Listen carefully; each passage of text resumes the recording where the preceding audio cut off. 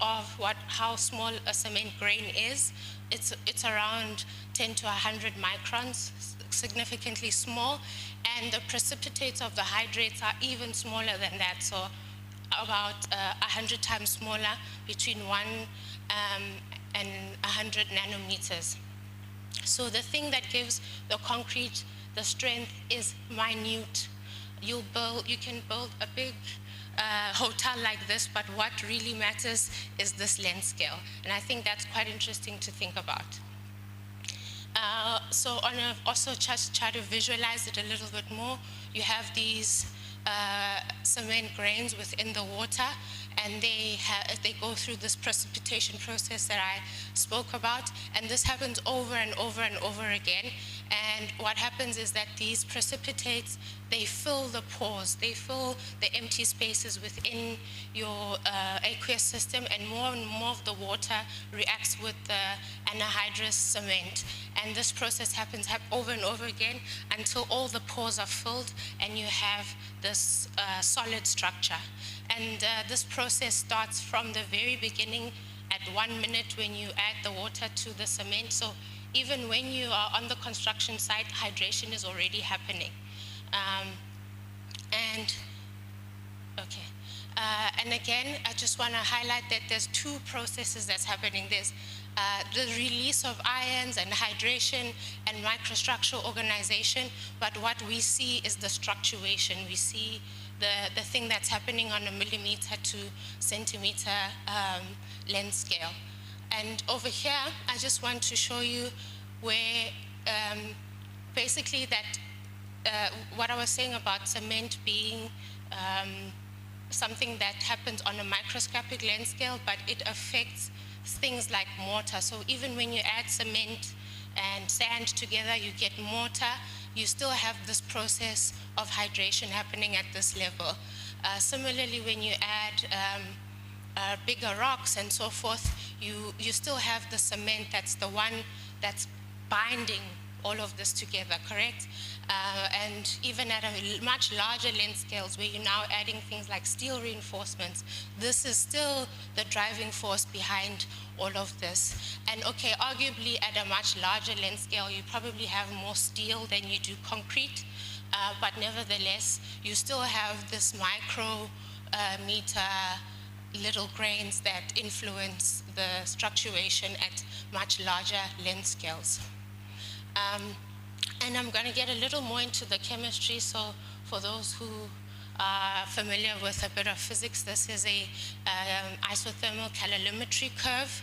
So this shows the release of heat, which it gives you an idea of a chemical reaction that's happening, okay?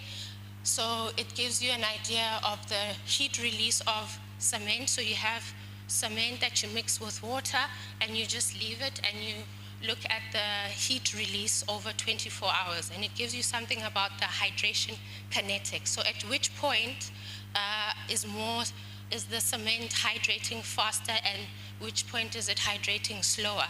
And it gives you an idea of in which time scale you can kind of control your material. And this is what's interesting when you are at a construction site, for example. You need to be able to control your material for as long as possible or as short as possible, depending on the application. So here you see that there's this so-called induction period where you first, within literally 3 minutes, you have this high heat release, which means, okay, there is some hydration that's happening, but then it rapidly slows down. So for about 3 hours, there's something happening, but nothing extremely significant. And then at this point, we know at about 3 hours or so, we can't mix our cement anymore because it starts to set, right? And then you have this acceleration period that's either driven by dissolution or precipitation. And at some point, it starts to slow down again. But after 24 hours, you probably have about 50% of hydration that has happened. And hydration happens even after 1 day. So even when you've constructed your structure, even after 24 hours, there's still continuous hydration that's happening. So that's what I want to explain here. And as I said, this period over here is where your material is still workable. And well, when you're trying to control this period, that's when you use things like super plasticizers and certain types of admixtures to prolong this process. So this process, this graph can look different depending on the types of admixtures that you use for the application that you need. If you wanted to also set much faster, you can also add different types of admixtures to make sure that it sets maybe after an hour and not 3 hours. So as I said, the acceleration period generally happens between 3 and 12 hours. And at this point, you have these hydration products like calcium hydroxide, which is commonly known as Portlandite. And you have this kind of bridging with the neighbors, with the neighboring hydrates in the cement grain. And at this point, your material is stiff. And then you have the deceleration, and it kind of correlates with the picture I showed a bit earlier with the A, B, C, and D, where you have all the pores now being saturated with this hydrates, filling all the pores. And hydration kinetics, they differ depending on the mix design. So what I was talking about up until now is just cement and water. And normally on a construction site, this is not it. You add cement, sand, aggregates, super plasticizers, all kinds of things, and depending on that, the rate of your hydration also differs. But the general principle stays the same. And this is important because issues such as consolidation issues, cracking, porosity, and segregation are caused by not understanding the hydration period. So, this fundamental stage when you are still mixing is what later causes problems like this. So if you don't control your hydration and you also don't understand your mix design so well, you will definitely have problems like this, which leads to high costs in construction in terms of maintenance. So maintenance over time generally takes the same amount of money used to build the construction is used to maintain it, or even more, which is kind of counterintuitive in terms of costs. And basically, moving forward, my colleague from Stellenbosch University borrowed me this video. Can you press play, maybe? Because it's not working from here.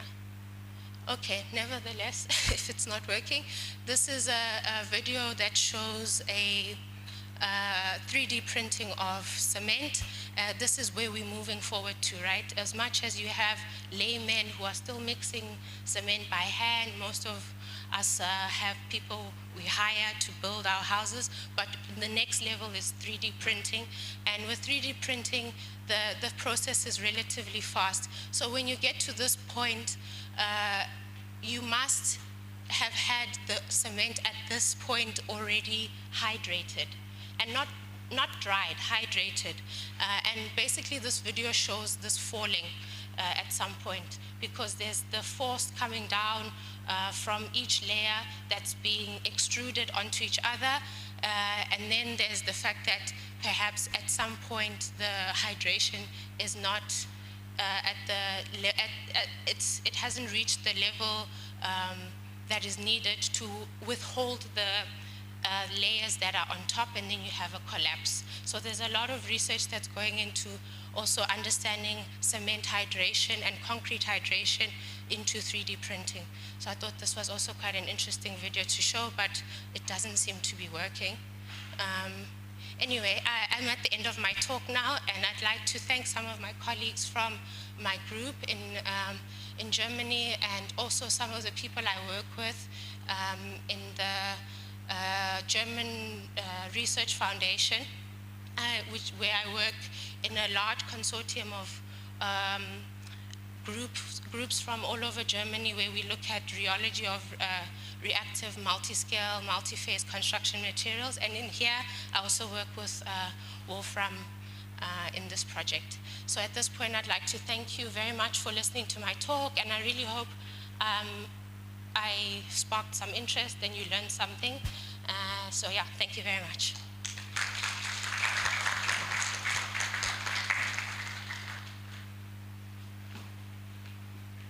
I hope I was in time. No, you are on time. You have 10 minutes actually. So thanks, Nonkululeko. Do we have any questions for Nonkululeko? Can you please check with the IT people if they can play the video? Yeah, maybe. Anyone with a question for Nonkululeko? I want us to be as interactive as possible, not just passive listeners. Are you trying? Yes. Do we have another microphone?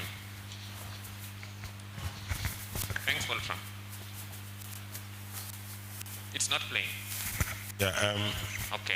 There's a question. How do you control the hydration? I heard some years ago that with sugar, you can determine the length of drying, that kind of thing. So are there any other tricks in controlling the hydration? Oh yes, so there's a lot of research that's going into what is called plasticizers in construction. Some of them, basically it's sugars, right? Some kind of polysaccharides that you can use. And yeah, that's how you can control not only hydration, but the end of this so-called workable period within hydration. So I hope that makes sense. But I think later on we'll also have some presentations on admixture specifically, and they will probably go a little more into detail in that regard. Okay, I don't know what the next question is. Some people do add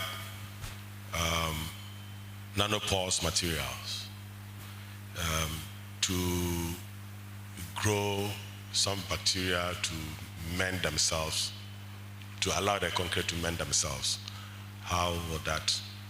I'm not familiar with that. Maybe you can tell us more. maybe I can add a comment on that, because using these bacteria, self-healing properties of concrete, so that react with water, gets in contact with the bacteria, which are kind of sleeping, spore or whatever, then with it, they start to form calcium carbonate, something like this, which is sealing the crack. That is the technique working. It's something which has been working in nature for many 100,000 years. The problem is that it's getting extremely expensive. So you have to put a lot of bacteria into the concrete for just a few cracks, of which you cannot predict where they will occur.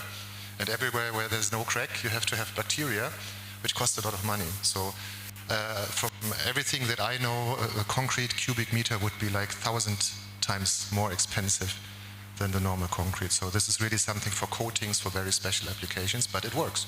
It's what nature provides, and I think it's a good concept. Do we have time for another question? Yes. I think you had a question. Okay, thank you. I also want to find out how prehydration, for cement sometimes because of the storage most especially, and then the hygroscopic nature of it already, before you use it in preparation of your concrete, does the prehydration have any effect on the strength? I'm not sure if it has an effect on the strength, but it definitely has an effect on the types of hydrates that form. So I guess you're talking about if you expose cement just to the atmosphere. Yes. Over some time, it's definitely changing its chemistry. But the overall type of kinetics is still the same, but it definitely affects the hydrates that form. I'm not sure about the strength, though. Maybe Wolfram can say something about that, or Mike. But yeah. If I'm allowed to, maybe just a short comment. So if it's only the illuminate phase that reacts, it's prehydrated, then it only has an effect on how they interact with superplasticizers, for example. But if you already form calcium silicate hydrate phases, certainly you have an effect on the long-term performance as well. So prehydration, which affects CSH hydration, is certainly something which is not good. Okay, let's take one more question. Thank you. Yeah, you made mention of anthracite and portlandite during hydration. I was expecting you to tell us the significance of these compounds. Thank you. I didn't catch the question, sir. Was there a question? Hydration products. You made Yes. mention of anthracite, right? Oh, yeah, so you want to know the relative And amounts? portlandite, yes. Yeah. And so I expected you to tell us the significance of these very important compounds. No, Okay, so I just heard So, expectations. I'm not really he's sure. saying that you mentioned that some of the products that are formed as a result of hydration include ettringite and portlandite. So he wants to know what is the importance, or what are the importances of these products Okay. to concrete? So specifically with the ettringite and the calcium silicate hydrates, these are the hydrates that contribute to the strength of your material, not so much the calcium hydroxide. So portlandite basically doesn't really add much value in terms of strength properties, but it does, with ettringite and calcium silicate, it does. Correct? Oda? Yeah. Okay, it's very difficult to know whether this thing is working or not. So portlandite is also important, but from a durability point of view, because portlandite contributes towards the high pH of the concrete, which is very important from a steel corrosion point of view. I will try and touch on that later on when I make my presentation. Okay, now Thank you. We have a moment, Nankuleleko. I have a question for you. We still have Oh, 4 online. minutes. Okay. Yeah. Nice. So, Nankuleleko, thanks for the presentation. Now, you gave us all disadvantages of hydration. Do we have any disadvantage or disadvantages of hydration of cement in concrete? Disadvantage. Yes. Is it always a good thing? I mean, Because you said that hydration well, contributes hydration towards the definitely adds strength to the long-term properties of your material. So Yes. it's kind of counterintuitive to not have hydration. You can't. Basically, the material is a binder so that you can make structures. So you need it to hydrate.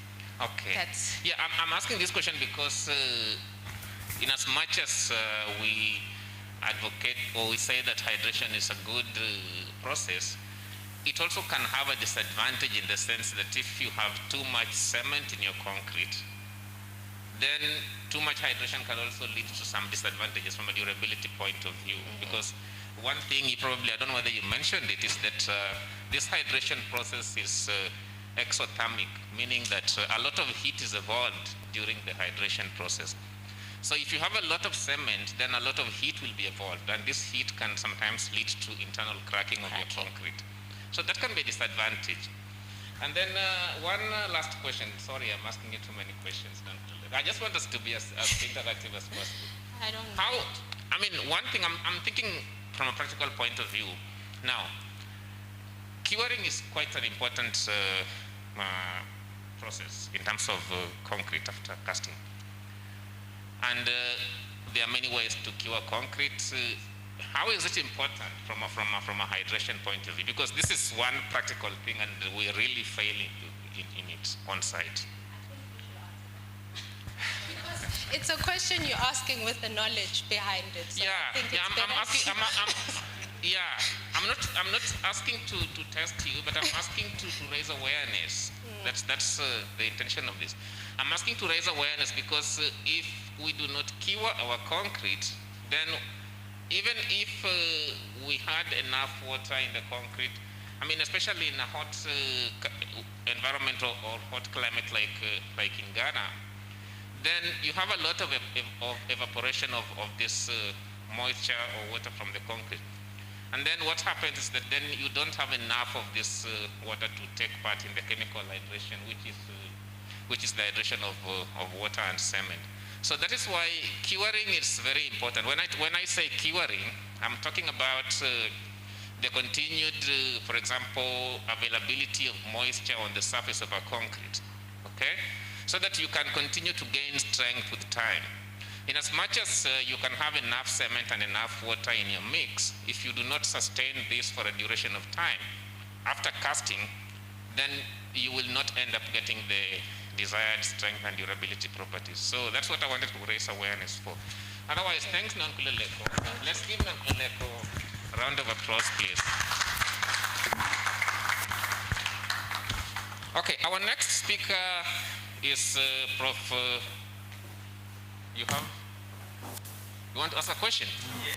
No. We don't have time, please. You can speak to either any one of us during the break.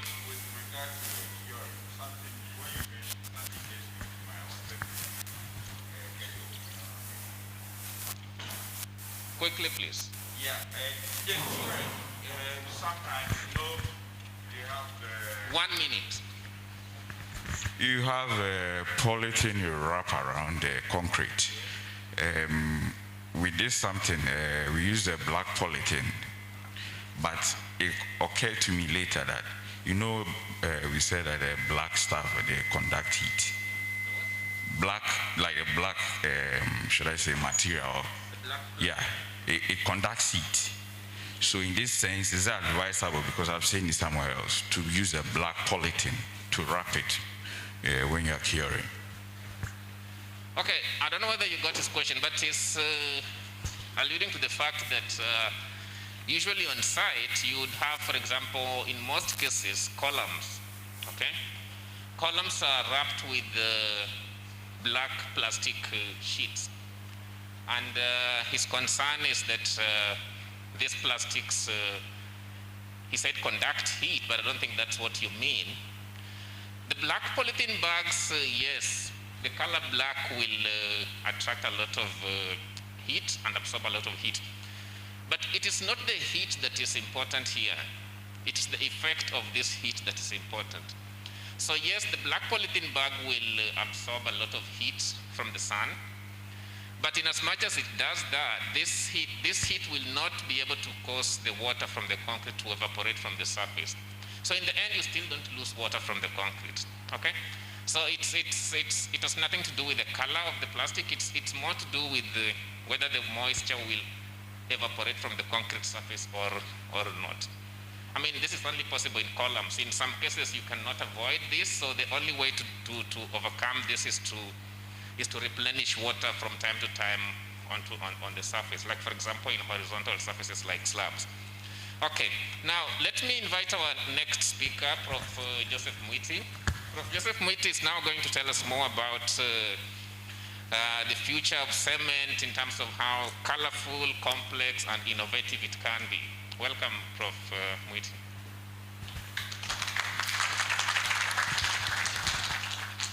Thank you.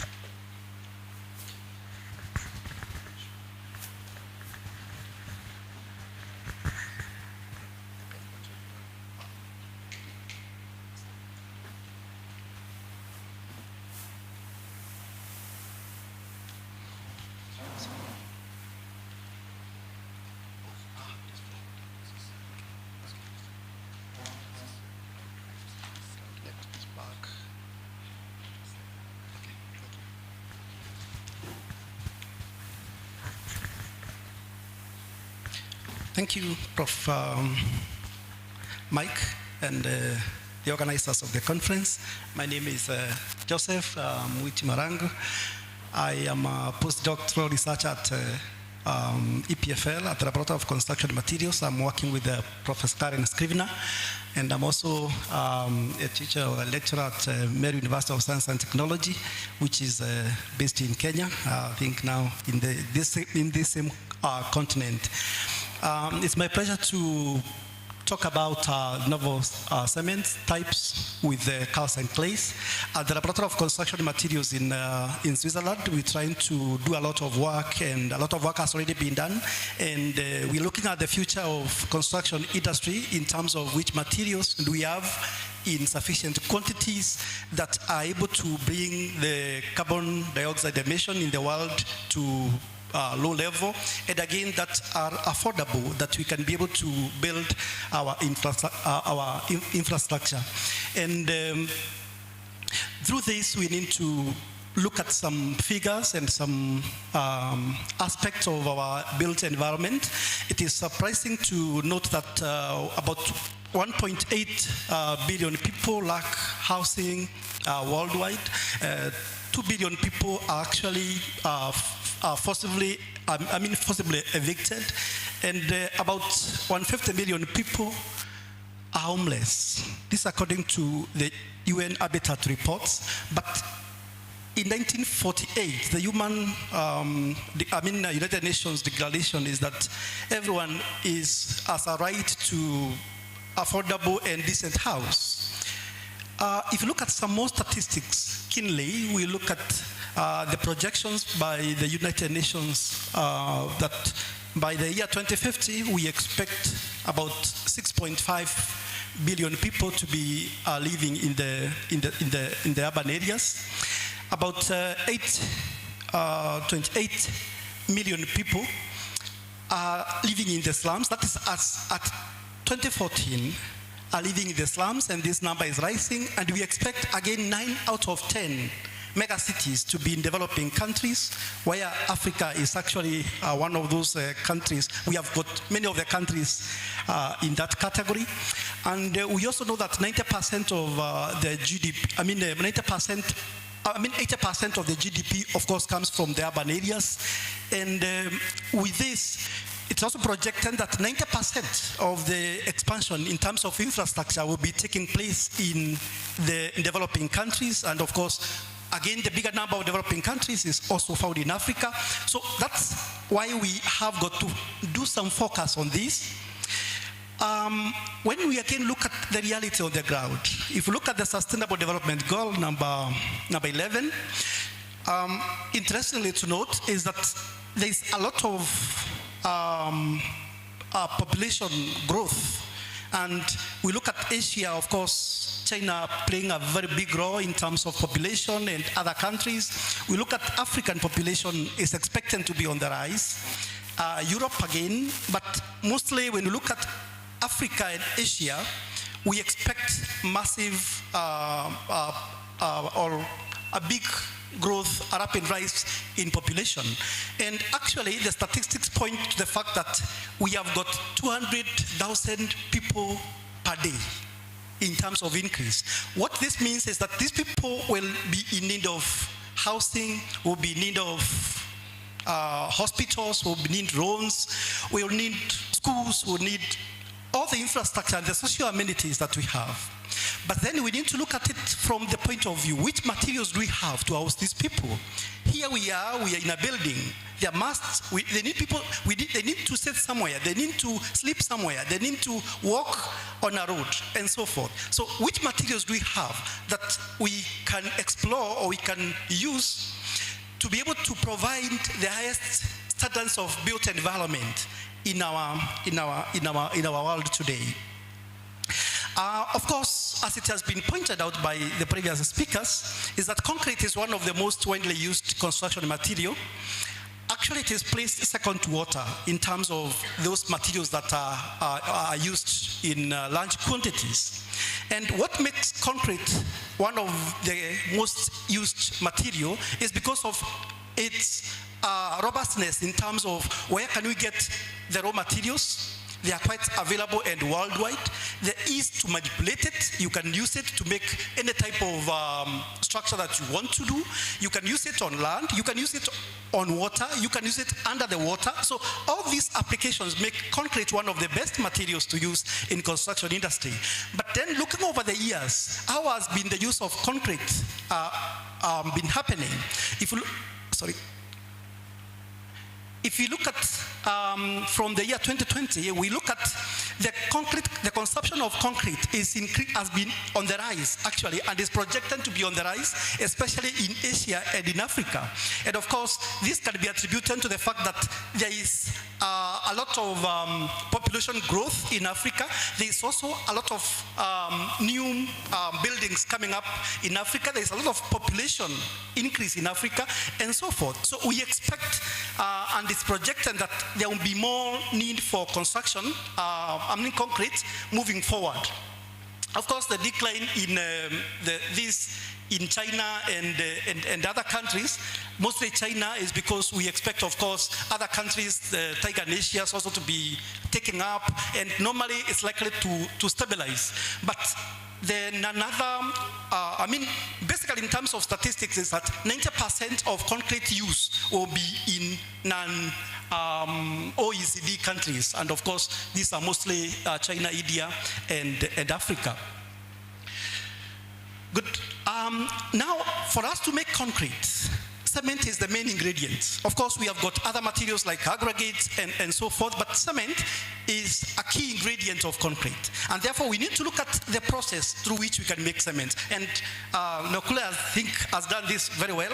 But I need to highlight that basically cement is a material that you can set and condense in water and mix the material, holds the material together, giving it strength and so forth. But basically, just to bring you at part to what we are talking about, is that for you to make cement, you need to use limestone, you need to use a bit of clay. It is fired at temperatures between 1400 to 1500 degrees, or on average 1450 degrees Celsius.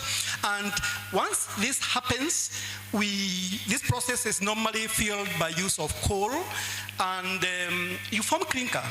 So the clinker is the cement. Is normally gypsum is normally added to clinker to form cement, and this process occurs either mostly in dry environment. But the concern at the moment in the world is because of the decarbonation of limestone, in which about 40 to 50% CO2 emission is produced.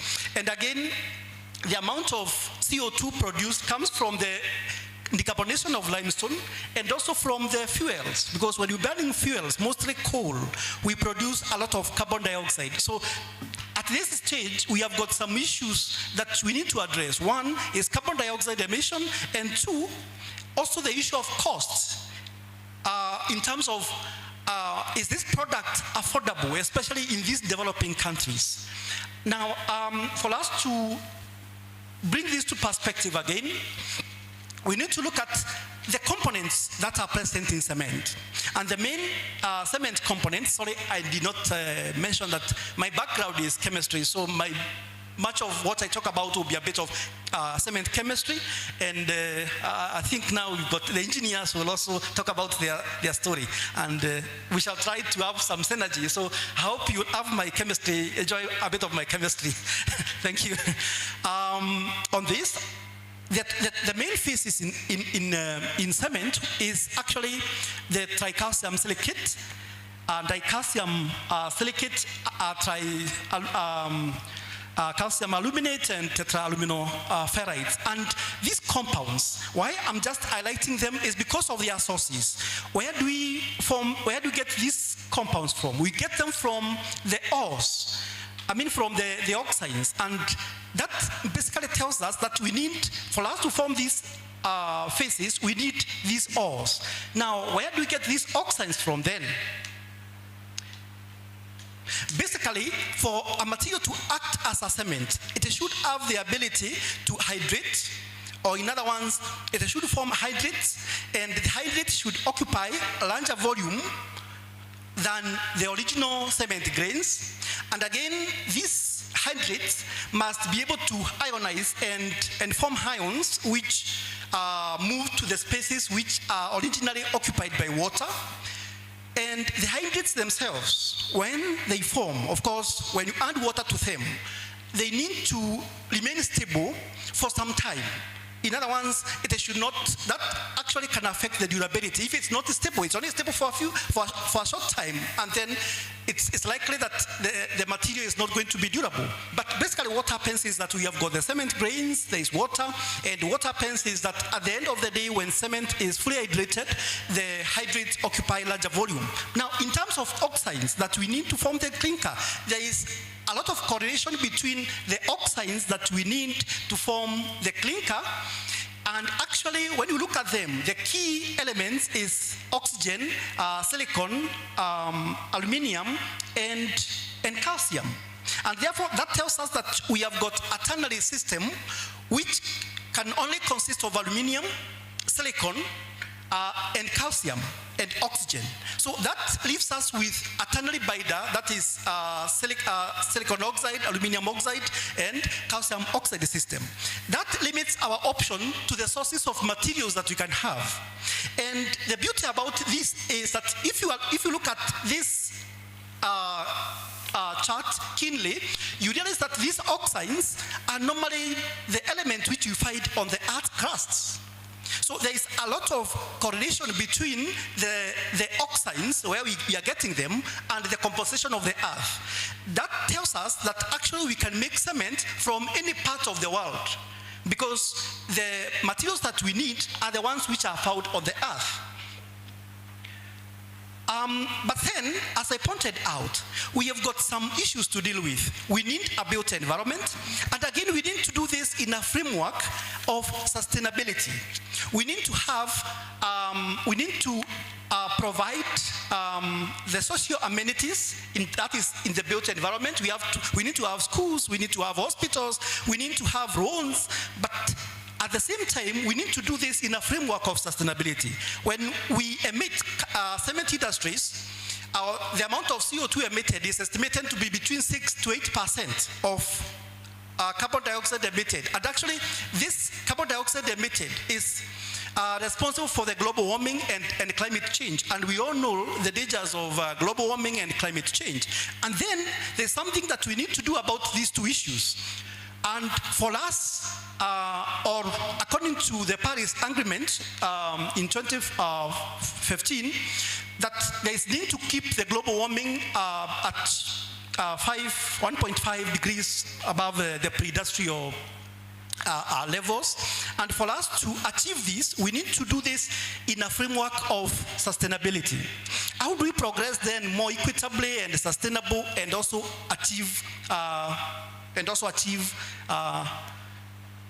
development? So the issues of global warming, the issues of climate change, and the need for built environment. I'm glad that was happy that this has already been mentioned. It's amazing that when people think, they think the same way. I mean, it has been highlighted, and I want to acknowledge the source that, from my Professor Scrivener for this good job. Basically, what does this mean to us? That the cementitious materials are the ones which actually more than 50% of what we use in nature is cementitious. And if we have to progress forward, we have got some other options like timber. But actually, if we have to use timber, remember, timber is never used in the raw form. It has to be processed. In that manner, you also generate more carbon dioxide. Actually, it has been found that if we have to save like 25%, we reduce the use of cementitious materials by 25%. We need to plant like trees 1.5 times the size of India, if we have to reduce the use of cementitious materials by 25%.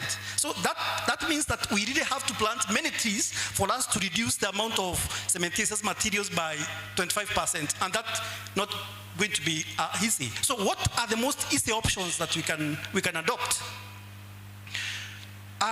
This has been well explained, I think, so far, and I also don't need to work on it. And but basically what we need to note is that concrete, it has got low amount of avoided energy.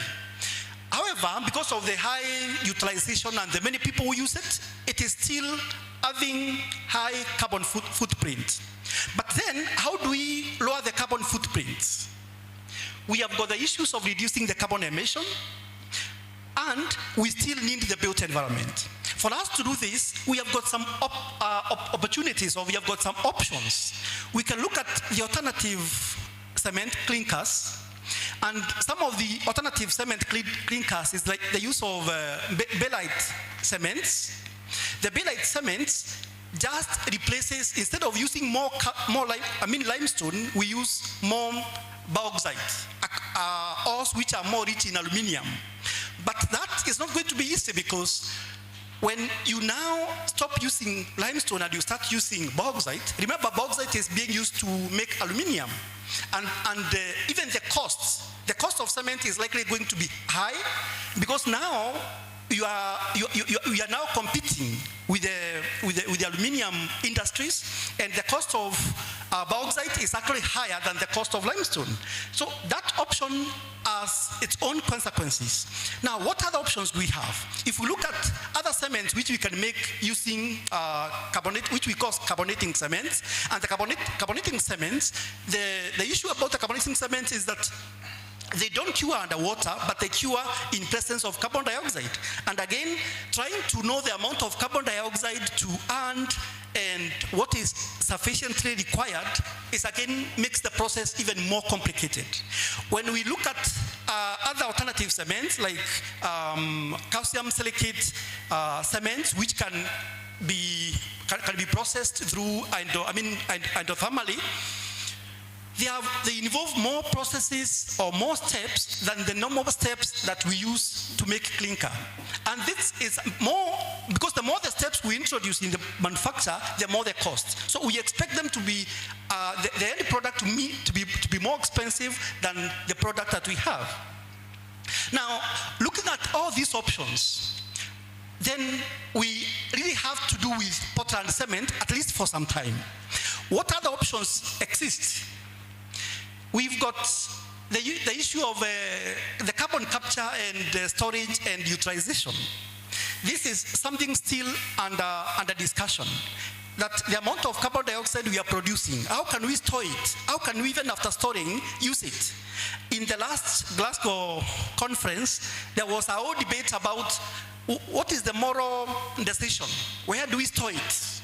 Yes, the carbon capture process is not a new technology, but the issue is, even after we store, where do we store it? And after we store it, where do we use it? So those are, I would say that these are solutions which are feasible, but for now they are at the low level of development, at least at the research level. So we have got two more options that we can utilize. There is efficient use of Portland clinker in mortars and concrete. And I think this is why this conference is very important, because there is something we can do at the concrete level and still lower the amount of carbon dioxide emission. And also, it's very important that we can lower the clinker substitution.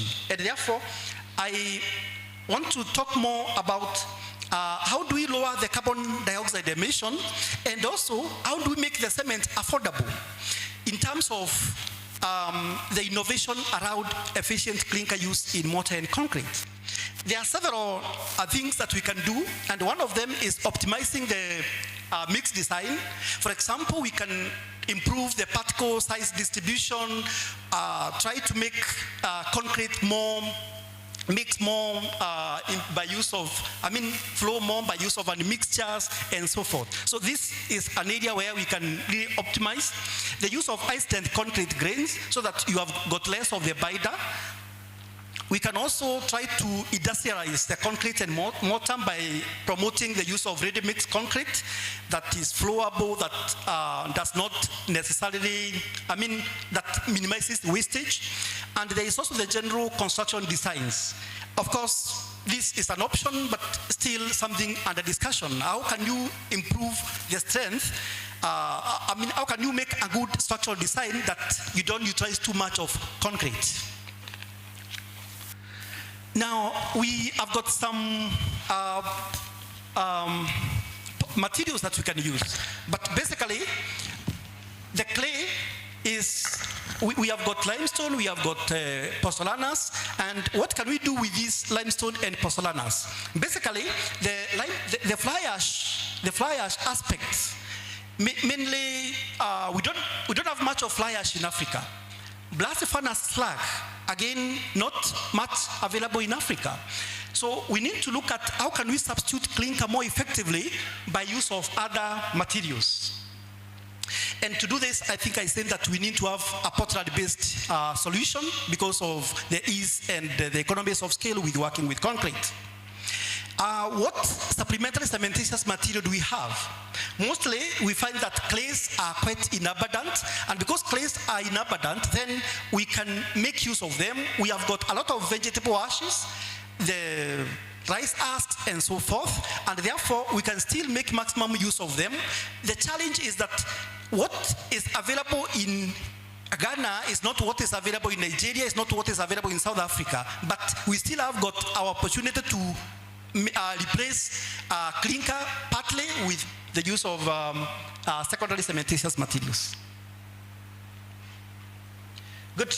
I'll talk briefly about the limestone calcine clay because that is what we are doing at the moment at EPFL. And basically, this is the clinker substitution using calcine clay where we make the clinker 50%. The rest of the material is limestone, gypsum, and calcined clays. And what's the beauty about this cement? This cement is just a replacement of clinker by use of limestone and calcined clay, and therefore we still retain gypsum. And when we reduce these two, when we reduce clinker by adding limestone and gypsum, and calcined clay, we are able to lower the costs of the cement, and also we are able to lower the amount of CO2 that we emit. There are three main types of clays which are available which are commonly available in the world, and this is kaolinite, montmorillonite, illite, and these are the common clays. Now, these clays, the chemistry about the clays is that the kaolinite clay has got tetrahedral structure and tetrahedral silicon oxide structure or silica structure, and with layers of octahedral aluminium.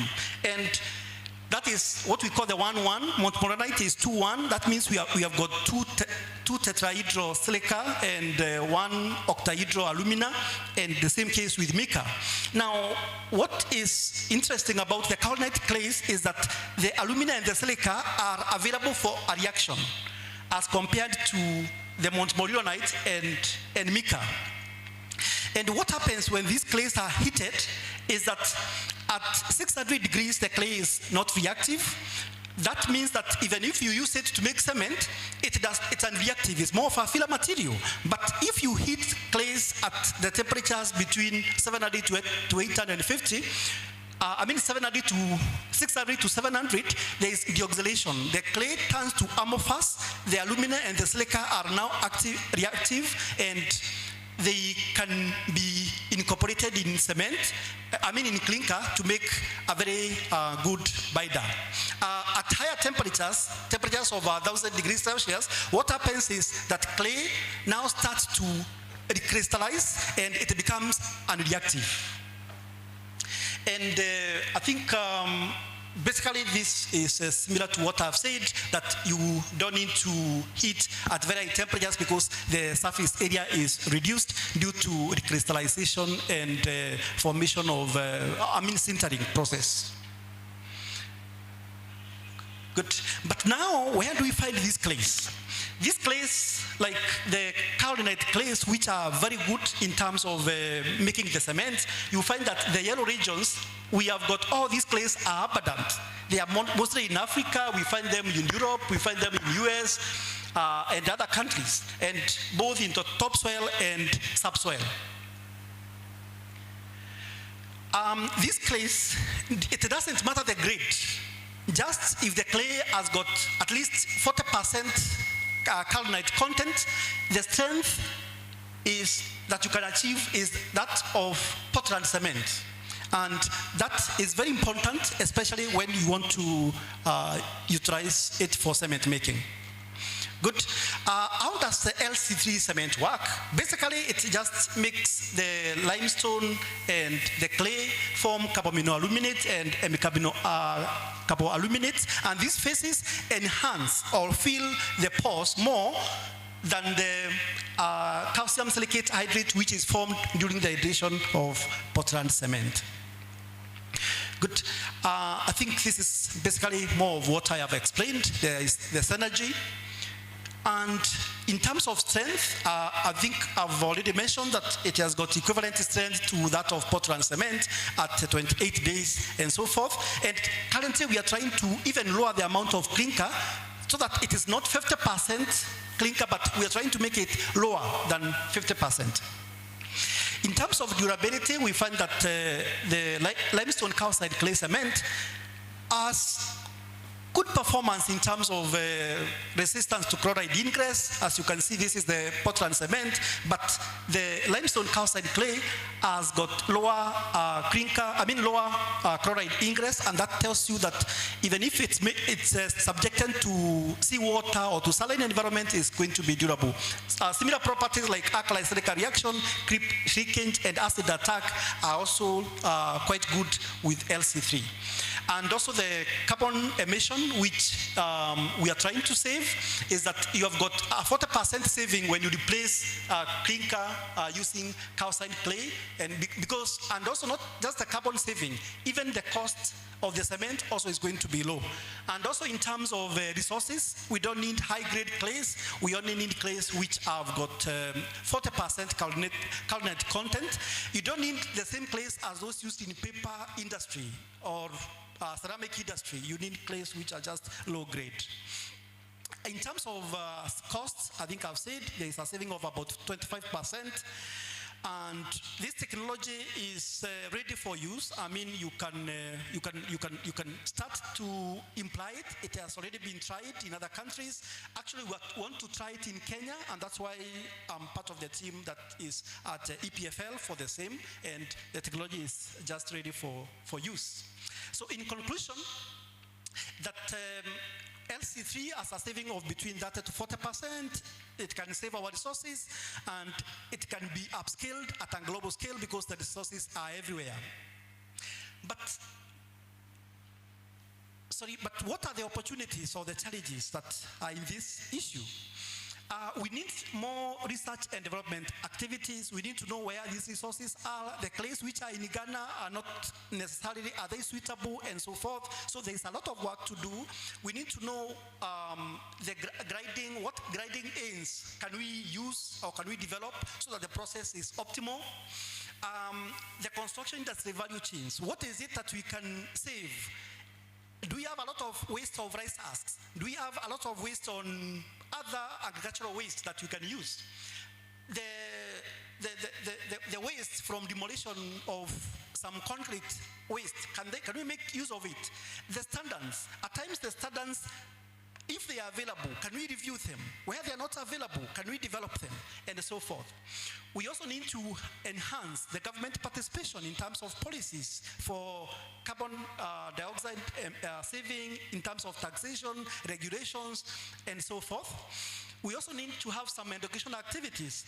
When we look at Africa has got the largest majority of the people, young people, and that tells you that they are more receptive to ideas. There is also the issue of technology. Currently, people are using mobile phones and other forms of communication. Can we continue to talk about these new technologies? I know that the cement industry is very conservative, but I see a future when we embrace the technology that we have to communicate and change our way of thinking. The curriculum, education, and partnerships. Good, I can see Mike is already on me. These are some of the references, and I want to thank everyone for listening to me.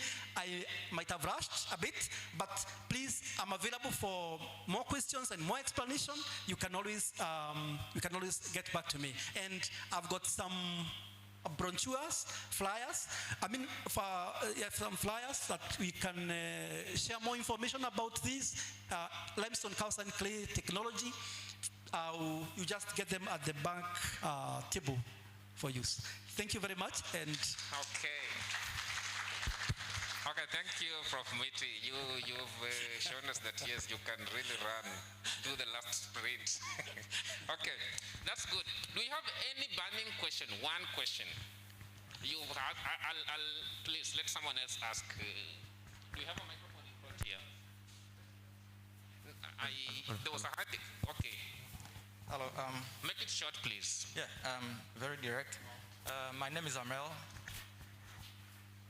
and I am very pleased to be in this conference. I'm learning a lot, and a lot have been said so far. Dr. Radibi and Prof. Marungu. So the question is, seems that we have been approaching this perspective in a very political ways. You know, we are planning to do things in the future, but looking into the year 2030 and 2050. So I want to know, what is the perspective in terms of creating or using environmentally friendly cement or material to replace cement? Because remember our Dr. Radibi said that she made a statement that cement was the most destructive material in the world. I think we've got your question. You want to know whether it's economically viable to make new cement. Is that your question? Cement. If so, is there any country that is currently pioneering such a bio-cement? Okay, thank you. Thank you very much. Prof. Mwiti?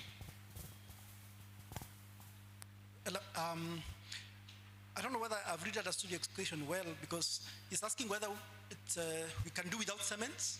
Now, I think he wants to know if we can make these new cements economically and use them. Is that your question? Environmentally friendly. Environmentally friendly cement. So cement that is more ecologic than destructive. So it's basically whether we can make it sustainable, economically, socially, and so forth. Yes, the answer is yes. And because what we need to do at the moment, what is it that we can do at the moment? At the moment, we can lower the amount of clinker. When we lower the amount of clinker, as I explained, it is during the formation of clinker that the process is energy intensive. A lot of energy is used because mostly this process is coal fired. That is to say that when you are burning coal, you produce huge amount of carbon dioxide. Again, when you are decomposing limestone, you produce a lot of carbon dioxide. So for every ton of clinker that you produce, remember, you produce an equivalent amount of carbon dioxide to the atmosphere. So if you lower the amount of clinker that you are producing by, let's say, half, you have a chance to lower the amount of the cost, and you also have got a chance to lower the amount of CO2 that you emit. That is to say that the cement that you're producing is greener and more cost effective. Thank you. Okay, thank you, Prof. Mwiti. I think I will stop there. Thank you, Prof. Mwiti. You can give him a round of applause, please. Now, I'll take this chance to just give it to Wolfram.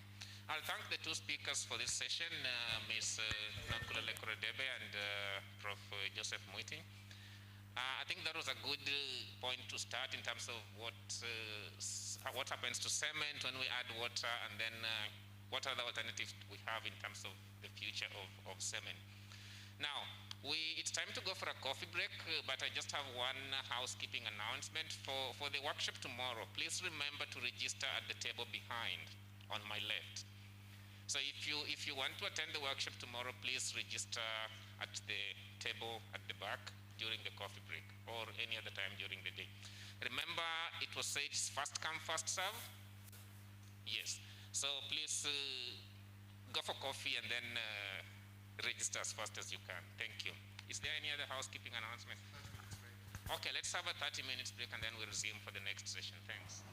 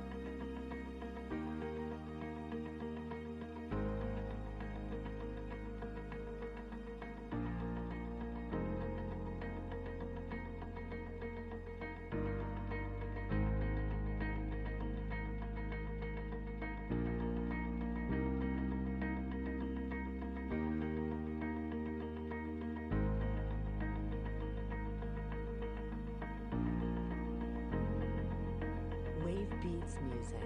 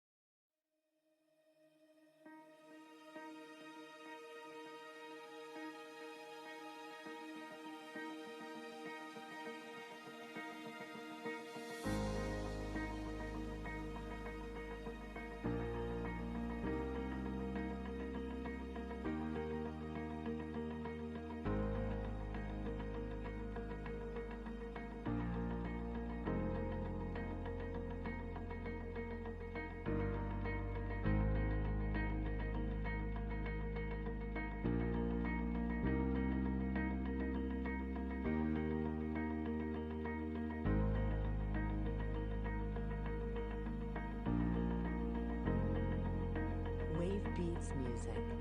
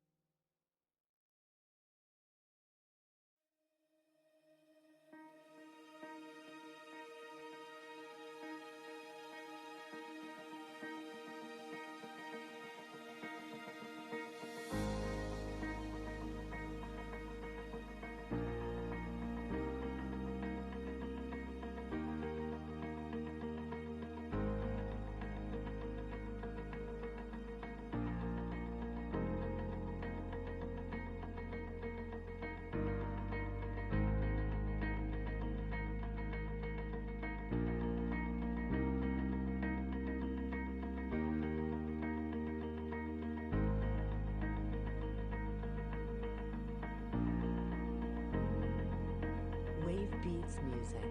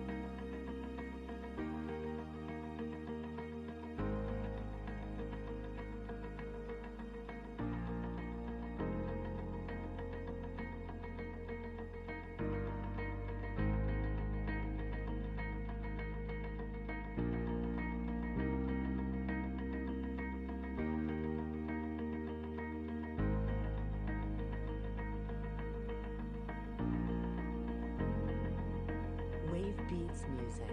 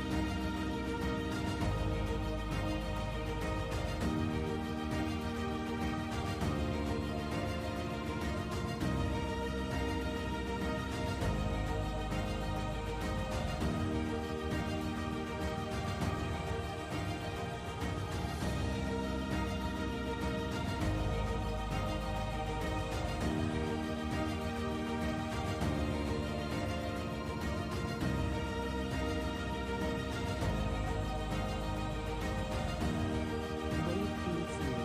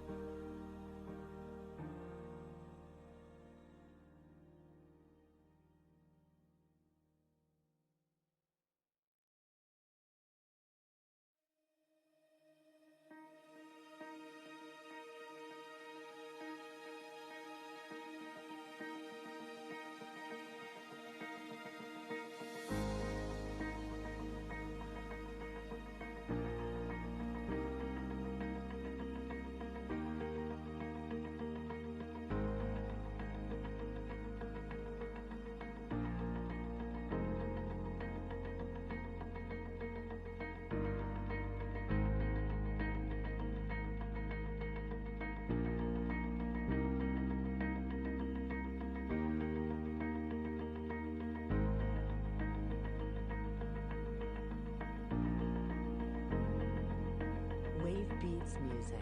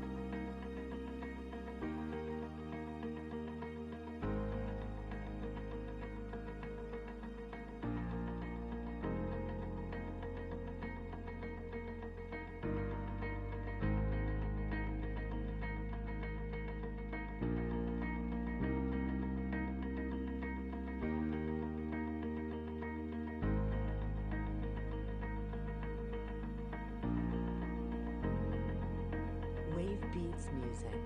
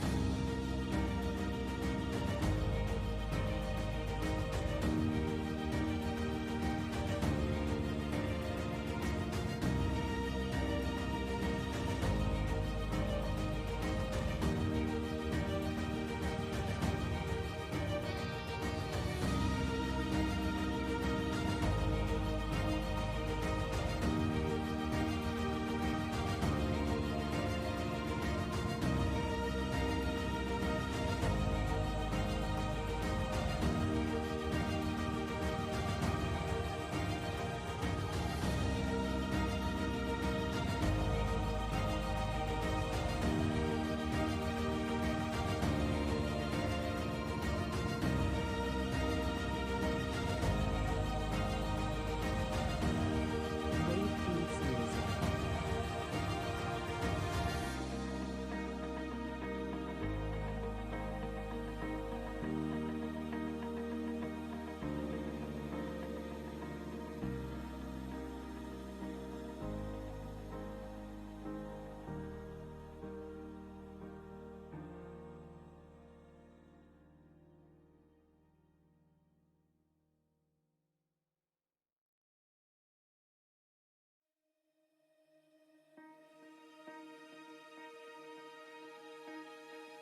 Wave Beats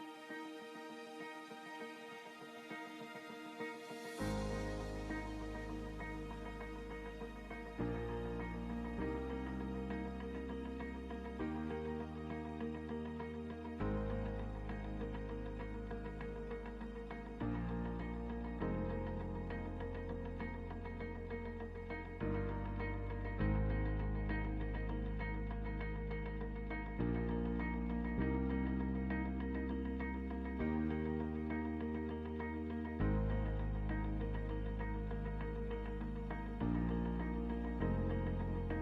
Wave Beats Music.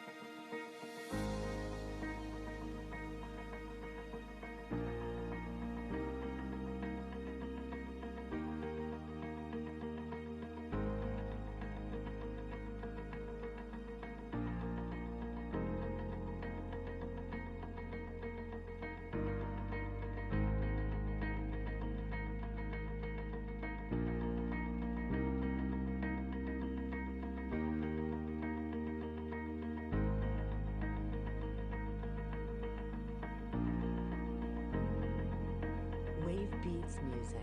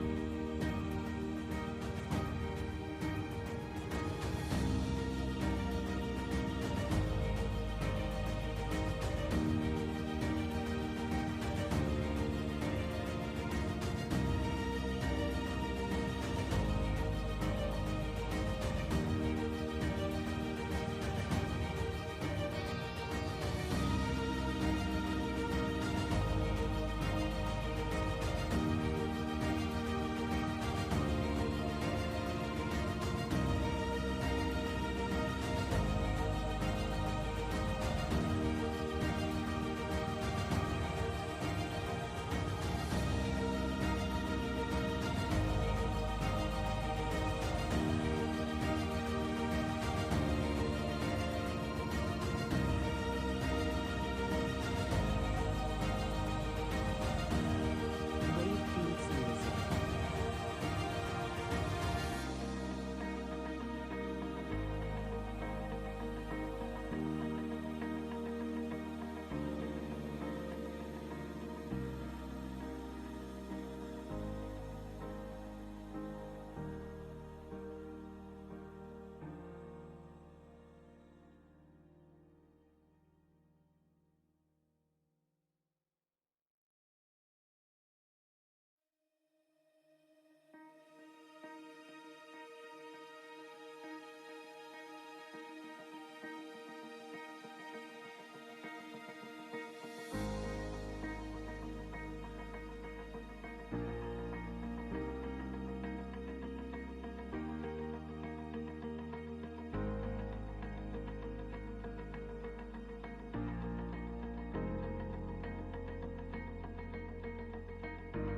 Beats Music.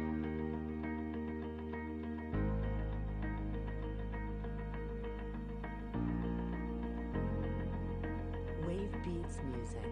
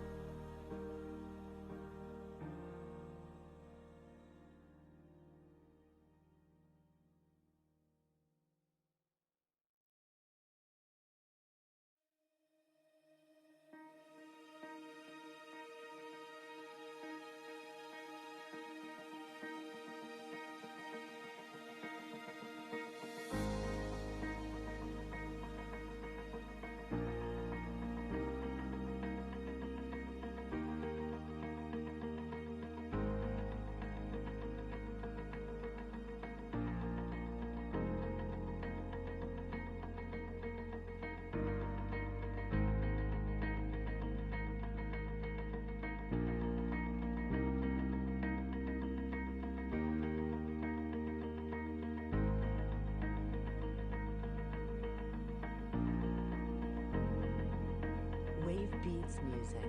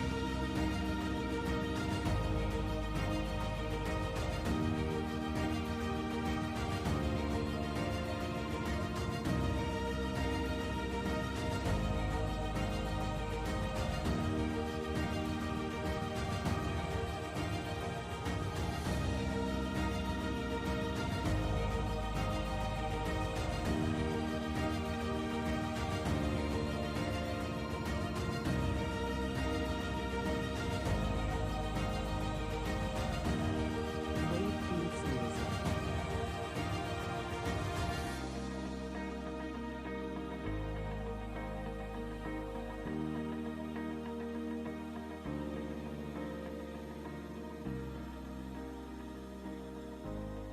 Wave Beats Music.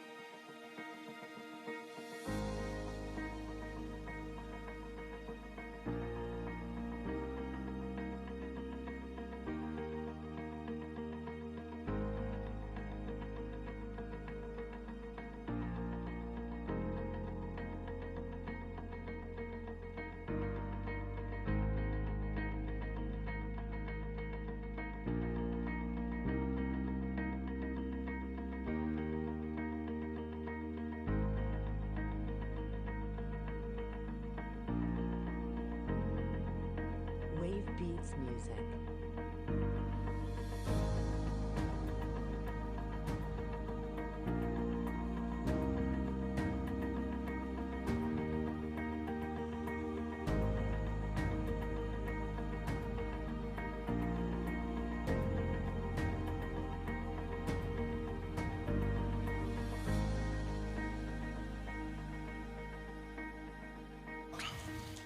Angela Teha and Dr. Ufram Smith. Welcome.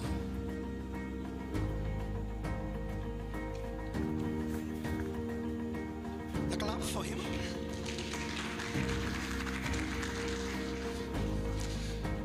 Thank you very much, Joseph, for the introduction. I'm quite nervous regarding the next 60 minutes because we are trying to explain something which is happening on the nanoscopic, on the microscopic scale. But you can see we have prepared a few experiments, and as predicted, these experiments can also go wrong. So I hope we are lucky today.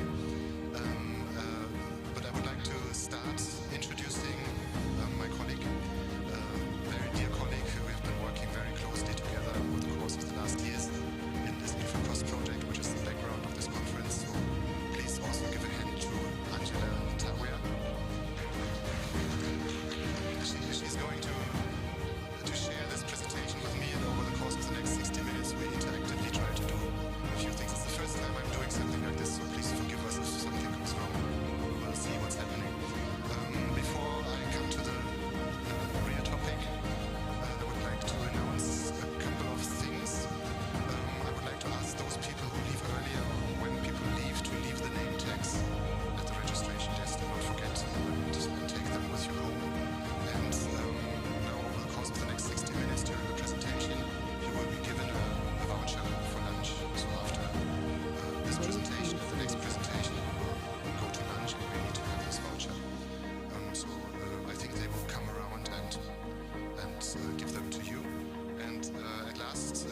there was a question, obviously, that was not announced in the program when tomorrow's workshop is going to start. Is someone here from MC Araba? Can you tell us when we are going to start tomorrow? Sorry? 9:30 as today. Okay, so at 9:30, it's not in the city center, so you have to drive a little bit. Plan with enough time so that you can be there in due time. But now, without further ado, let me start with this session on theoretical and practical demonstration of how chemical admixtures work, which are a core element for sustainable and high-performance concrete. So this is how some people mix concrete. I know that here in Ghana it's going to be done a little bit different. We will talk about that later as well. But some people just use a bucket of cement, 2 buckets of cement, a bucket of water, and then mix sand and gravel into it. And there's a lot of recipes, and in every country and every specification it's a little bit different. And this is what works pretty well. I mean, it's robust and everybody can use these concepts. But the reality is we also have more complicated structures, we have more complicated challenges in the construction industry. We want to work also with more sophisticated materials, like, for example, sprayed concrete, or like self-compacting concrete, which beautifully flows into a perfect shape. For example, here you can see if the video is running, which is not the case, because the video is not in the background. So normally you would see how the self-compacting concrete would flow like honey through all these obstacles and so on. Beautiful concrete, which is the predecessor of high-strength concrete, which is very brittle material, which can create very high towers or very wide span widths, very slender construction, and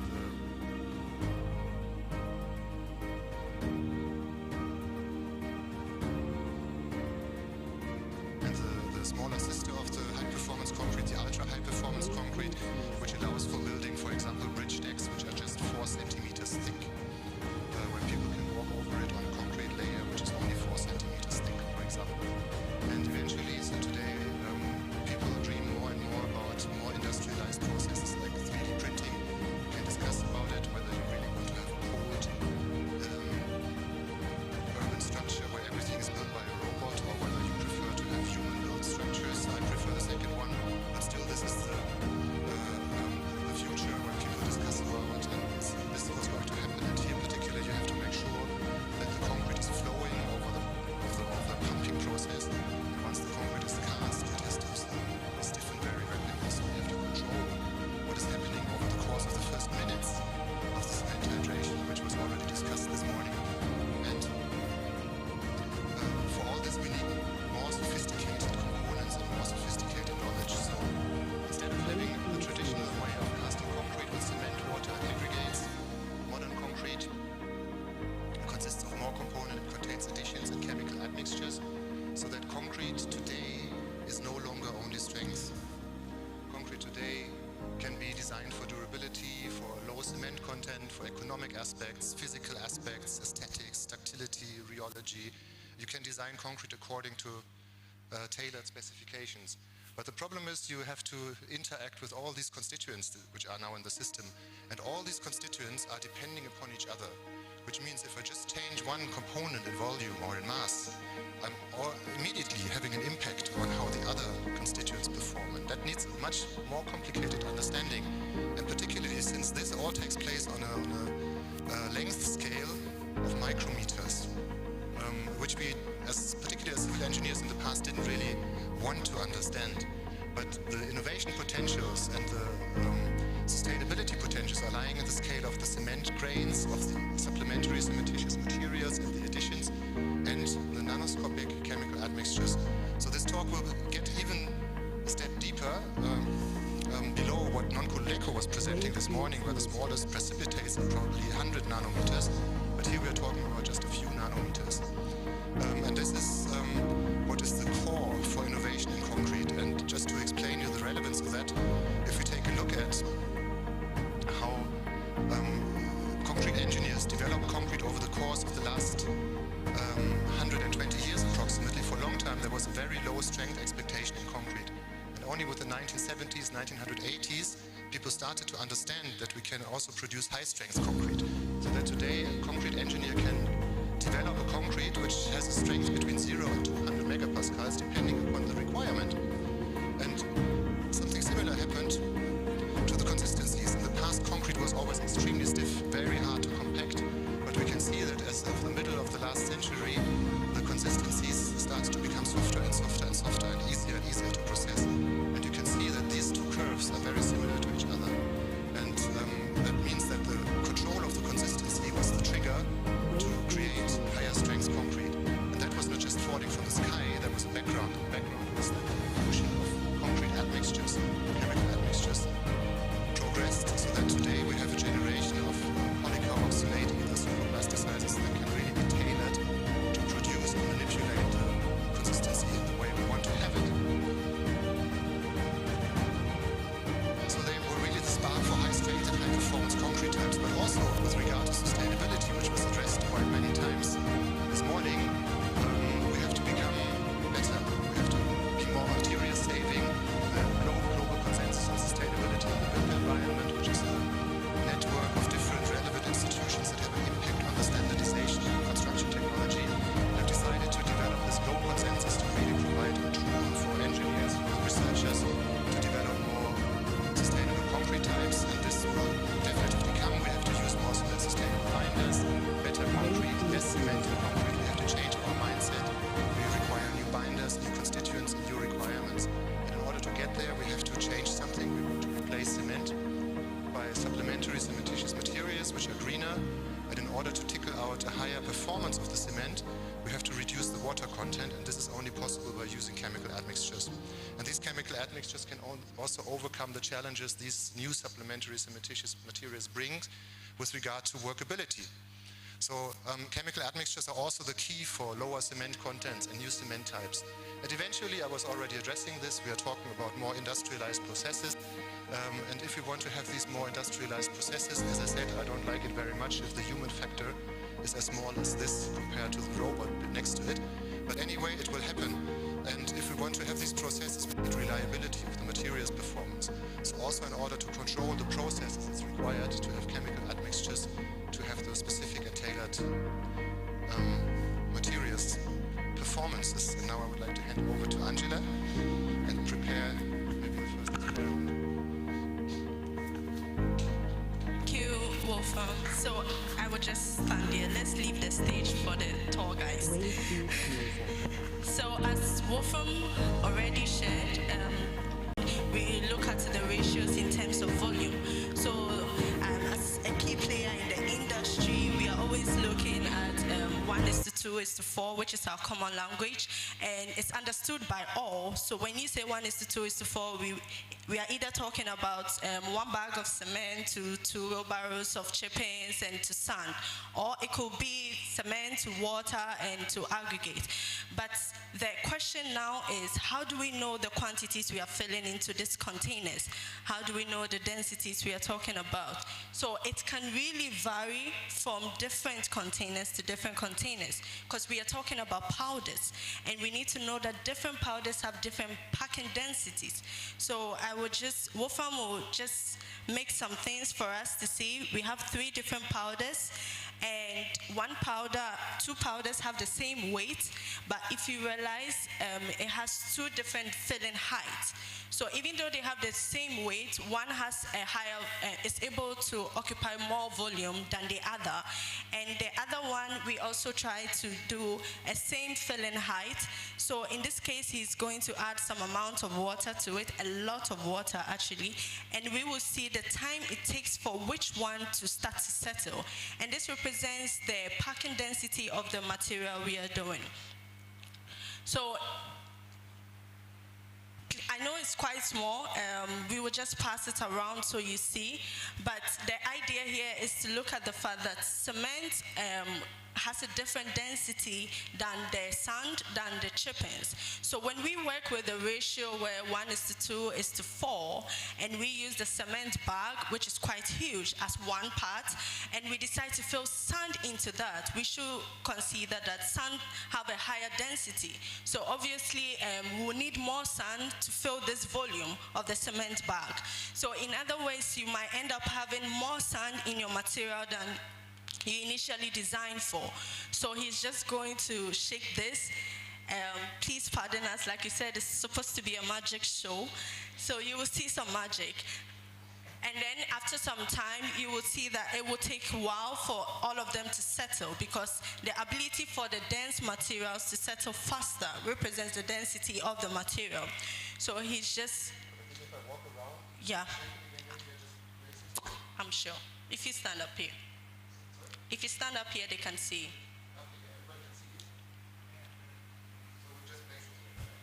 So now he mixed it, so we are just going to put it down, and I'll keep talking. After some time, we will check the time for which one to settle faster, and we'll see the volume of water that is settled on top of each powder. So as I was saying, for the powder materials, we have different densities. If you look at cement, we could have a minimum density from 900 to 1,200 kilos per cubic meter. And for water, it's the same, and for aggregate. So for a given mix, when we say we are doing 1:2:4, or we are doing 1:3:6, if you come to kilos, you have to consider that when you are using the cement with a higher density, you will need an amount of 4 to 1 kilos of cement. And in turn, you will use this amount of water, which means that your aggregate quantity should be less. But if you decide to use the cement of 900 kilos per cubic meter, then you will need a minimum amount of cement to be 246 and 137, and your aggregate should be more. So when we keep the same mixed proportions and we decide to use 2 bags of cement, or we decide to use different quantities of cement, we should consider that they should play a role, because for a cubic meter, for the different densities of the different particles that we are batching, we have to know that once you have different quantities of water you add, your water-cement ratio will also vary from 0.4 to 0.6. And we all know that the water-cement ratio go on to have an impact on the compressive strength that we are designing for. Then again, for our water content variation, it also plays a role on the consistency of our concrete. So if we decide to do a certain mixing ratio per volume, and we stick to 1:2:4, depending on the quantity I am using, my concrete could end up being stiffer than yours if you are looking for different consistency. So what should then be the possibility? How do we control this workability? Normally on site, when we have this issue with consistency, what we end up doing is adding more water. But we should always remember that adding more water has an impact on our strength evolution, because now we have no control. Assuming you did the test and you are certain that using this quantity of water is going to give you this specific strength, because you decided to vary, or because you try to fix the workability on site, you will have different strength evolution, which now you have to wait 28 days to know. And also the segregation risk, where you have a mix where it is not homogeneous. And of course, the set retardation. If you are looking to demold quickly, you are looking to use your concrete or move on and do another casting on your concrete, this excess water could also have an impact on your setting. The best solution could be adding a water cement paste. So if you do a cement paste and you add to this, then you don't touch your water cement ratio. So instead of adding more water to increase your consistency, you add another cement paste. But the question is, do we really need to touch the water cement ratio to change our consistency? Remember, if we want a higher consistency, we need to add water. But adding water means that we are having an impact on our strength. So if you have 1 cubic mix, which we usually do, and you decide to put some cement, water, sand, and aggregate to it, and because of consistency on the site, you have to add the cement paste now, meaning you will have to add an extra quantity, which is more than the cubic meter. So most of the time, for the guys who have access or who have control over their mixed proportions, they end up cutting down on the aggregates, and they end up cutting down on the sand or the coarse material, because it's less cheap. But now in this case, you have more water to cement ratio. You have more material, more cement. And for us to be able to do this, we know very well that cement is not cheap. So instead of fixing consistency on site, you rather want to add more bags of cement. Wolfram, do we have something? No. So just hold on. So we say that instead of taking the aggregates out, you need to first be able to identify the packing densities of your aggregate. And for a poor packing density material that takes a longer time, the packing, if you see the voids inside, you will need high amount of water to be able to fill all the voids in between. But if you look at a high packing density material, so you're using a powder, then which is very fine and the distribution is evenly distributed, then you know that you don't need a lot of water to do this. So we will also do another test again. Sorry, the magic is taking a while, but it will come. So we'll do another test. This time, he will do cement and water at a water cement ratio of 0.25. There's some change. Maybe we can already, for those people in the first rows at least, maybe you can already start seeing something. If you look very close, this material has already separated to this level, so that's more or less all the powders, and what you see on the top is just some colloidal particles in the liquid. So you can already see this is how the cement is going to settle. There's a layer of water on top. The other material, this is the limestone filler. That was significantly more when it was powder filling. Now we can see it has already reached the level of the cement in terms of segregation. So obviously it compacts in the same way, or probably even more. Let's wait for a little bit of time.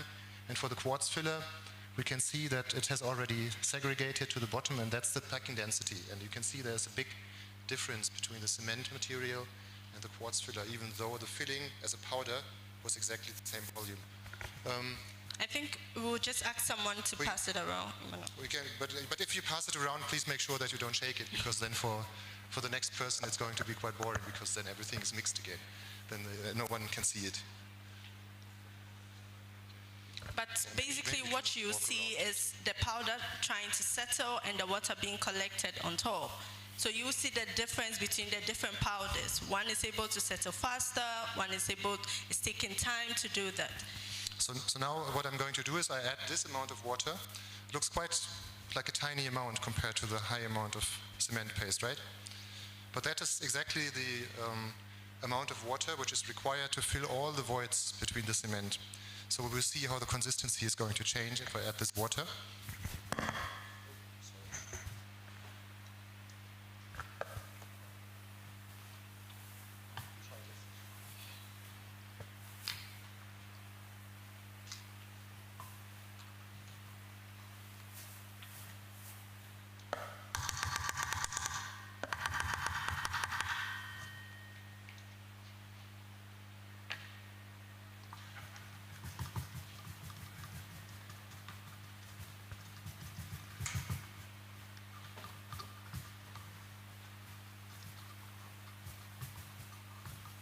So you can see I'm having difficulties in homogenizing it. It's very dry. It feels like dry soil. So I think we can see, as Wolfram is mixing, that this will not flow. I mean, we can all agree to that. But the question is, why doesn't it flow? Because it's like me trying to get through these two guys. There's this strong packing between the material, and it's preventing someone from passing through. So when the water wants to go through these particles, because of how high packed they are, the high packing densities, they have a very good, strong attraction to each other, and there's a very strong bond created between one cement particle to the other. So it's really difficult for water to pass through, which will enable the workability we are looking for.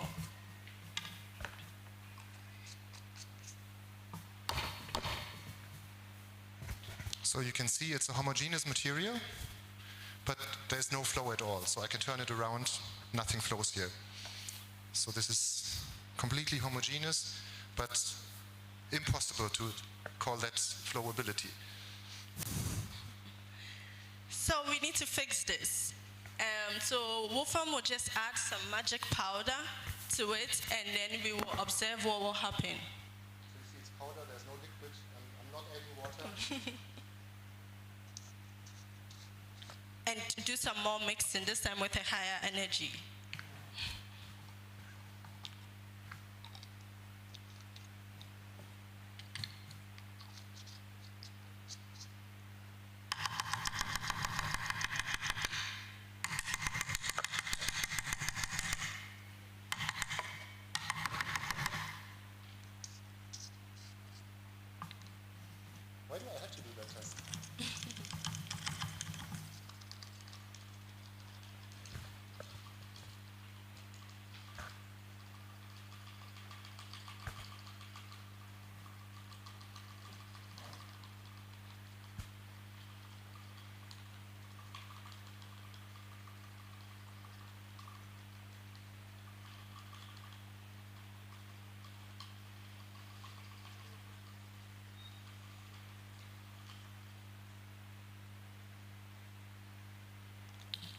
So I think we can already see something happening.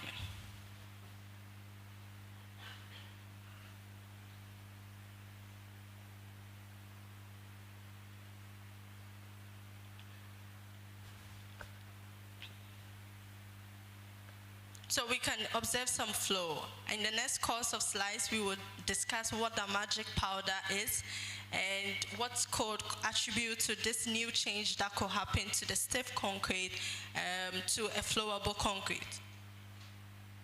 So if you also take a look here, you can see the same type of concrete without any PCE, a chemical admixture. It's stiff, and then when this chemical admixture is added to it, there is some flowability, as Wolfram also just did. So I will hand over to Wolfram now, so I can do some more shaking. Okay, so now we are going to change the position and you are going to do the magic. And I would like to, do you have the pointer? I would like to explain a little bit more what is happening and how the system, which was so stiff before and there was no mobility of the materials, with just a little bit of this magic powder, what's happening here. So, for example, in this sample here, the amount of chemical admixtures, this is exactly the same concrete. This one is only 2 minutes later. And the amount of admixtures in this concrete is 0.098% of the overall mixture. So it's a tiny little amount we add, and it changes this consistency to such a consistency in just a few minutes.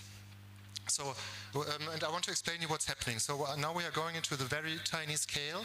We are seeing like the first precipitates that Nonkululeko Leko was talking about, how they are starting to form. You can see that slowly there is a structure which is being formed in the liquid phase. So the cement dissolves, gives ions into the solutions. They start to get in contact with each other, to crystallize. And when the attractive forces between the particles are getting too big, they start to connect and they start to form a network. So that at the end of the day, you can see this network is getting bigger and bigger because there are these attractive forces between the particles. They all have a surface charge, and they want to get connected to each other, forming a bigger structure. Now, if we add these superplasticizers, we add polymers which have a negative charge, and they are going to adsorb on the positively charged surfaces or on the crystals, so that the particles can get dispersed and do not get too close to each other. And you can see how perfectly this flow takes place and how perfectly the particles are staying in distance, which in the system before were starting to form a network structure. And that's the way how these dispersing agents function. But there's a lot of knowledge required to understand that. So obviously, in order to get this dispersion effect functioning, we need the adsorption of the polymers around the cement grains and around the hydrates. This is of utmost importance, and we want to show you now how important this adsorption is. And we start with an experiment where we are taking limestone filler and we are taking quartz filler. Both powders which have the same grinding fineness, same particle size distribution, and more or less the same density. So they were super similar, and we are mixing them with a tiny little amount of water so that we get a similar consistency as we had before with the cement. And you see it's relatively easy. It's not that easy because it's a tiny amount of water, but it can be done by just knocking the material on the ground. Is this the limestone filler?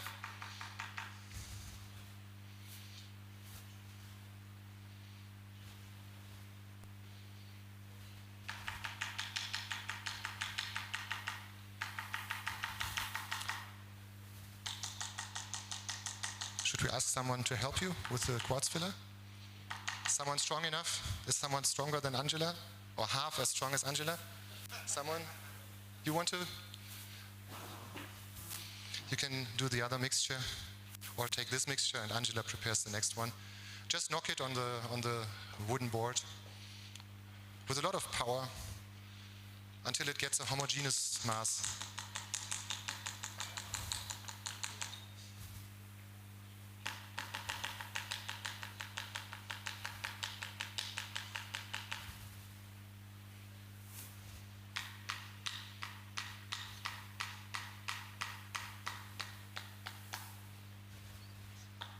Is it already okay? Okay, Maybe I can walk around with it. Yeah. Can you try?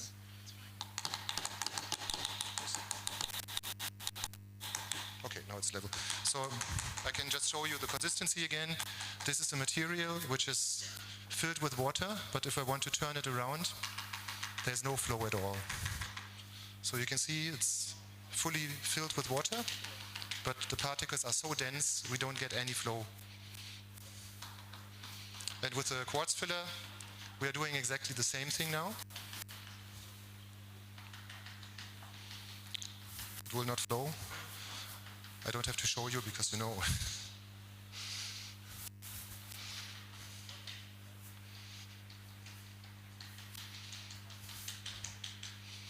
Okay, so I've seen we have a super good helper now. Maybe you stay on the stage.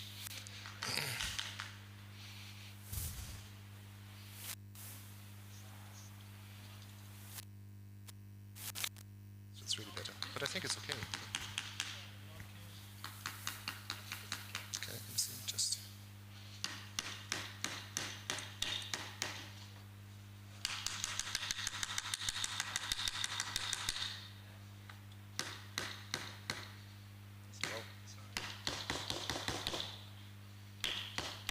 Maybe it needs some stirring, but this one still needs maybe a few drops of water. Yeah. No.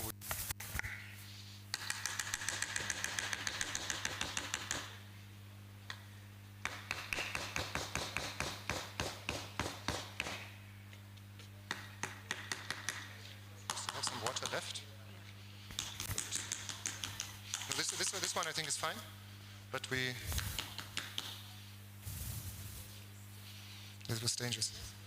Okay, you think it works? Okay, so this one is even worse. It has not enough water, so it's still in a kind of a powder shape. And now we're adding the same superplasticizer that we were adding before. There's the laser pointer. Now we're adding some chemical admixtures again. And you could see that both of these powders are not getting flowable with this very low amount of water.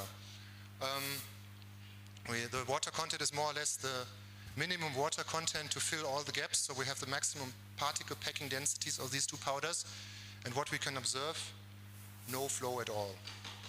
Now we are repeating the same experiment by adding polymers. So we want these polymers to be adsorbed on the positive charges of the particles.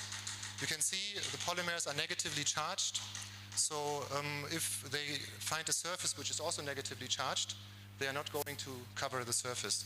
Only if they find a surface which is positively charged, I'm going to elaborate on that a little bit later, they get onto the surface, and when they are on the surface, they are like spacers between the particles and keep the particles in distance. So let's see what's going to happen. Angela, you took the limestone? The quartz, okay. I think from here we can also use the stirrer.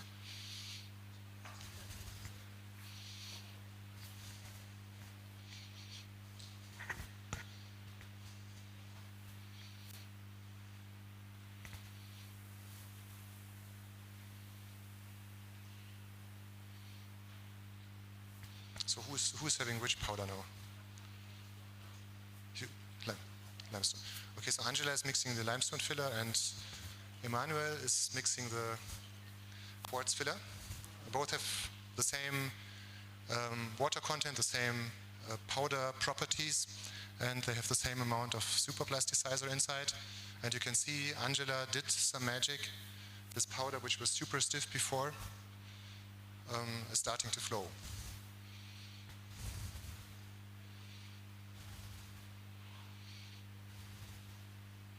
It always takes a little bit of time because these polymers, you know, they are powder. They first have to be dissolved and then they have to be dispersed in the liquid, and from there they have to get onto the surface. But you can see that this powder, which was not flowable at all, is now perfectly flowing, while Emmanuel is trying to fix the problem with the quartz filler. But I can tell you already, you will not succeed. So we have two powders which have the same particle properties, same shape, same density, same particle size distribution, same fineness. We have the same volume of water. We have the same amount of polymers inside, but the limestone filler with the polymer is flowing and the quartz filler is not flowing. How does that come? So you have to understand that these polymers are comp-type polymers. They have a backbone which is negatively charged, and attached to this backbone you have side chains which are keeping the distance between the particles. So typically the backbone is negatively charged, which means they have to be adsorbed on the particles, and they can only be adsorbed if there is a positive charge that attracts them. And then when they are adsorbed, they are just between the particles and make sure that the particles cannot get too close to each other, so that they could agglomerate. So what we can see is that the limestone filler flows, but the quartz filler does not want to flow, and the question is why. And after all my explanations, I guess everybody knows. Maybe you can tell me, why does the quartz filler flow and the limestone filler flow and the quartz filler not? It's because of the adsorption. So obviously the polymers do not want to adsorb on the quartz filler, while they have obviously a great love for the adsorption on the limestone filler. And here you have to understand that all particles have a surface charge. And when particles dissolve like a cement grain, they dissolve from the outside and they dissolve ions into the solution. These are like positively or negatively charged particles. And these ions are attracted. So first a layer of counter ions is attracted by the surfaces, and then the more you get to the outside of the particle, the more you have something like a diffuse layer where you can find some positively charged ions, some negatively charged ions, and you've got a layer which is formed around the particle until all the charges are consumed and the particle has a zero load. But now if you start moving this particle, there's inertia. So some of the outer layers, which are not very heavily bonded to the particle, they are just keeping behind. And then you still have an overcharge, which can be either positive or negative. And that's the so-called zeta potential. And the zeta potential is relevant for the adsorption of the polymers on the particles.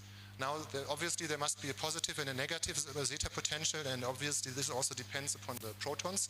So depending on the pH value, you have different material characteristics, and the limestone filler has a zeta potential which is positive up to a pH of approximately 9, and then it becomes negative. And the quartz filler becomes negative very, very early already. It's very difficult to find any non-negative quartz fillers. So when we are talking about our experiment, we probably have a pH value of 7, and we can see that the charges around the particles are quite different. So if we convert this into the system we are having, we have the polymer with the negatively charged backbone. We are having the limestone filler, which has positive zeta potentials, which means it attracts the polymers, while the quartz filler has a negative zeta potential and therefore cannot attract the polymers. And that's the reason why the quartz filler is not flowing. Does anybody have an idea how we can make quartz filler flow at a pH of 7? Are we able to make it flow? I'm a little bit concerned we are not, because we have too little water, but we will see. Certainly it's possible. So does no one have any ideas? If we have a negative charge here and a negative charge here, in order to still attract it, we have to fill a positive charge in between. And in the cementitious systems, obviously that's always the calcium ions, typically sodium, potassium, so we have to fill a calcium ion somewhere in between. And therefore now we are going to try exactly the same experiment using the same material that was not flowing before, and we're adding some calcium hydroxide in order to have some calcium ions. I guess that they have to mix a lot now. It takes a long time, but after a while you will see that the quartz filler will even flow better than the limestone filler was flowing with this amount of water and this amount of superplasticizer. So this magic works. I'm not sure exactly when it's going to work. Probably it takes a little bit of more mixing time for Angela, but we will see. Is it already working? Okay, and you've seen how powder-like this material was, though, so there was no flow before. So you can see that these principles really work in a real-life system. Now, maybe we can walk around and show how it flows, or...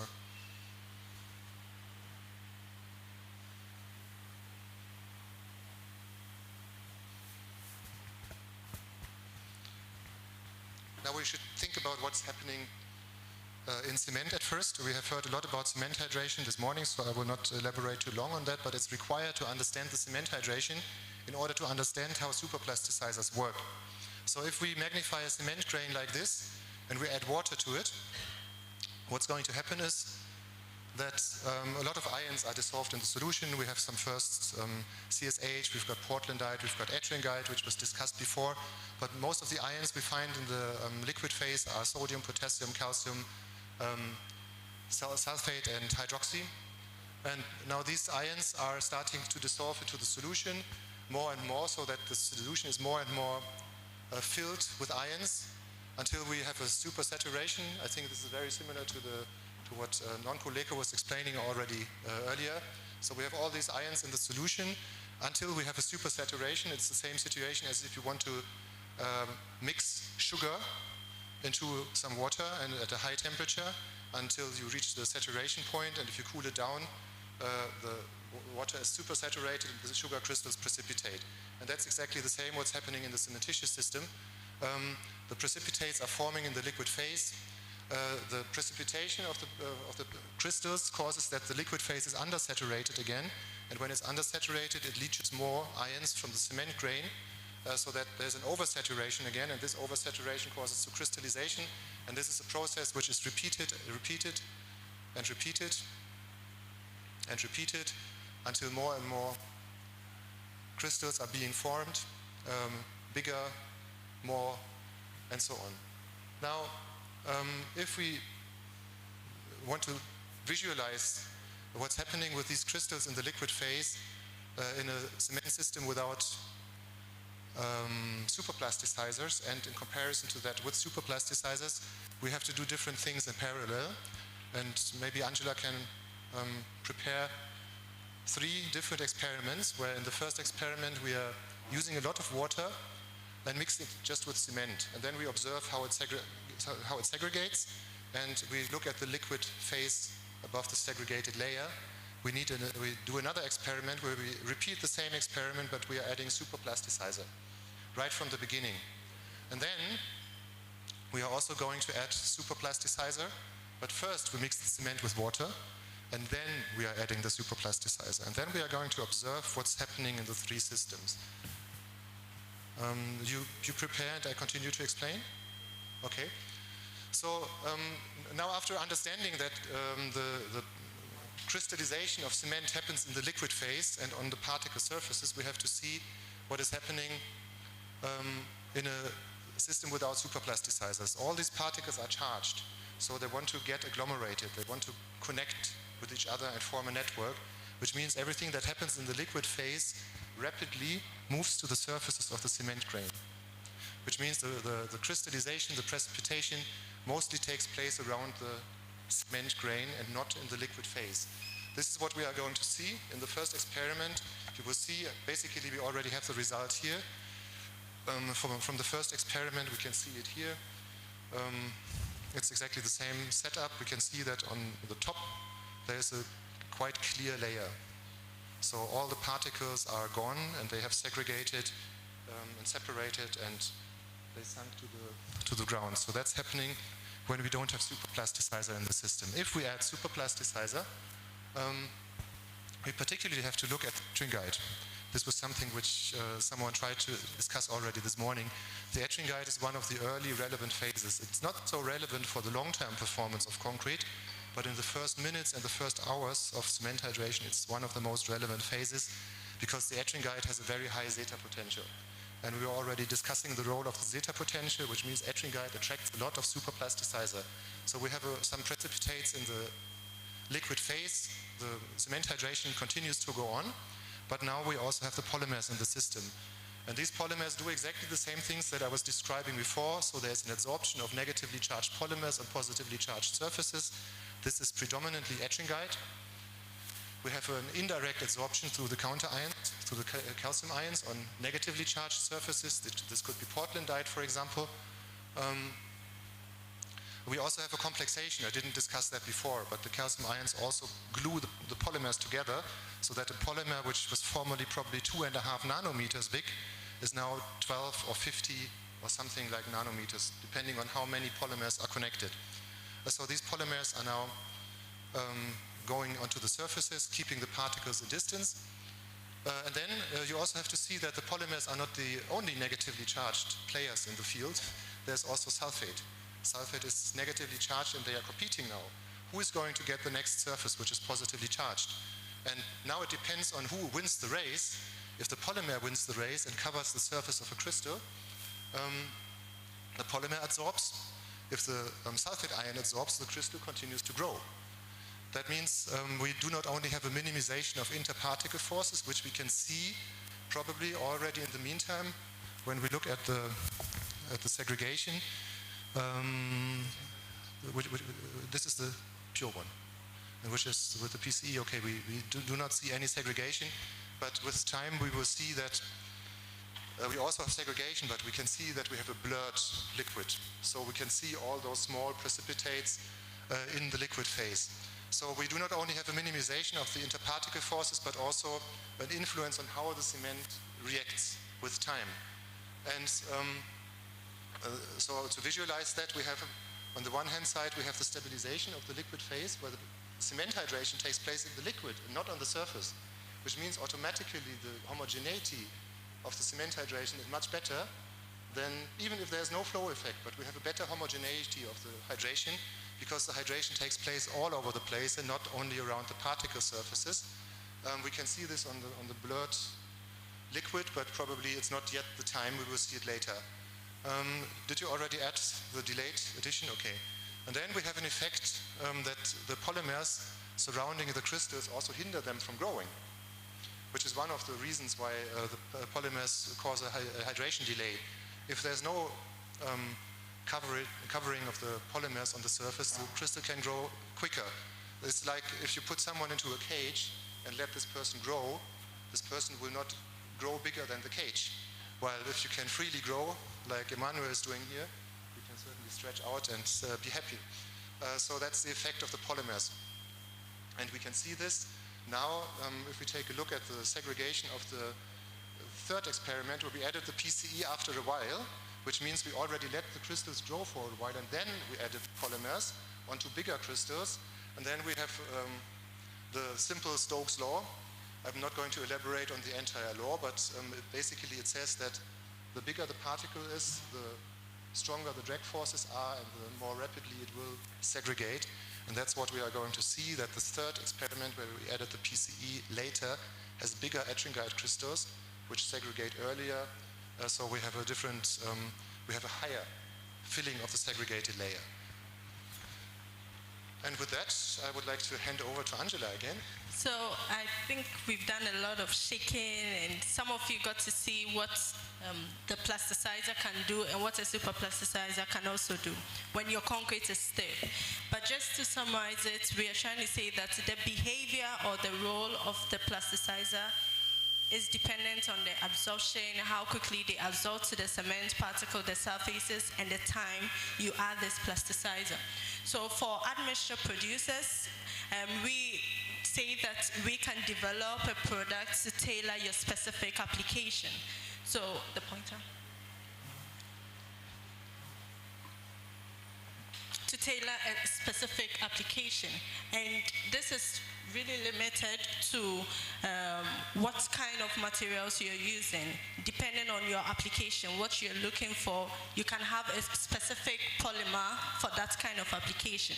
So in this experiment, we have two different PCEs here, and Wolfram is just going to quickly add them to the cement, and we will see two different PCEs, how do they perform.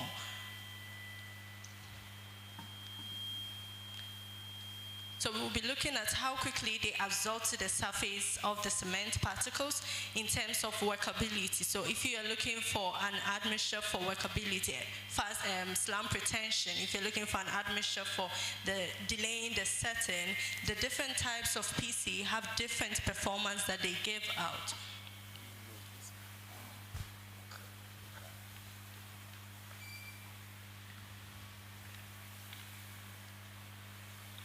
I think it will come around, but because of time, I will continue.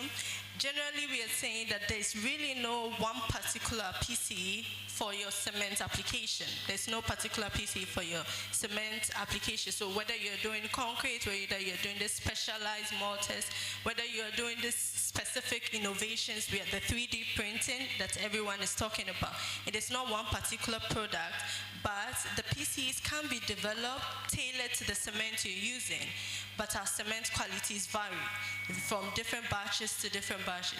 So on the general performance, the PCE have a difference. There are some that absorb to the surface of the cement faster than the other, but to the specific performance, we have to consider the PCE on the cement. We have to consider the cement hydration, and Nonkuleko already said a lot about cement hydration. So we have to first consider how quickly these PCEs can absorb to the surface of the cement. We have to consider how they absorb to the crystals that are formed on the cement, as Wolfram already explained, how they absorb to the crystals, how they interact with these cations that are released into the mix, and also how the competition between the already anions in the system, the sulfates that are in the system. So we need to look at all this in terms of the cement. So we'll say that because cement vary from every batch, different parameters are present.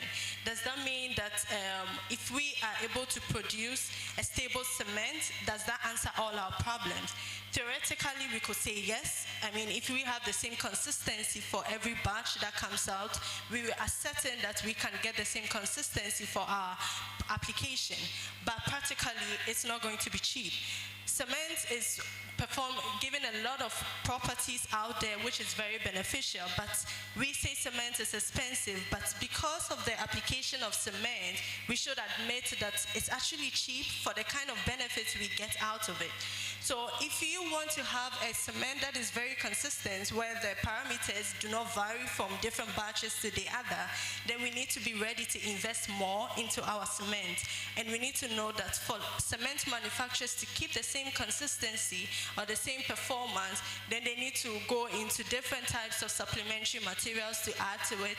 They need to try as much as possible to use maybe more of the clinker, and it has an impact on the CO2 emission that we are trying to change here. So we need to look at the fact that we could solve all our problems with a consistent cement, or cement with a very good consistency, but it is not stable and it's not cheap. So if from all this, if we are looking at different innovation potentials, we are looking at the 3D printing, we are looking at putting up high infrastructures, then we need to ask ourselves that, are we ready to invest in this? Because it involves more complexities. We need to start looking at concrete from different analysis. We need to compare it from cement interactions with the admixtures, interactions with the aggregate. And if we are not ready to adapt to these new complexities that are coming with the new innovation, then we need to ask ourselves that, will we rather stick to the traditional way of doing concrete, where we do not need to care about chemical admixtures, where we do not need to care about adding additives, but rather we just focus on using aggregates, sand, aggregates, cement, and water. So for this, we need to know that the decision we make today is going to be the price we pay tomorrow. If we decide here that we are going to just stick to the traditional ways, then we need to ask ourselves if we are ready for the new change that is coming, the new infrastructures that we want to put up. And for this reason, we need to also start looking at cement from one grain, like one strand of hair, compared to my braid, as Wolfram is doing. So from one strand of his hair compared to one big braid of mine, we need to start treating cement on that scale, as Nonkuleko already mentioned. And that is the only way for us to understand the cement admixture interactions. So exactly that is the point. If we consider at the scales, the dimensional scales at which we can manipulate a fresh concrete, there's just, do you have the point? There's just not very much happening on the millimeter and centimeter scale. Basically, we just have the particle size distribution of the coarser aggregates, of the finer aggregates, and maybe the interactions between the different particle sizes that we're having. But this is the only manipulation tool we are having on the millimeter and centimeter scale. But we have a lot of things. I'm not going to elaborate or repeat on that, but we have a lot of manipulating parameters that have an impact on the early properties of cement and concrete, which are on the micrometer scale and even on the nanometer scale. Most of them are even on the nanometer scale, and we have to understand that. And just to underpin this, once again, I have magnified a cement grain here, which probably has a D50 diameter of 20 micrometers. Then the first relevant phase for the workability that's occurring is etching guide, which probably has something between 150 and 350, maybe 500 nanometers. So that's already the size difference between the first crystals and the cement grain. And if you want to look at the polycarboxylate ether, the superplasticizer, it's just this tiny little black spot in comparison to the cement grain, which we can already not identify as a single grain with our eyes. And if we would convert that to a bigger scale, we have to say that the difference, the size difference between a polycarboxylate ether and the first crystals, the etching guide, is more or less like the size difference between myself and the highest mosque tower in the world.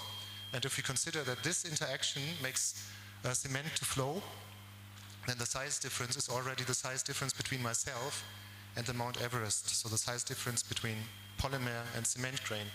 And if we consider that this polymer-cement interaction causes that our aggregates flow steadily where we want to have them, the polymer also has an influence on the aggregates. And then the size difference between the polymer and the aggregate is already as big as the size difference between myself and the diameter of our planet. We just have to understand that. And we also have to understand that it's a very dynamic system. It's a time-dependent system. So what you can see here is a cement grain which is coated by a layer of polymers. Here you can see some of the polycarboxylate ethers which are dissolving. You can see they have a higher viscosity than the liquid phase in between, and there are particles shooting around. This certainly is a very over-exaggerated experiment, but you get an idea that it's not a static system. A lot of things is happening there. And we have to get to a situation where we bring this all together to renovate our technology, to bring innovation into the market.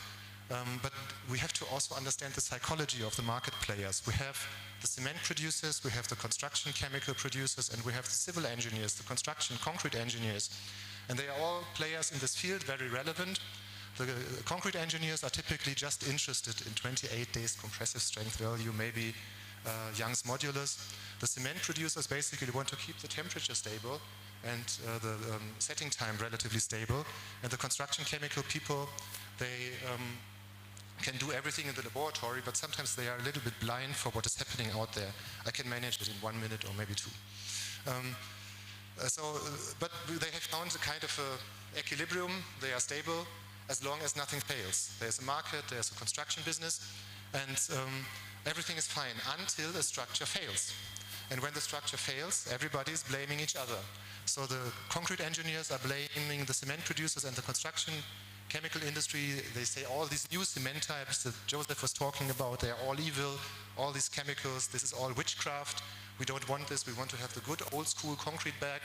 The cement producers say, well, our cements fulfill the standards. We are not guilty. Our cements are perfectly looking at the standards, which is probably right.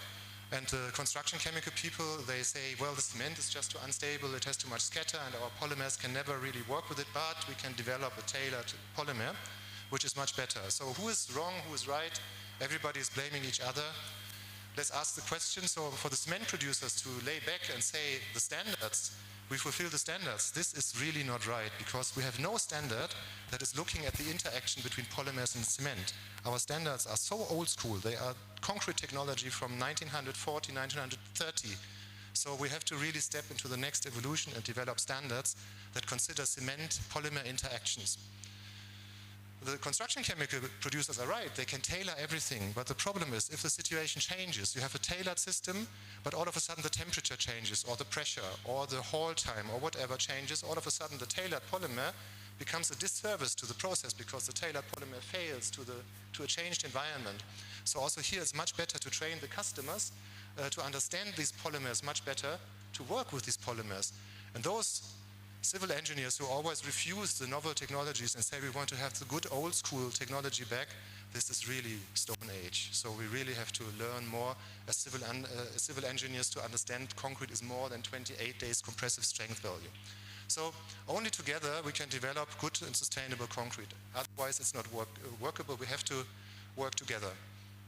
So maybe all the experiments did not have enough time to show what's going to happen, but I'm showing you what is happening after a couple of hours.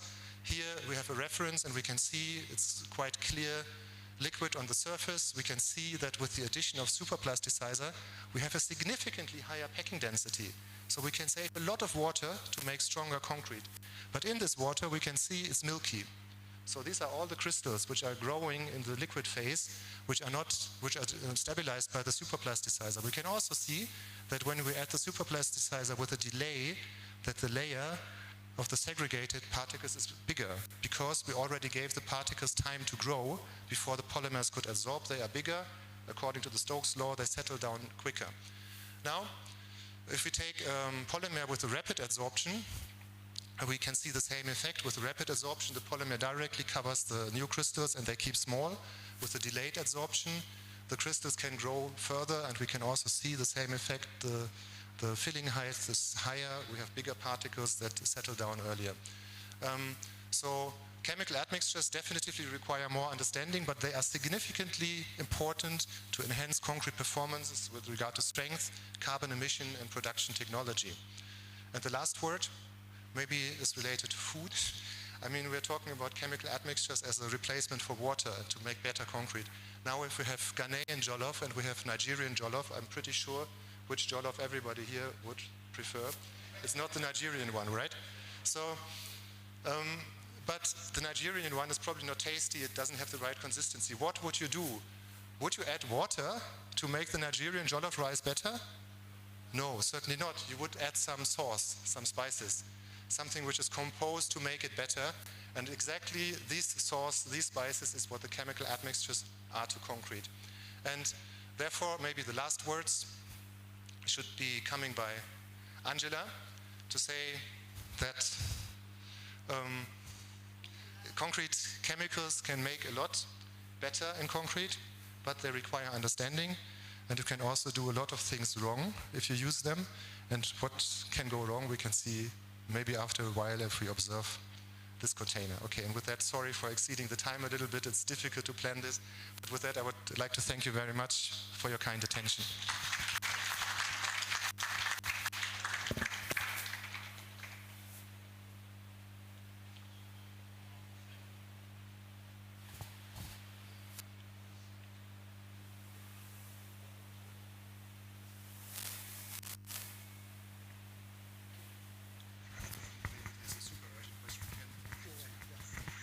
Thank you, Ufram and Angela, for the nice presentation and taking us through. I would like to know whether we have got just one brief question or from the audience. Yes. Just a brief one before we move to the next presentation. Please, looking at the energy with which we got the concrete, the stiff concrete, in a fluidity state. Assuming you have a small scale project you are working on and you have to do manual mixing, and you may have to add this magic powder that you added to get it into fluid state. How is that going to be achieved? Is it by just using the same shovel to be handling it so we get that flowable or fluidity? Now I'm talking about the magic powder you added to the concrete to get it into fluidity state. Assuming you are working with this magic powder in a manual way, you know, we have concrete mixers, but assuming you are doing a small scale project, and then you may have to use manual mixing, and you may have to add this magic powder you were talking about to get the concrete into its fluidity state, so that we don't have water cement ratio by adding more water instead of using How is it going to be achieved? Is it the same way we mix the concrete? I understand the point. Looking at the energy with which you got this into its fluid. Yeah. But I can promise that all these experiments that we were doing, we were trying this in the laboratory before without any stirrer, just by knocking it on the ground. So certainly it takes a little bit longer if you're not having a high shear force mixer, but you can mix everything. Certainly you can also tailor the polymers a little bit to make them easier to adsorb on the surfaces and quicker. But even if you do this manually, it works. It works. Certainly, it's much better if you have a robust and industrialized process, but these polymers, all, particularly at a manual mixing construction site, you can avoid that you over-exceed your water content, which gives a random effect on your strength after a while. And sometimes the segregation takes place only with time, so you probably have a good consistency, then you're filling a column, and then the segregation takes place, and then you have a big problem as well. So these polymers, I would say, make even the manual process much more robust than using water. Maybe it's not that visible for the applier directly, but if the appliers are trained on using these polymers, which give a little bit different consistency, it brings a lot.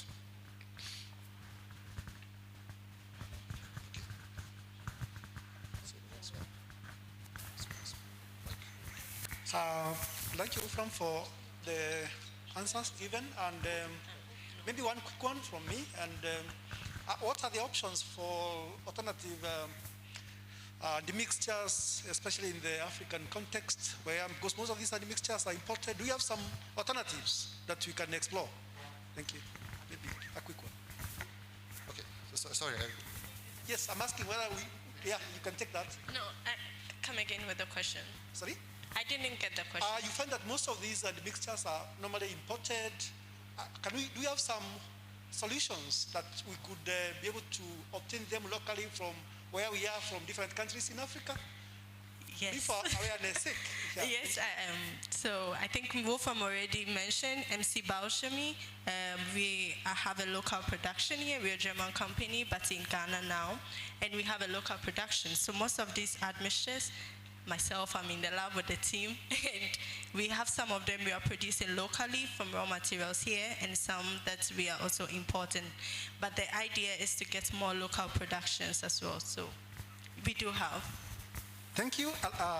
Maybe let me just add one more comment, because we have also found out in Nigeria at the University of Lagos in our collaboration that, for example, cassava starch is a plasticizer. So we can also use it to replace it for a petrol-based chemistry, and then all of a sudden it's definitively a local product. I mean, Ghana is the country with the highest per capita cassava production, so it's a super high potential. Thank you. Clap for them. Let's appreciate them. Sorry, Joseph, just to draw the attention to our conclusion. I'm sorry, I know we don't have time, but this is supposed to be the magic of the day. Oh, sorry for the magic. So, sorry, it failed. Those who saw, we just wanted to emphasize that even though they are admixtures, you should also have some knowledge about it, because sometimes you could use an admixture that could actually explode in your whatever you're doing. Thank you. Thank you for the presentation and the demonstrations. I want to welcome the next speaker, Professor Mike Otieno, to take us through the next presentation on durability aspects in concrete infrastructure management systems. Welcome, Prof.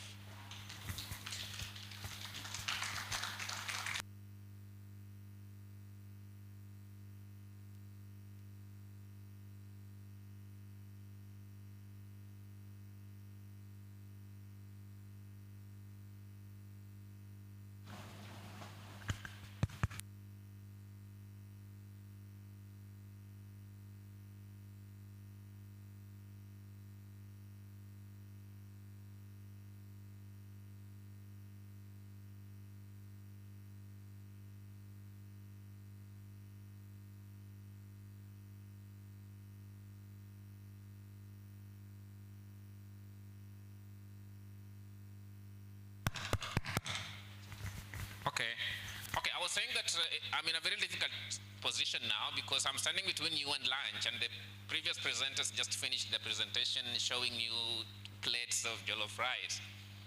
So I will try and do my best. Where's the pointer, please? Who was the pointer? Okay. Okay, so I think up to now we have spoken about the materials that we use for making concrete, cement, the hydration of cement, different types of cements in terms of the possibilities that we have for the future.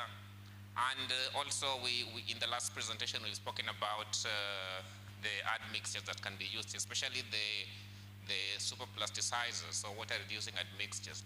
So I think we will switch gears now going forward. We are going to start more to focus on hardened concrete. And in terms of hardened concrete, I will first start on the topic by talking about durability aspects. And when we talk about durability aspects, I will share what it is, how we deal with it, and how it can affect our infrastructure. So I just have a few photos here. I mean, if you look at these photos, these are photos that we are quite familiar with. You've seen them. These are just some examples. I took random photos from different places. This is a column. You can see honeycombing in these areas. This is also problem of honeycombing. These are problems that we see every day in our structures, yes? But what is surprising is that these structures don't fall down, okay? The structures never fall down, they never collapse. Why is it so? And the reason for that is because concrete, as I show on my slide, is a very forgiving material when it comes to strength, okay? In the previous presentation, you realized that Wolfram indicated that strength is a very easy parameter to achieve in terms of when we use concrete as a material. But that is not the case for durability, okay? And in the previous presentation also, it was mentioned that strength and durability are not the same, and I will underscore that statement later on in my presentation. So strength is important, and as civil engineers, we design our structures. When I talk about strength, I'm referring specifically to compressive strength, okay? And the most common compressive strength in terms of age is the 28-day compressive strength. So this is what we use for design. But in terms of durability, this is not usually the case when it comes to durability. You can have a very high strength, but it does not necessarily translate into high durability, okay? And that's what we need to understand from the onset, and that's the focus of all this presentation today, okay? So in as much as strength, in addition to strength, as structural engineers, what is also important is the stability. Your structure needs to be strong, which means the concrete needs to have sufficient strength, and the structure needs to be designed in such a way that it is stable, okay? It doesn't fall down. You can have a strong but unstable structure, which also doesn't meet the requirements. So this is very important, that a structure which is strong is not necessarily durable, okay? And that's what, even if you don't remember anything at the end of this presentation because of the hunger, please remember that, okay? Now, where is the sensor for this? Is it there or here? Where's the sensor for this? Because I keep pointing here, but is it over there? Okay, thank you. Okay, so we all realize that concrete structures fail prematurely, okay? And this premature deterioration is mainly because of failure in durability. And we will soon see what durability is now. So most of our concrete structures are deteriorating, okay? And we need to start maintaining these structures. There are many reasons why these structures deteriorate. There could be due to poor understanding of deterioration processes, which means we don't design for these deterioration processes, which we will cover in a moment. Inadequate acceptance criteria, this means that, for example, if as an engineer you specify concrete, you only specify strength as the acceptance criteria. So if the contractor meets that strength, you do not care about any other thing. You don't think about the durability, which is what I'm trying to say, that is very, very important. And then, of course, we have changes in cement properties. In the previous presentation, you remember Angela spoke about how cement properties can vary from one batch to another and so forth. And of course, variation in construction practices with time, things like the curing, compaction, and so forth. So these are reasons why structures can have problems. So the reality is that we have problems with durability, okay?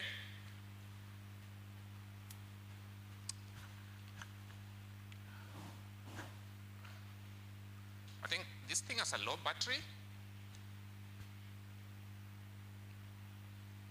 Okay. Okay, let's proceed from here. So the first thing we need to understand is what durability is, okay? And I've defined durability here as the ability of a material to withstand its service conditions, okay? So when we talk about durability, the most important thing we need to think about first is the exposure environment of the structure.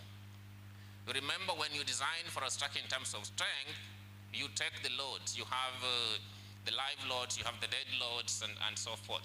In terms of durability, your environment is your load, okay?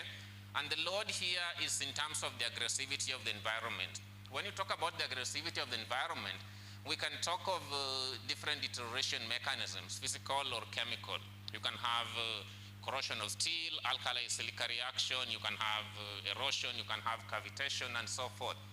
So your structure needs to be able to resist or withstand these deterioration mechanisms. And that's what I'm referring to as the concrete system.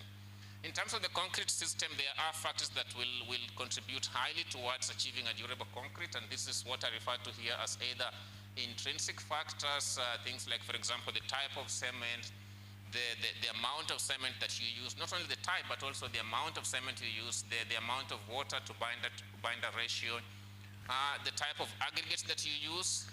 There are some cases where you may have reactive aggregates. And in addition to that, you must also consider the production processes of that concrete, okay? Things like curing and compaction, these are very important parameters that need to be considered. So for you to have a durable concrete structure, you must take these factors into account. The concrete system itself, in terms of the concrete system here being the resistance, and the exposure environment here being the load. So you have a load and a resistance, and those two have to be matched for you to design for durability. Now, so engineers need to appreciate that durability is a problem. These are photos that we can relate to easily. This is corrosion of steel. You have here cases where reactive aggregates are used and so forth. So in terms of designing for these structures, we need to think about the compliance standards, the workmanship, and so forth. We also need to think about the material specifications, test methods, and so forth. So these are things that are very important for engineers, and we must, as people in the industry, take seriously.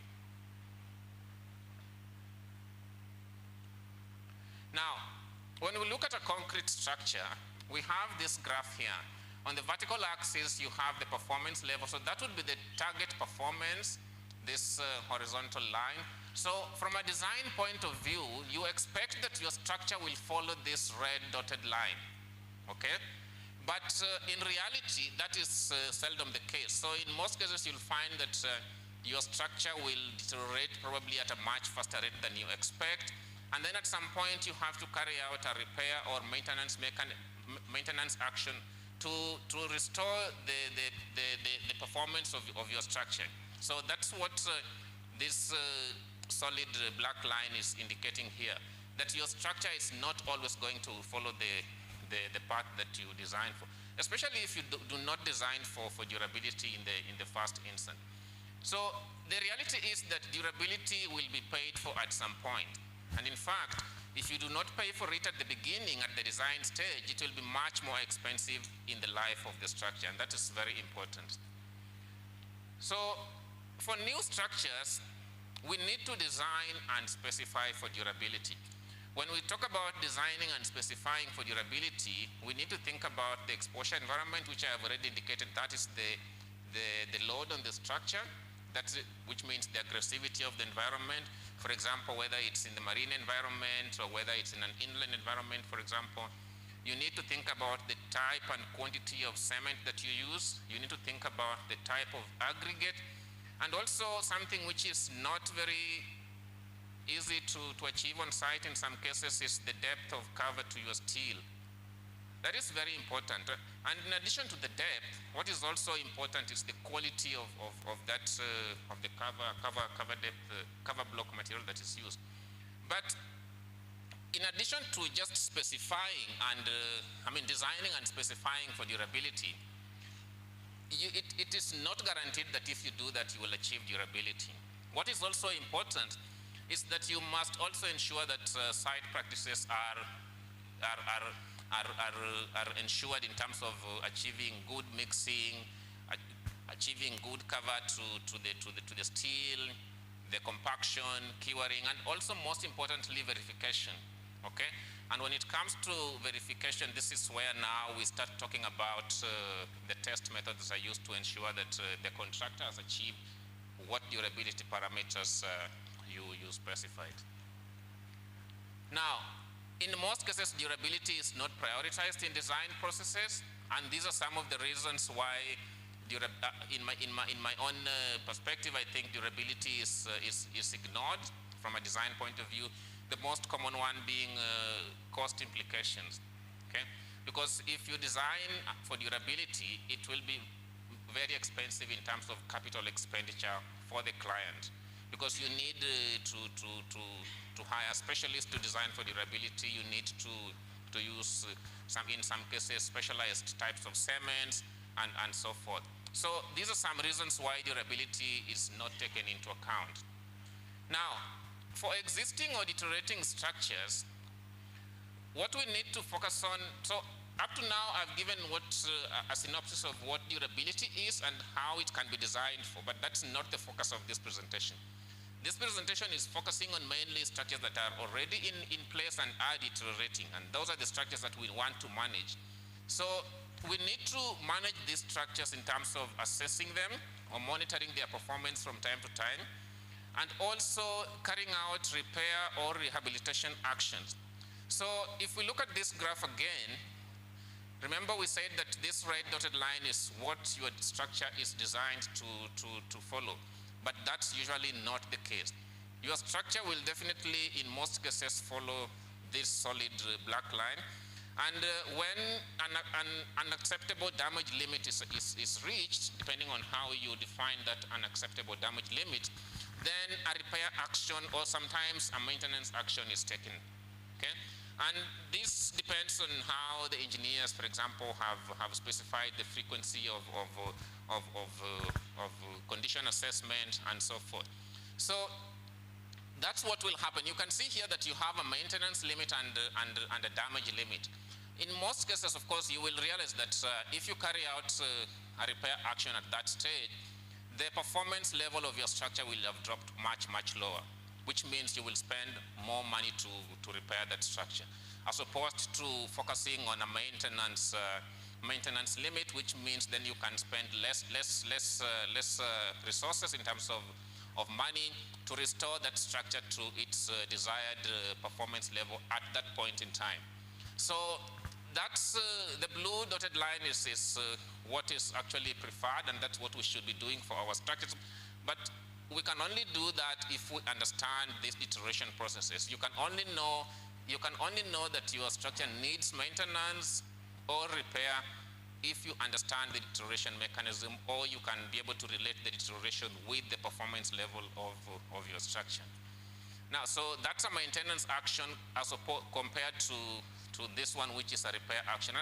As I've already indicated, the maintenance action is much cheaper to implement.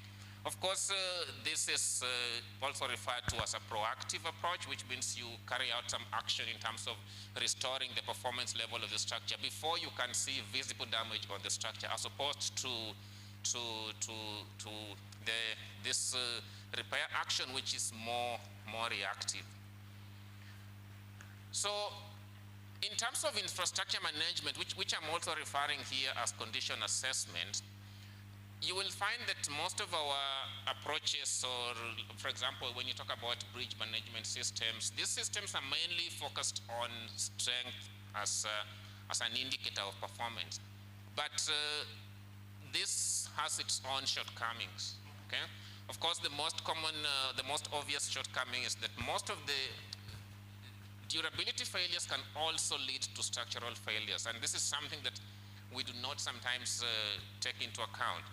You might, for example, see cracks on the structure or rust stains, but if somebody is not trained well enough to relate that durability problem with structural behavior, then they will not take it seriously, or they may not even, for example, document it until structures have collapsed. I mean, we have had structures, bridges that have collapsed because of durability failures. I think 2 years ago there was, I think, a bridge that collapsed in Italy because of this durability corrosion problems.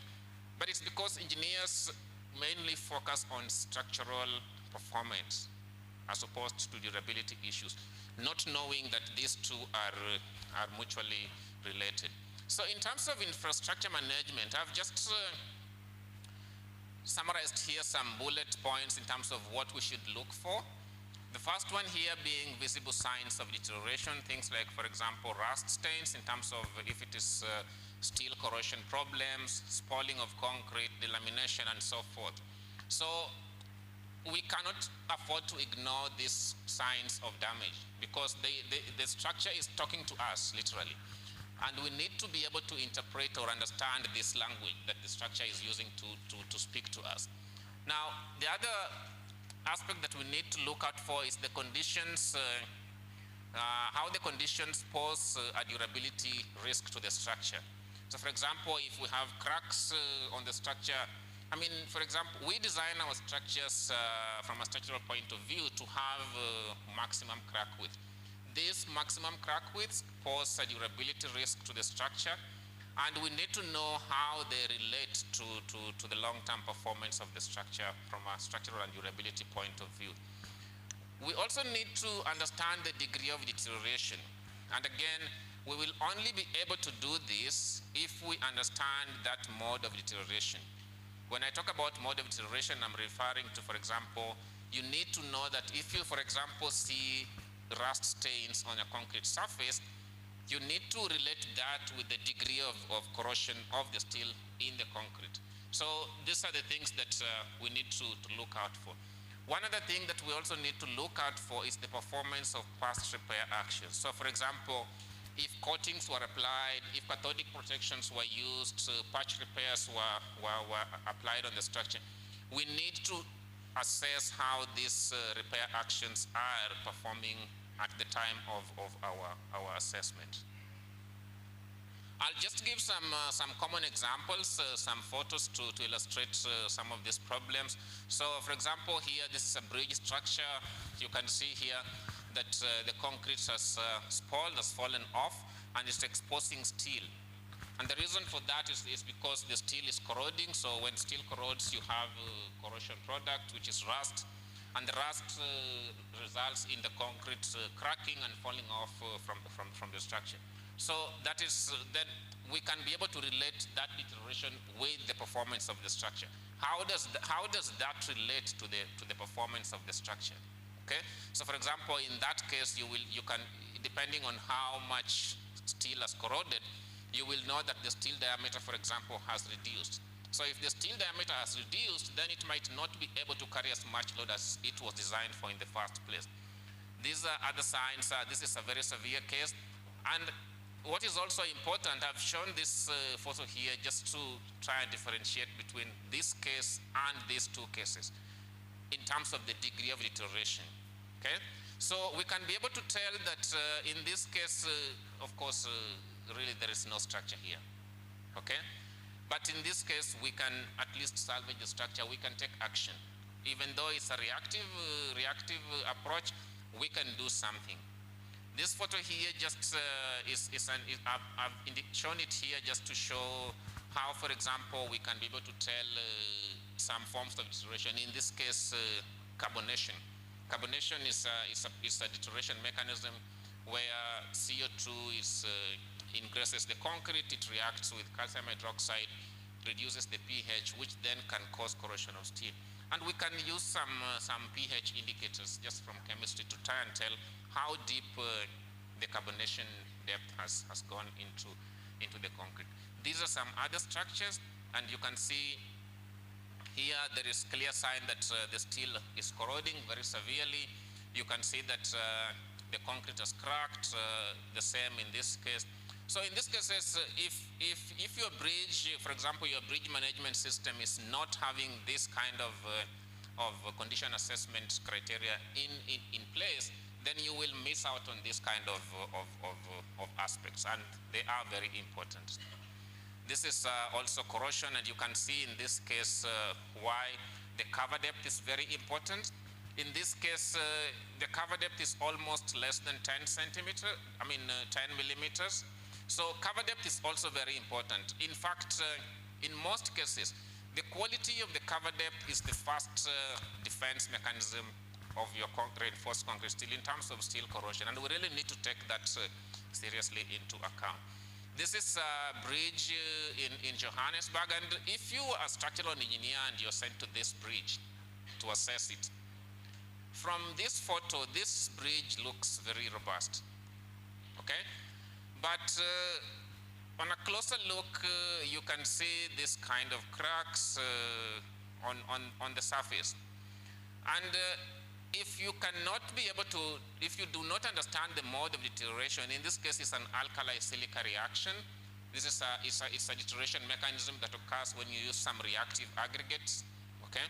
So the alkali mainly from the cement, the silica from the aggregate, the two react, the product is a gel which is expansive, and then you end up with the cracking on the concrete, and it can be very serious sometimes, and these are the things that we need to look out for. I've shown this photo here because in most cases you might, for example, confuse leaching with alkali-silica reaction. The two are very similar, and this is where now experience comes into place in terms of doing condition assessment from a durability point of view. That's also lime leaching. Now, these are just photos that were taken from that bridge, okay? And you can see that there is a reaction on the surface of the aggregate between the paste and the aggregate, and that's what alkali-silica reaction is. If you can see, you will see that there is cracking of the aggregate. This, long time ago, they used to refer to this as cancer of concrete. Those days that cancer was not treatable. But yes, if you have this problem, it's a very serious problem. If you ignore it, then it can cause serious problems to your structure. This is a case of sulfate attack, where you have, for example, you can have sewerage water, and it can basically eat up your cement paste. And what you end up with is that your aggregates are exposed. Remember, the cement paste is what actually binds the aggregates together. So if that is eaten up by the sulfuric acid in this attack, then you end up with less surface area, and then of course you can't carry much load. In terms of past repairs, I'm sure that in the next presentations they will talk more about repairs, but these are some types of repairs. I mean, so for example, if you go to site and you have a structure like this is a past repair action, and you need to assess how it is performing in terms of age, durability, and so forth. So these are things that we really need to look for, as opposed to just focusing on the structural performance of the structure. This is soft water attack. Again, soft water attack similar to sulfate attack in this case. Again, the hardened cement paste is eaten up, exposing the aggregate, which then, if this is, for example, an open channel, it can increase the roughness of the structure, can cause leakage in water reservoirs and so forth. So we really need to look for this thing, not just that your structure is standing. So what is important is that I've underscored this. You need to understand the modes of deterioration for you to be able to assess for durability. You need to be able to relate the signs of deterioration to potential causes. So if you see a damage on the structure, you need to relate that to the potential cause. And of course, then durability and or structural and or non-structural failure. We need to be able to distinguish between these. And sometimes this is a case of chicken and egg, which one came first? So sometimes you need to use your experience and intuition to basically assess how the mode of deterioration took place. And most importantly, the timing. The timing is very important. Remember the graph that we showed now? If you delay, it means that you will implement a repair action. If you are in good time, you will implement maintenance action, and the two vary, of course, in terms of cost. So just to close, durability is as equally is important as strength, okay? I am not saying they are the same. Please don't confuse that. Durability is just as important as strength, okay? And in fact, for non-structural repairs, like for example, patch repairs, these are even more important because these are usually, the patch repairs are usually the points where damage starts. And then I've also indicated that most structural failures are triggered by durability failures. So if we are not able to pick this up in good time, then we can easily end up with collapses, okay? And then most importantly, this for me is probably the most important aspect in terms of skills development. It is very critical.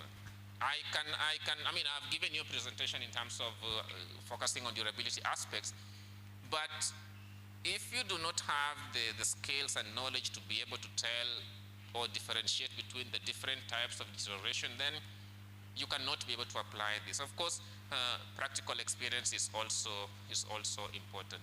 And then finally, in as much as yes, we're focusing on structures that are deteriorating, of course, prevention is better than cure, so it is always easier to design for structures that are durable. I will end there. Thank you.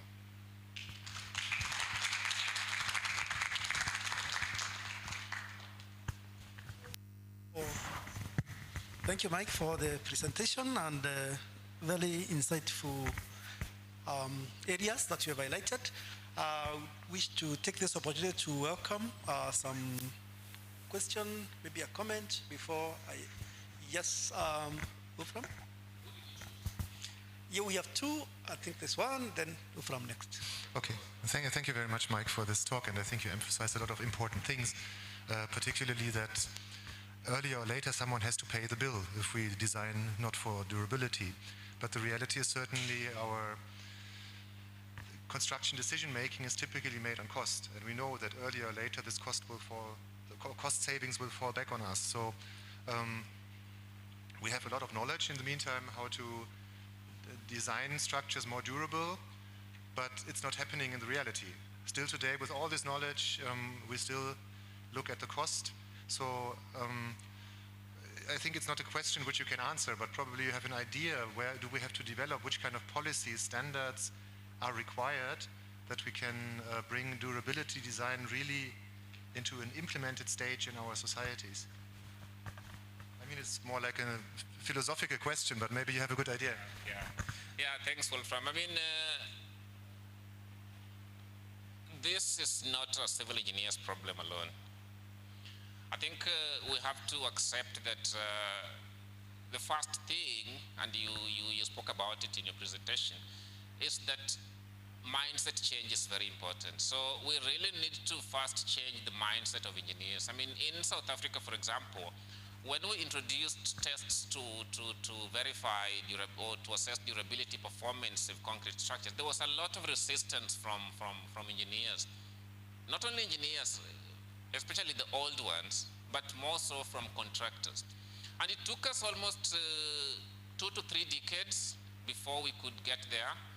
So I think we need, I mean, engineers always think that if you can do something and you can test it, you can verify. So why are you not doing it? It's the same like vaccination, okay? Why are you not getting vaccinated if you know that this thing is going to help you? It's the same problem. So it requires more than just experts telling people that this is good, do it, it will save you. Doctors are not able to do that. In fact, it's the social scientists that are able to convince people to go for vaccination. I think we have to accept that this is a transdisciplinary problem, that we need a transdisciplinary approach to solve. And I think most importantly also is that engineers need to be on the forefront, and this is why I emphasized that skills development is very critical. Thanks.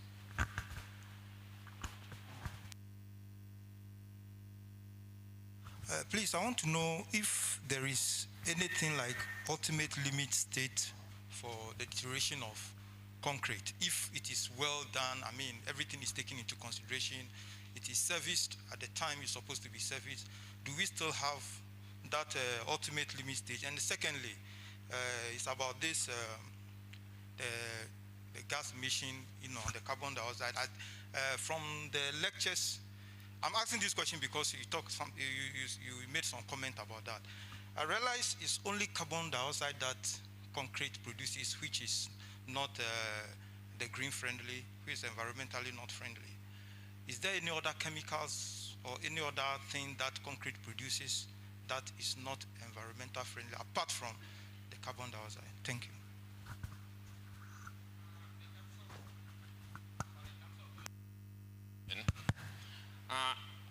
It's not concrete that produces the CO2. Okay, in fact, concrete actually absorbs the CO2. It's the production of cement, Portland cement for that matter, that actually emits CO2. And remember Mr. Debe's presentation, that's what she was trying to emphasize. Okay, so I don't know of any other chemicals that concrete emits. In fact, I don't know whether you've heard of CO2 sequestration. Concrete is being looked at in terms of contributing towards reducing the global warming in terms of absorbing the CO2. The question is, how much CO2 can concrete structures absorb? Okay, that's the problem that we need to solve. In fact, there are technologies now in terms of curing concrete or mixing concrete, fresh concrete, in that matter plastic concrete, with CO2 to try and absorb as much CO2 as possible. The question is, can it end up with a net zero effect in terms of how much CO2 was produced compared to how much it is absorbing? That's a question that's still under research. Of course, some people claim they can absorb, I think, up to maybe 40–50%. I don't know how it will end. Please remind me your second question, your first question. The first question is whether the ultimate limit state of the design, of concrete design, the concrete structure. Yeah, so when you talk about ultimate limit state, remember we have the structural design aspect and the durability design aspect, okay? I'm assuming that when you talk about ultimate limit state, from your point of view, you are referring to this structural design, both. So you're asking whether it can be reached. Remember we design our structures for the ultimate limit state, but we expect them to operate at the serviceability limit state. That's the design approach from a structural point of view. Okay? That's the philosophy of design. So, if your structure reaches the ultimate limit state, then of course you expect it to collapse. Okay? From a durability point of view, we have a similar approach. Okay? So we have durability limit states. Okay? So I'll give you an example in terms of steel corrosion. So for example, if steel is corroded to a point where a significant amount of steel cross-section has been lost, then you might end up close to the ultimate limit state. And this is why I said it is very important to understand the synergy or the mutual relationship between durability, deterioration, and structural performance. So I cannot separate the two. They are related. But I don't want to say that we should aim at reaching the ultimate limit state. In fact, nobody wants to get there.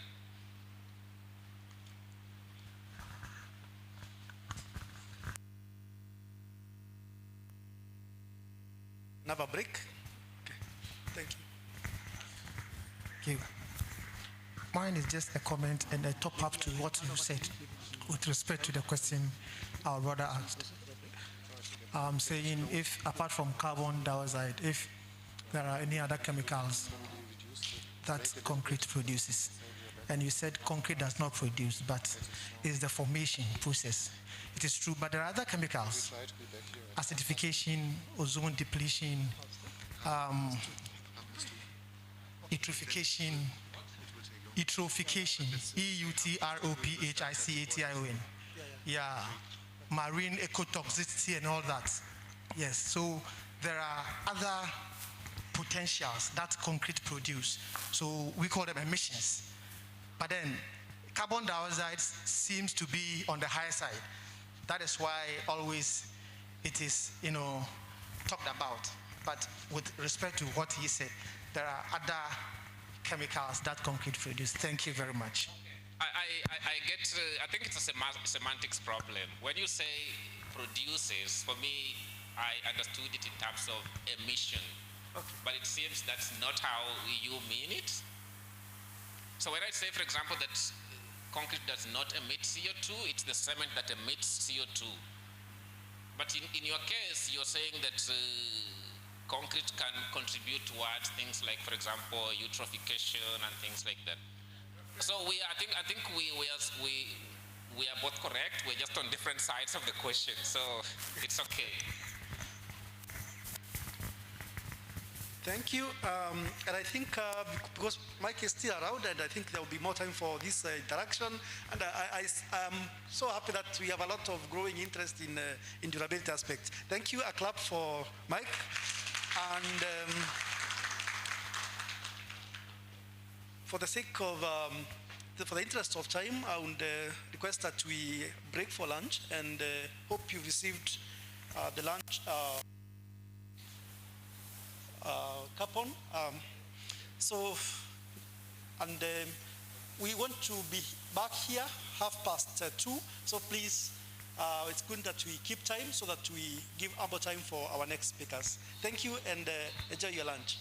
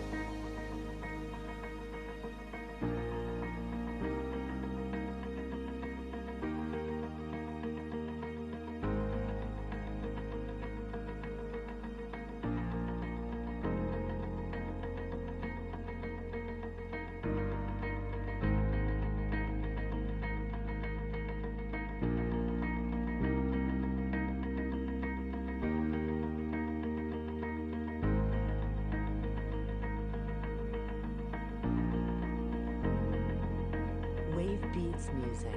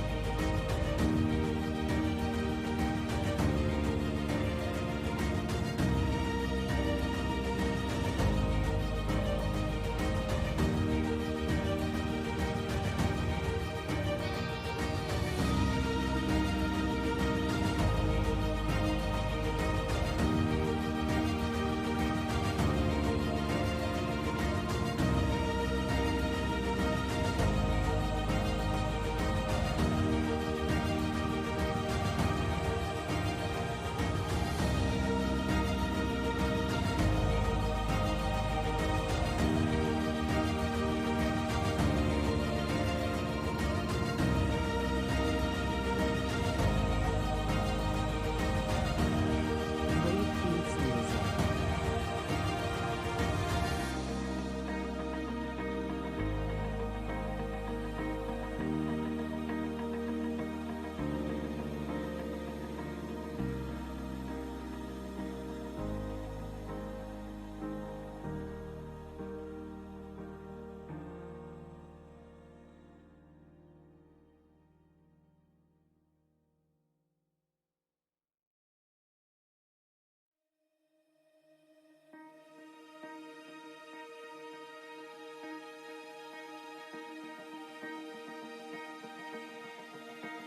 Music.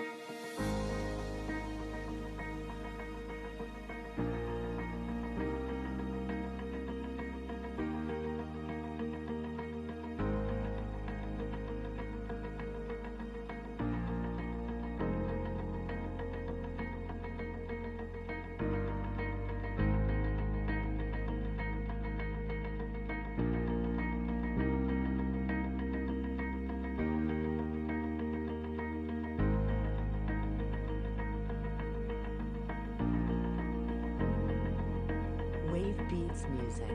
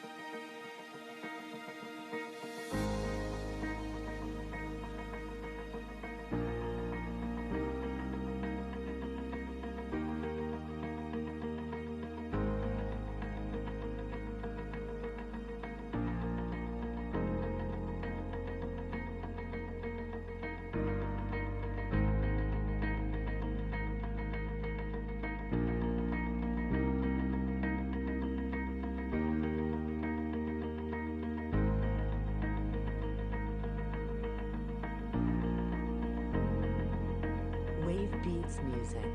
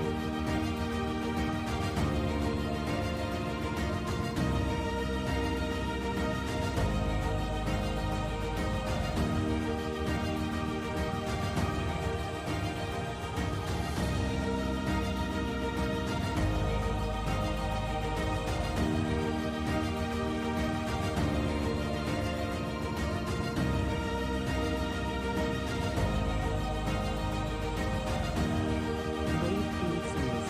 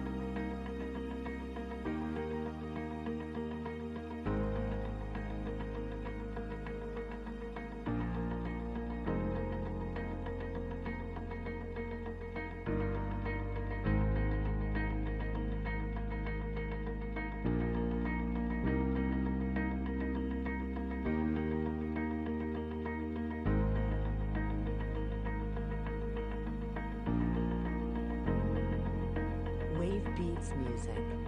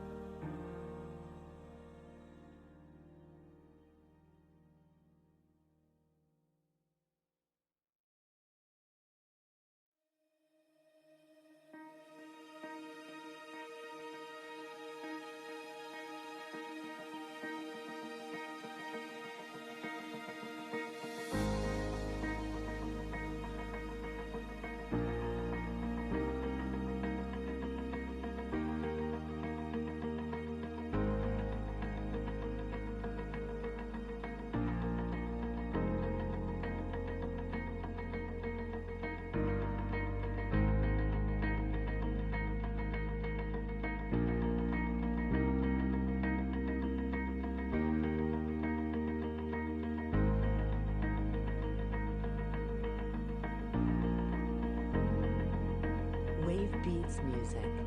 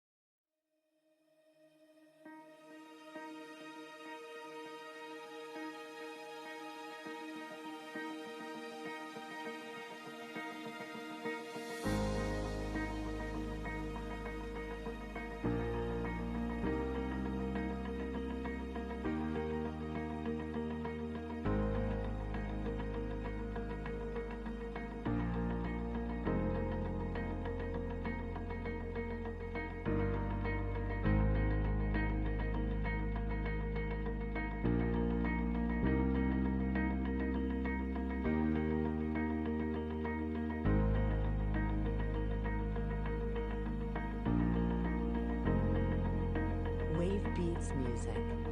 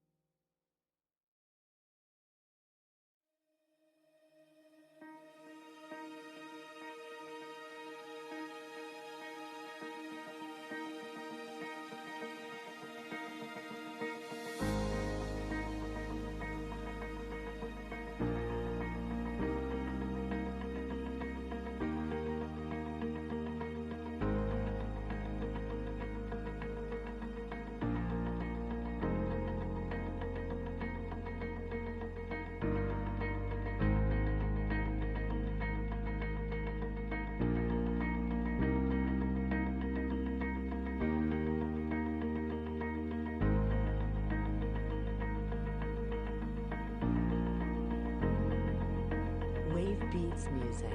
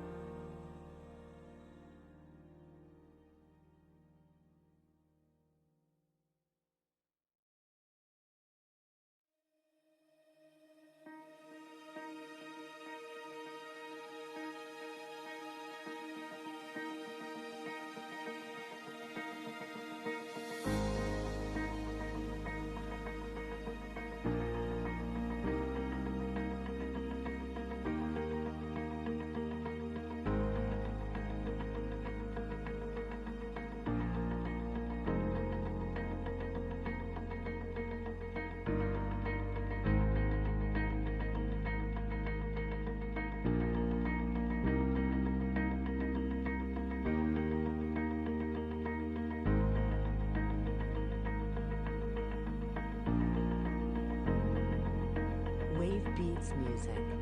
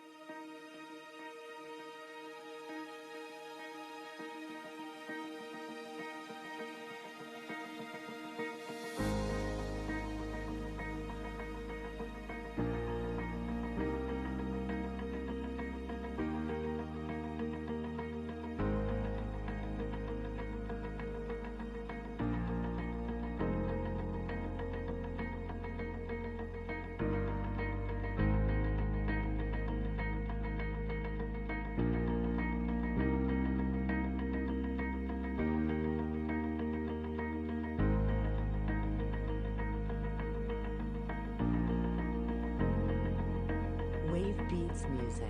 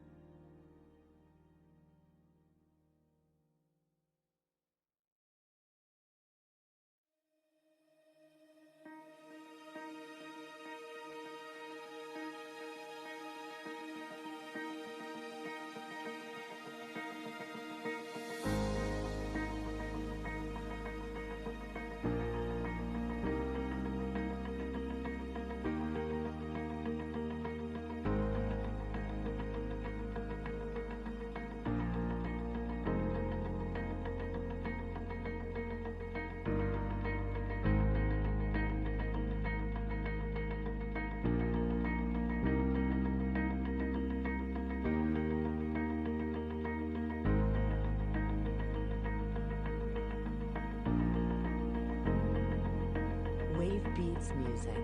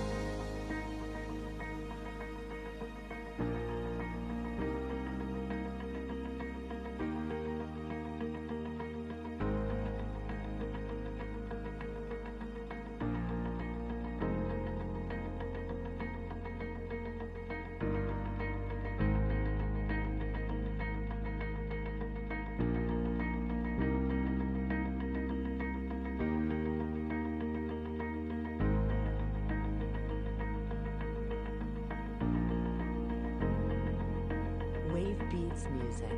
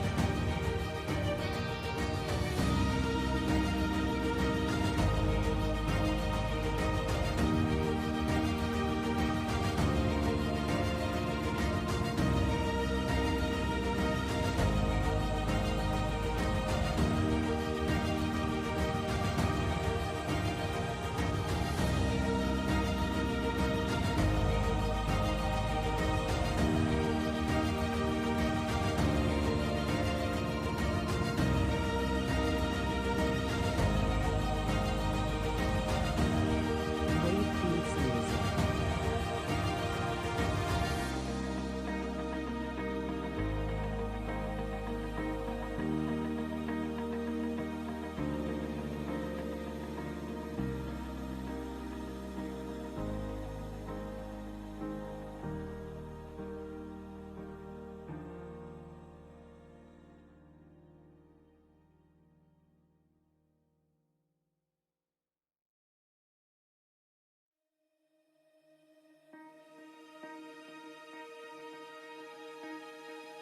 Wave Beats music.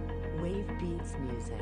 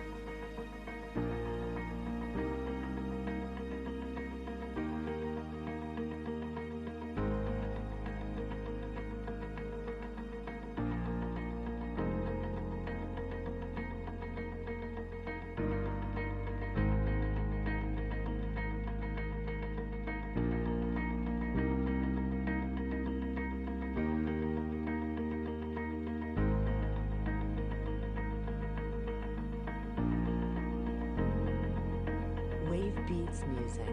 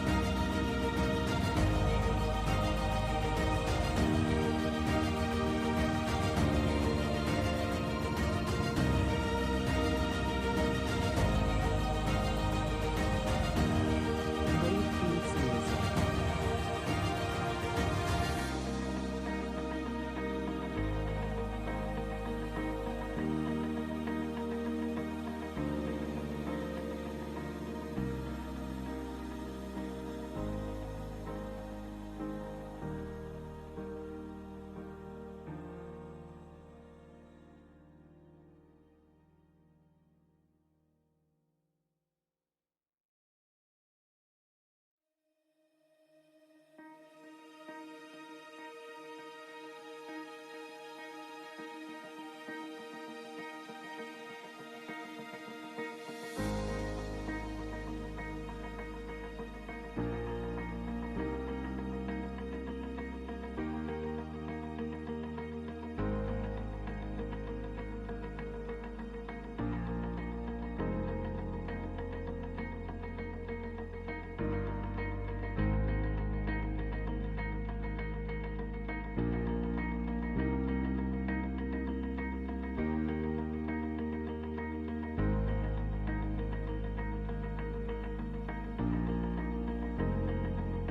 Wave Beats Music. Wave Beats Music.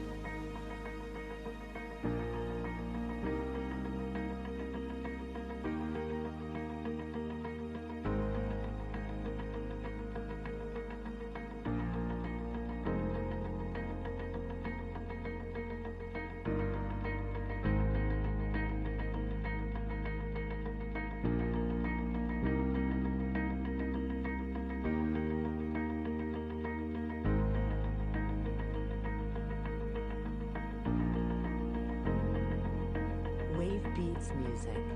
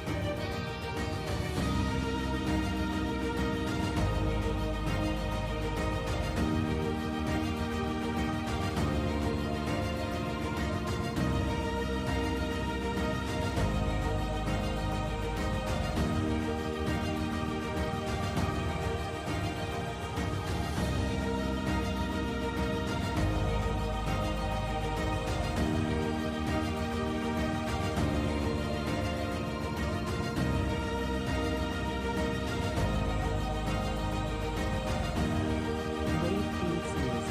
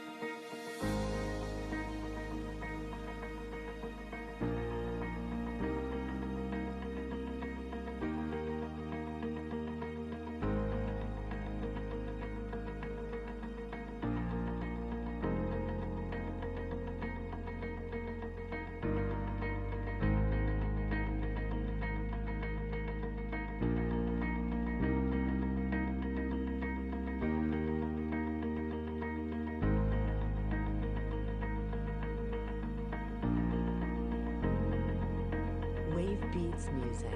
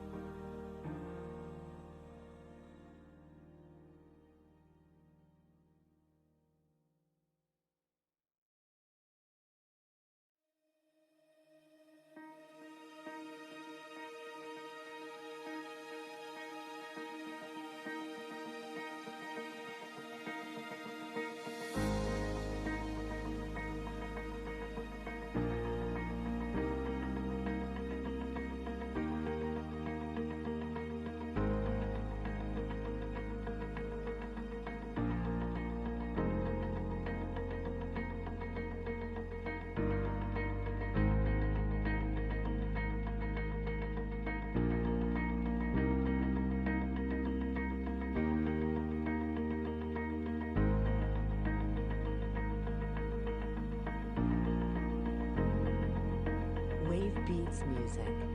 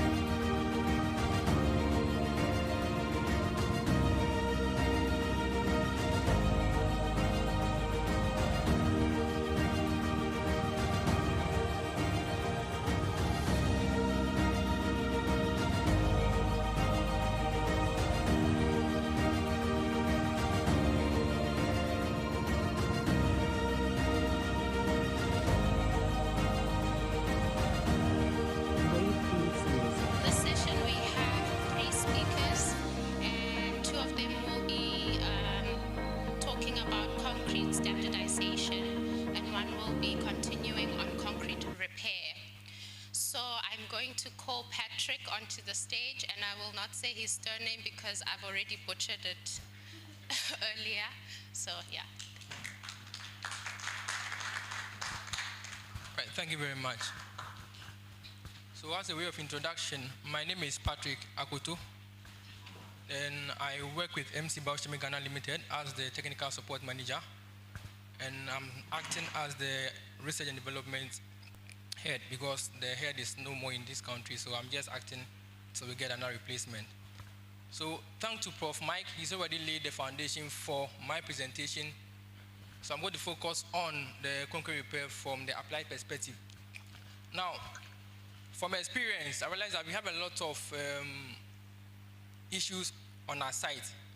Apart from the usage of our concrete for a period of time that ends up having problems, sometimes based on the exposures, like what we talked about, whether acidic exposure, whether mechanical exposure, whether maybe there's a change in the intended use of the facility that has caused maybe some damage, or maybe there's some cracks happening in the structure.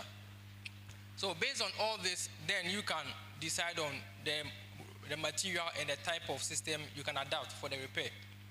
But before then, in order to choose the material or maybe start the repair process, you need to first of all have some analysis to understand the mechanism as Prof established. You need to understand the mechanism of the failure.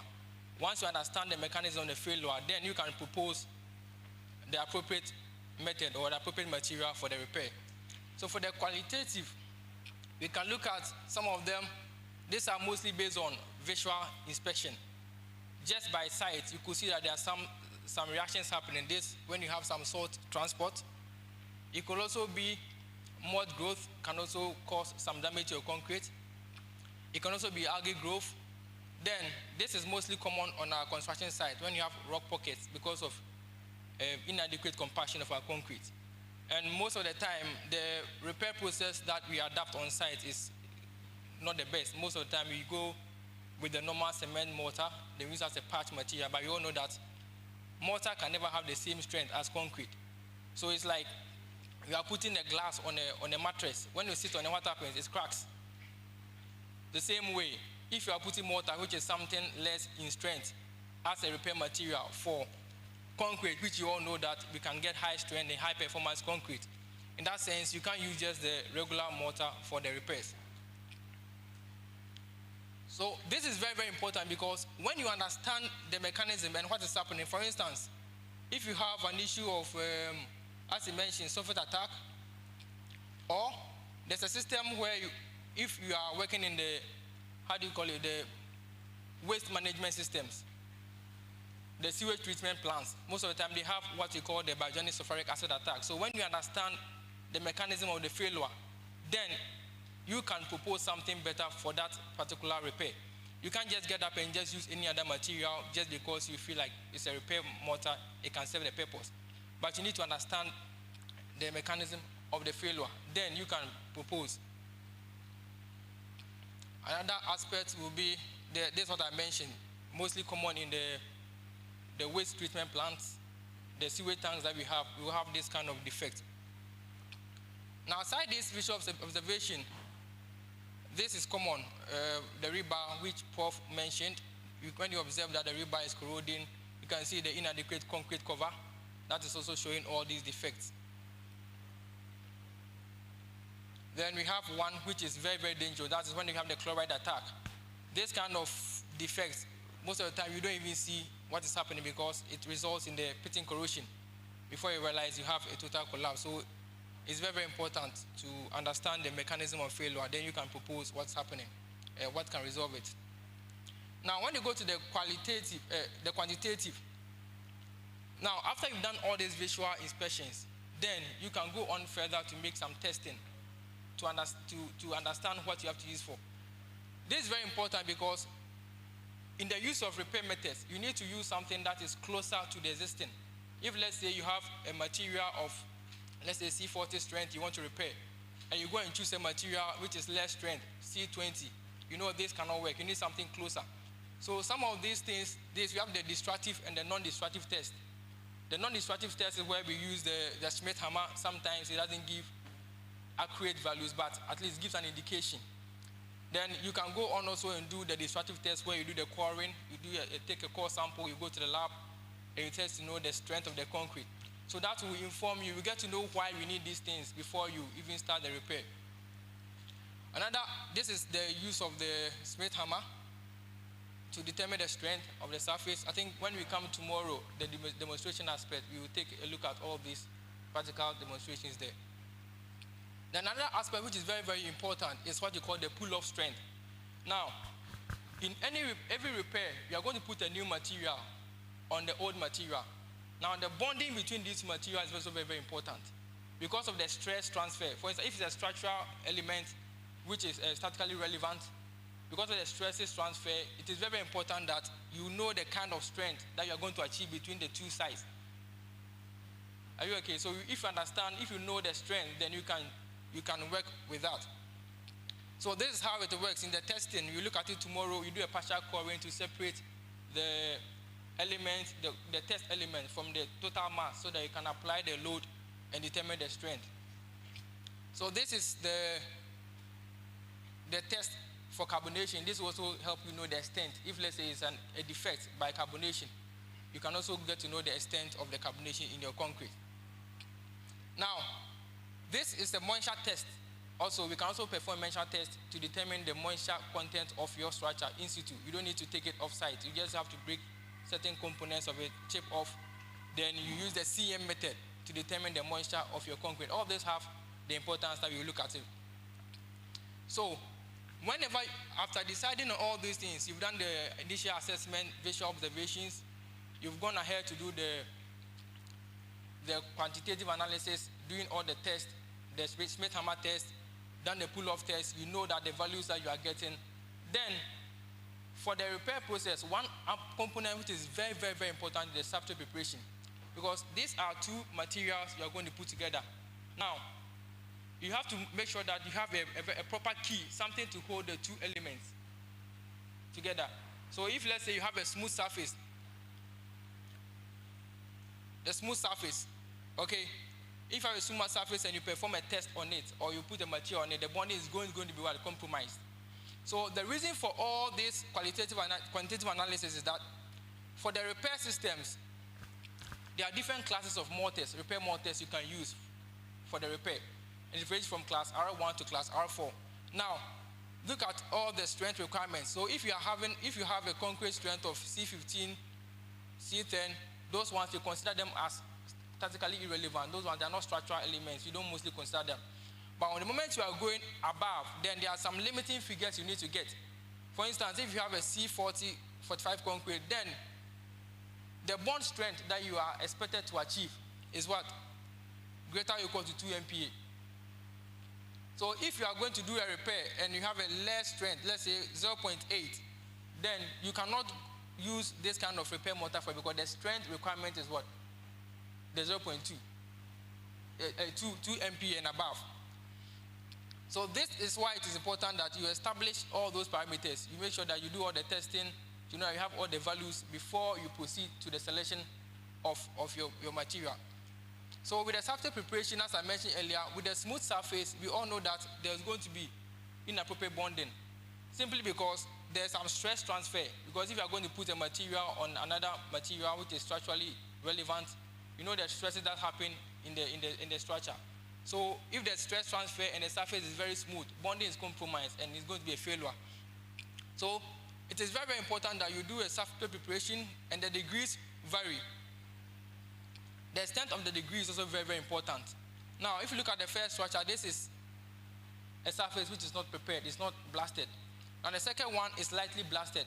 But if you look at you see, we need to do it to the extent that the grains are showing, but not to the extent of exposing more than 60% of the grains. Because if you expose more than 60% of the grains, it doesn't have a grip to the old concrete again. The grains are just to be exposed so that the new material can bond well with it. So the optimum preparation is this, the middle one. You can see how it is. More than 50% is still embedded in the existing concrete, and we have some projecting just to receive the repair material coming on top. So there are methods you can prepare the surface. Methods of preparing the surface, you can go with the soft type or the hard type. The soft type is where you apply soft brushes or some, the metal brushes. But there are some hard types. You can go in for the milling machine or the chiseling. But the most appropriate one we mostly use is the grit blasting, the sand blasting, or the water jetting. Or you can combine the grit and the water jetting together. That also gives you a very good rough surface. So these are just indications of how we use the mechanical means of preparing the surface.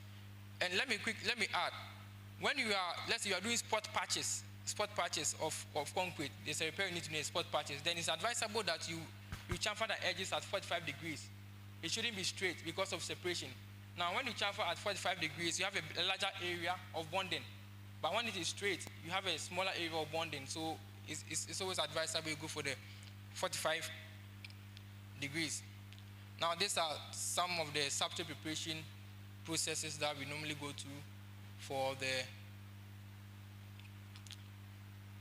the blasting. So this is a typical example of the grit blasting on the substrate. So this is just a machine. This is the water jetting in combination. Sometimes you can add the grits also to it so they can have a good application. So this is an indication. So this is just routine a water jetting of about 350 bar without aggregates. Then this is with aggregates. So that gives a better performance than just using the water jetting. Now, in events where you are dealing with reinforced concrete and we have corrosion setting in, then it's advisable that you have to derust the reinforcement. Now, if you use the water jetting system, then you should be quick enough to do a corrosion protection. Because the moment you do the water jetting, you've introduced moisture. When you leave it over a period of time, then the corrosion starts again. But when you go in for the grit blasting, because there's no moisture in introduction, but you still have to be quick because of if you are in an environment like Ghana where we have a high humidity, when you leave it exposed for a period of time, the corrosion may set in again. So you should be quick in your protection. So this is what I mentioned earlier. So if there's spot preparation, you just need to cut and make sure that you go behind the reinforcement. Most of the time, when we see the defect, it's laborious to go beyond the reinforcement. So sometimes you just expose the face and you apply the corrosion protection material and cover, forgetting that behind the reinforcement, there's corrosion. So you always need to go behind the reinforcement so that you can do the treatment on the surface and around it and behind it as well. So this is a minimum of 20 mm behind or beyond the reinforcement, so you can do the corrosion treatment. So for the concrete repair process, now, because you are bringing a new material onto an old material, we need bonding between it. But before then, when there is a reinforcement involved, then you have to do what they call corrosion protection. There are materials that you can use for corrosion protection. There are two main materials you can use. We can use the epoxy type, and we can use the mineral-based corrosion protection material. But the challenge with the epoxy material is when you apply the epoxy on the steel and it dries, it smoothens and becomes what? A debonding layer. So, concrete also derives its strength for the composite strength between the reinforcement and the concrete. So now if you have a smooth surface where it's affecting bonding between these two elements, then it's also compromised. But if you're able to apply and immediately you apply your concrete or you do your repair, then you are sure that this epoxy can bond these two sides. But most of the time it's very difficult to do this and apply at the same time because of maybe some issues. You need to mix the product before you come and apply. So the best one we mostly advise is to use the mineral-based corrosion protection material. Those ones, they are mineral-based, so when you apply and it dries, it still has that rough texture that when you apply the new material, it still holds. You don't need to sandblast it before you do the preparation.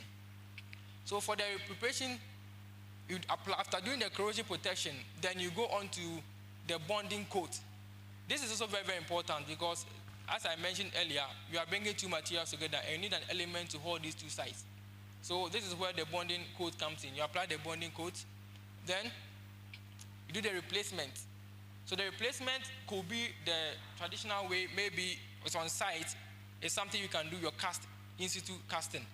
In some cases, you are limited with space, you are limited, maybe you are doing overhead, casting is going to be difficult, so you have to opt for the use of maybe a repair mortar based on the testing you've done, the appropriate one that can work.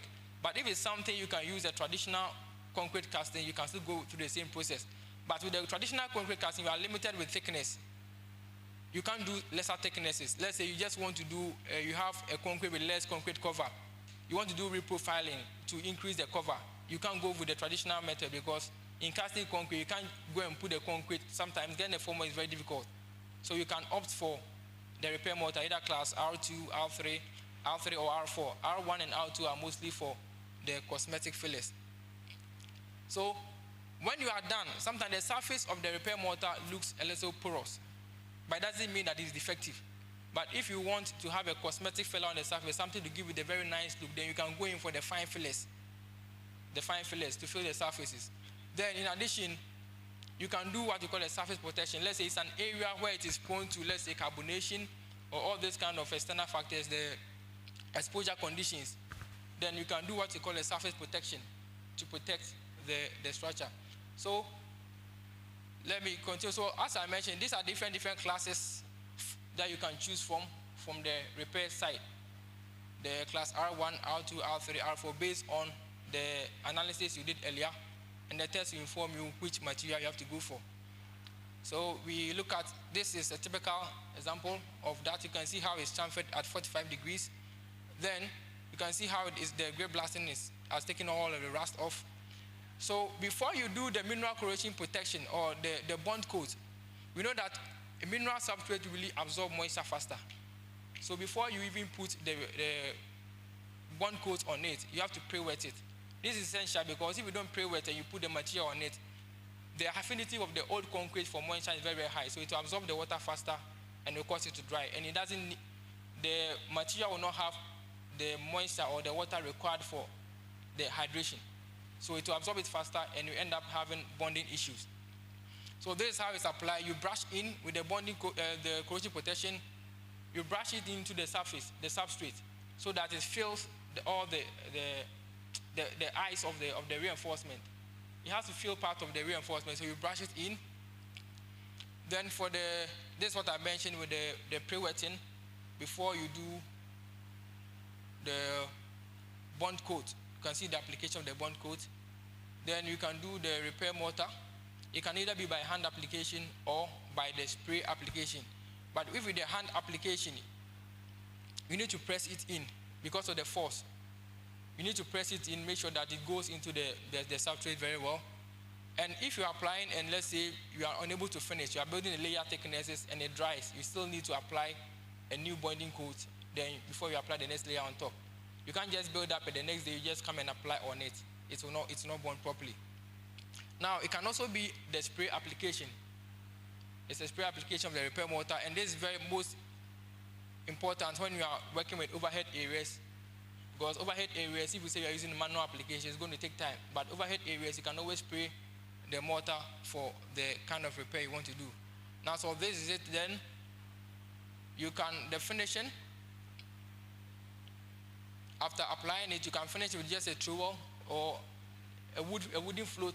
You can finish the wooden float. If you want it smooth, then you can use the steel float also on top to smoothen it.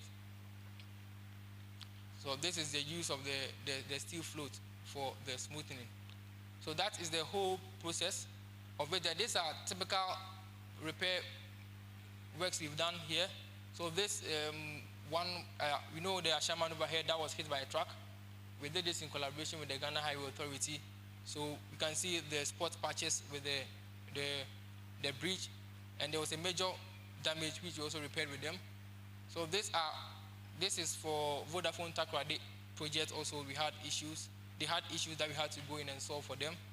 Then we have, lastly, this is an ongoing construction site. I wouldn't want to mention them because some of you might know the place, and they will hold me for bringing their picture here. So this is mostly common on construction sites. You can see what is happening.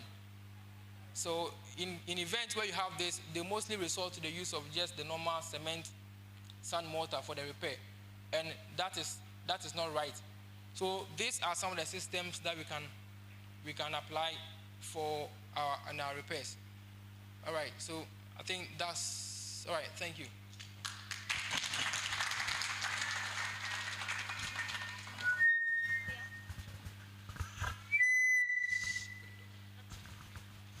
Okay, thank you to our speaker. We're open now for questions. We have about 10 minutes or so to ask questions. And I would like to encourage that you ask a question and maybe not make an elaborate statement. So, yeah. Anybody? Okay, we have one back there. All right, thank you. I think this is a major thing. My question is I'm Samson. My question is with the repair mortar. You have given us a strength classification just like the code. But from your experience, what are the ratios you usually use for the repair mortar? So for repair mortar, these are engineered products in the lab. So it's not something you fabricate on site. Okay, so it's not like you fabricate on site. These are engineered products, so it's just off the shelf, just pick, go and apply. Because if you allow them to produce on site, the same challenge we are having on our construction site with the aggregate, the composition, even the choice of material also has an impact on the strength. So these are material that's already prepared. You just pick it up and you apply. It's not something you do on site. Does that answer your question? Okay, all right, thank you. There's a question at the back there. Can we get a mic there?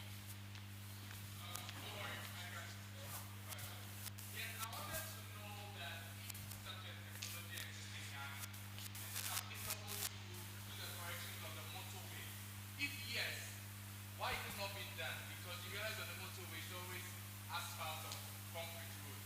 So if this applies well with concrete, why is it not done on the motorway as well? This question was expected because I use the motorway a lot. Okay, so as it stands, we've had some discussions already ongoing with the Ghana Highway Authority, and it's part of something they want to adapt for the repair. But you all know that there's going to be rehabilitation of the motorway. There's going to be an extension, so that's going to be considered as part of the whole package. So that's the main reason we are not seeing the repair at the moment. But when it comes to the expansion, all these things will be addressed. All right, thank you. Okay, do we have any more questions from the crowd?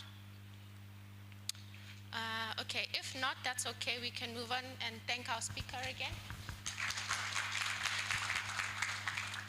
So our next speaker is Dr. Eugene Atiemo from the CSIR in Ghana, and he'll be telling us a little bit about research, standardization, and regulation of cement products and processes, specifically in Ghana.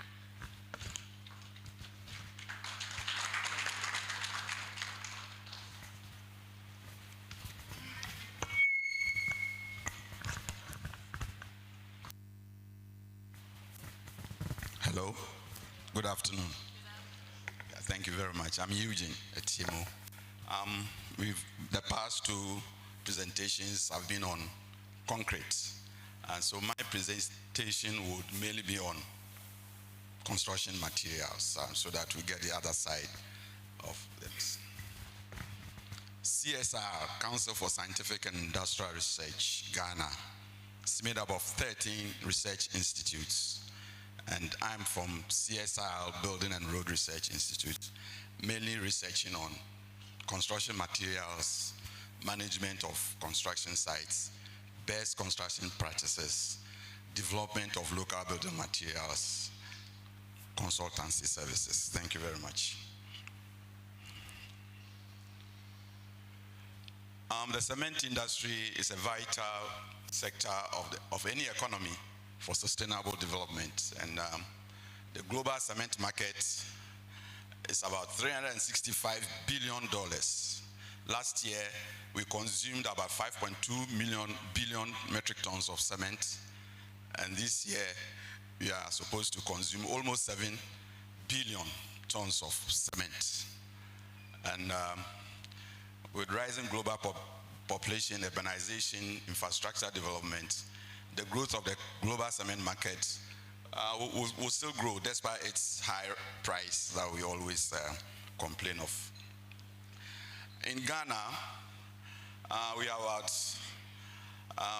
8 or 9 cement producing companies, and with a capacity of over 10 million tons. Last year, we consumed almost 7 million metric tons, and we are expected to consume about 12.5 million tons by the year 2023. And the cement market in Ghana is about $1 billion per annum. It's a very good market. African countries, including Ghana, have advanced in the use of supplementary cement materials for housing construction, and these include limestone, calcine, clay, fly ash, slag. But in our country, Ghana, Portland limestone cement constitutes more than 90% of the cement market, with class 32.R and 42.R strength dominating.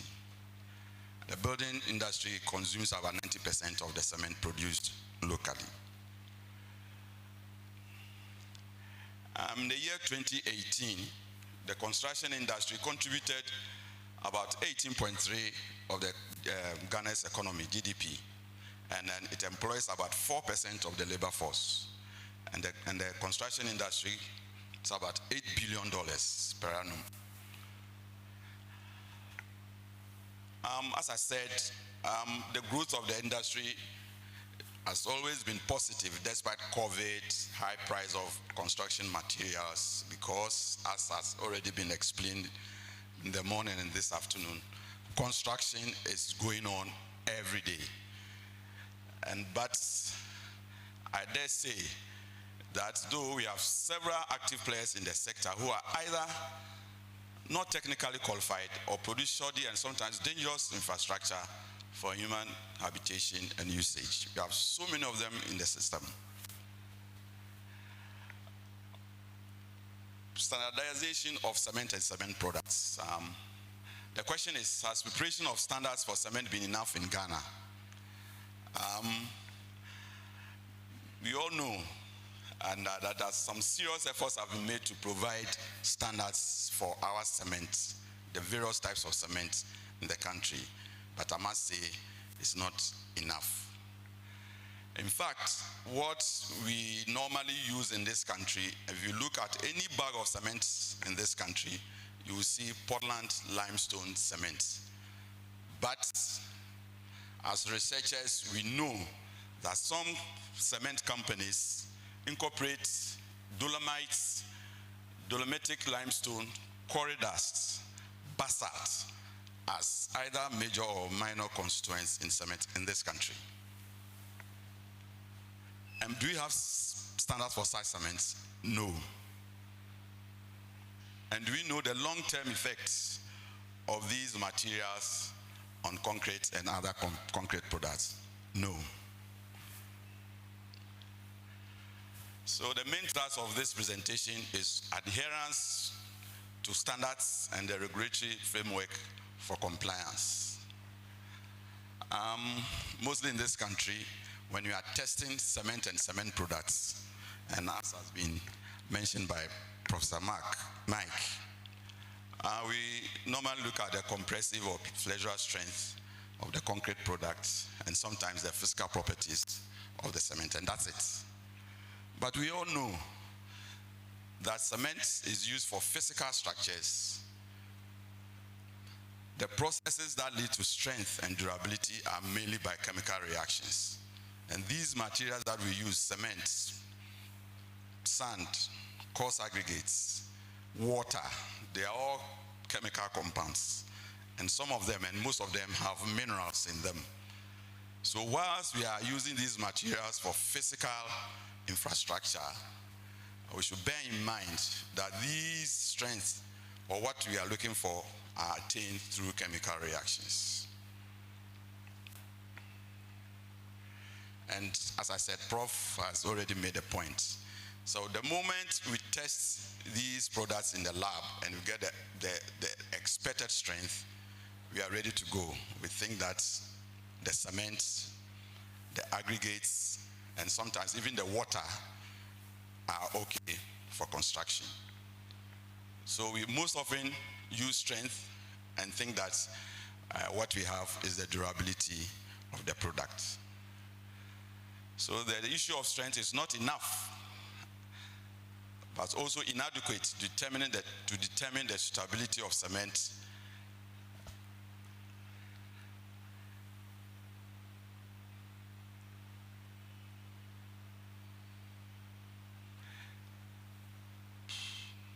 So the issue of strength is not enough, but also inadequate to determine the stability of cement and concrete for construction. So if I'm taking the materials one by one, cement sometimes may constitute about 20% of the cost of a structure, of a building, of a bridge, but it is the most important ingredient in construction. Without cement, there will be no construction. So, as I said, we are always looking at the strength. But cement is a chemical product. And we look at only the strength and ignore the insoluble material, the sulfate content, the chloride content, and the total alkali content of cement. At some point at my institute, when we tested the insoluble residue of a cement, we had as much as 20%. So it means that the cement producer company has just filled the 50 kilogram of cement with insoluble, other sand or something that is not reactive. And research has shown, in fact, the standard says that should not be more than 5%. And research has shown that if you have 7% of your cement containing insoluble residue, it reduces the strength by 11%. Only this week, we took 5 samples, 5 cement products. 1 out of 5 had the percentage of insoluble material, almost 10%. So when you buy such cement, you should then know that your strength will be reduced by more than 11%. And what you are buying is that 10% of your cement products or your cement material is insoluble material, residue, either sand, quarry dust, or whatever. And also, I'll pick on insoluble residue and total alkali. The total alkali content should be less than 1%. And if you reflect on what Professor Mike said, if you have high alkali content in your cement, and you are not lucky and you have a reactive aggregate, coarse aggregate, silica in your coarse aggregates, this is the results of what you get, ASR, alkali silica reaction. And I must tell you, most civil engineers are very, very interested in getting high early strength concrete or cement products. Any cement that gives you a very high strength, if it's a 42.5 R and you're able to obtain 28 megapascals within 2 days, please be very wary of that cement. To release a lot of heat, it is most probable that the total alkali content is more than 1%. And if it releases a lot of heat, it has an effect on concrete, cracking, micro cracks, and then ASR. So please, cement is not for only the physical or the mechanical property. We should be mindful of the chemical composition of the cement we buy.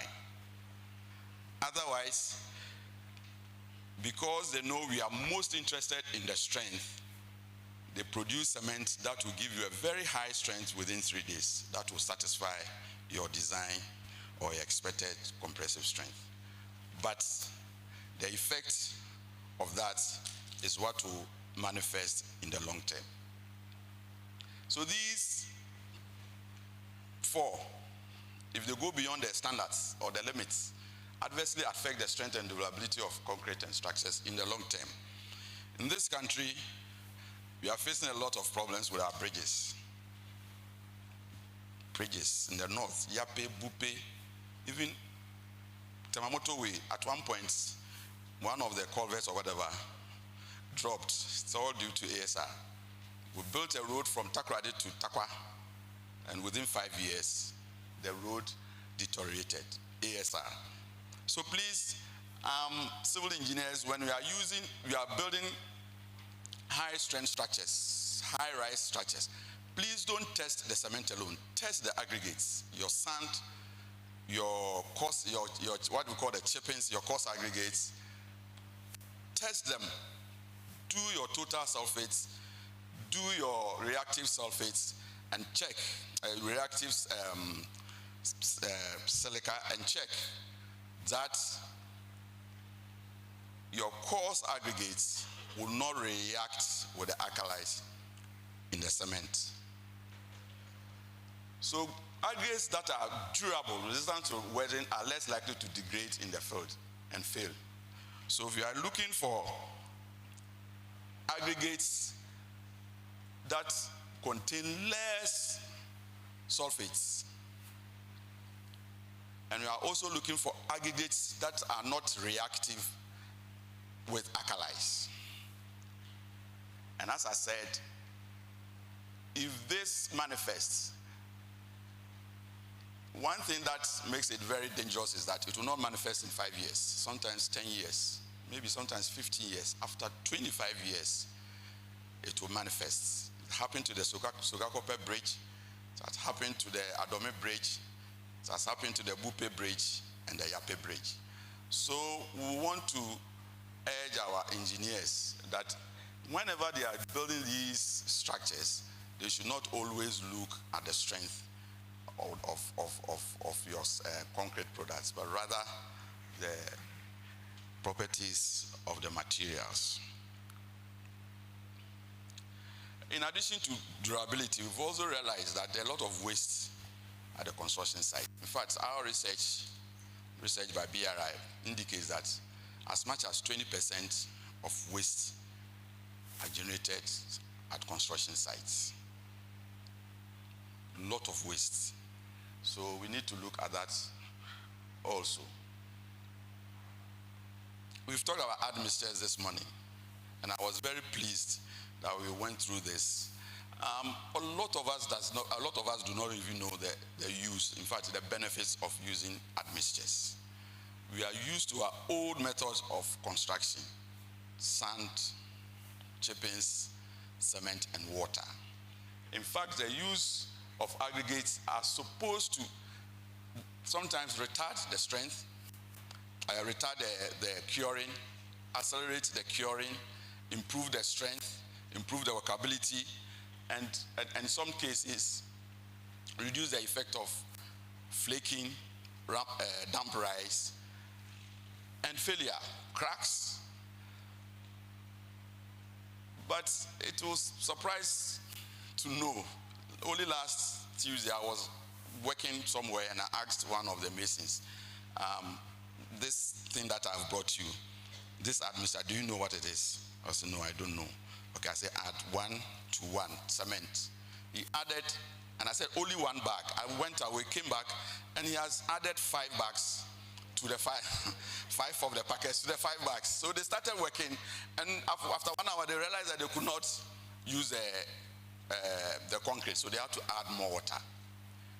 And so when the presentation by Angela said about water, I asked one of your colleagues that, so if that thing happens and later they add water, did I achieve the goal that I really wanted? And he said, no.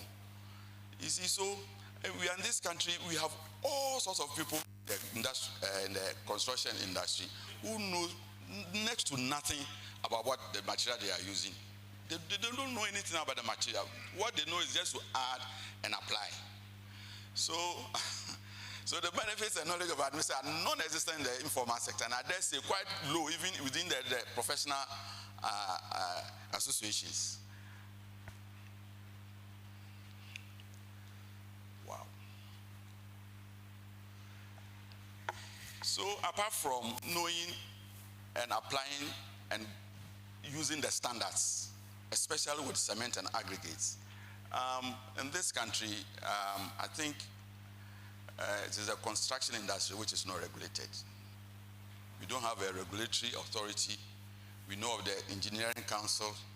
We know of the Chamber of Construction. We know of Ghana Institution of Engineers.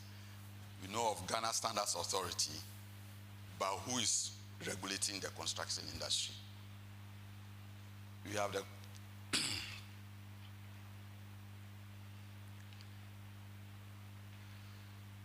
we have the GSA, as I said, the Engineering Council, but there is little enforcement.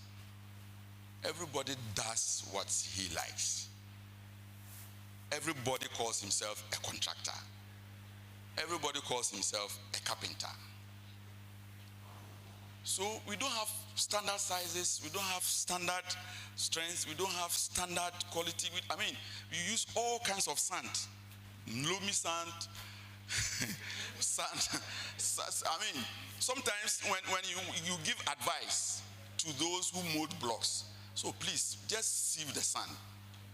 The kind of response that you get from these people. So who are regulating these people there? And we must know that we are using the product from these people to build structures where we have to live in. So please, Ghana Standards Authority, Engineering Council, Chamber of Construction, Ghana Institution of Engineers, EPA, I think that the CSR, the universities, the private laboratories, our good friend, BAM, we are all around. Why don't we have a legal coordination such that we'll be able to at least assist the statutory authorities to regulate and put some sanity into the industry? Because the way things are going, everybody just gets up and is a mason. Somebody just finishes maybe polytechnic or university and he's a contractor. There's no regulation. The registration of contractors has become something like you just go to the ministry and when you know the person, he just gives you the registration form, you fill the form and then you are a contractor. I think that there's a need to do some kind of serious coordination between the various players in the industry to actually regulate the industry. Especially in the regions. Maybe in Accra, GSA will be able to do some kind of testing and regulating and validating some products. But what about the regions?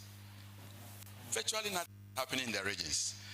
So I'm saying that we have the universities scattered all over the regions. Why can't we just come together, formulate a policy, craft an MOU such that the universities, CSR, the certified private laboratories test and validate the specs and quality of cement types, aggregates, sandcrete blocks, concrete products, still for certification and approval by GSA. In fact, BRI has mooted this idea some years ago. We still have not seen any positive movement in this direction. We have iron rods, which are supposed to be 12 mm, and we have 9.5, we have 10, we have 10.5, we have 11.5. So we don't know which one is the standard size. And they're all in the system. So please, we need to do something about this. The way forward, and I think I've mentioned a few of them. In fact, the way forward is to make sure only qualified engineers, architects, surveyors, and trainers are allowed to operate in the construction industry. The unskilled artisans must continuously be trained by CODVET, NVTI, technical institutes, CSI, ISIS, etc., etc. And all the codes, specifications, standards, regulations must be enforced to the letter.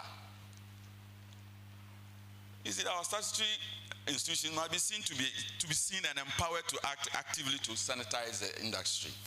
In fact, some of us are becoming very disappointed with what is happening in the construction industry. Seriously.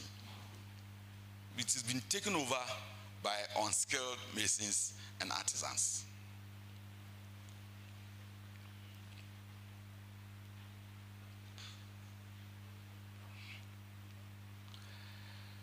In conclusion, I want to say that we have several types of cement in this country, several of them, but we don't have the standards to regulate or to check their quality. And I'm telling you, some of them are using quarry dust, and some of them are one of the reputable companies producing cement in this country. Quarry dust to produce cement. You'll be amazed.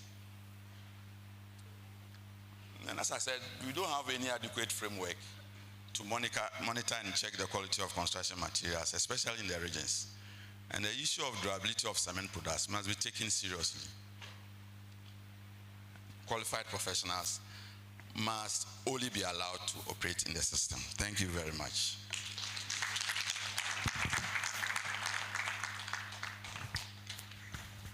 Thank you to our speaker. We're open to taking questions. We have about 5 minutes for questions. So you can go first, sir, and then over there.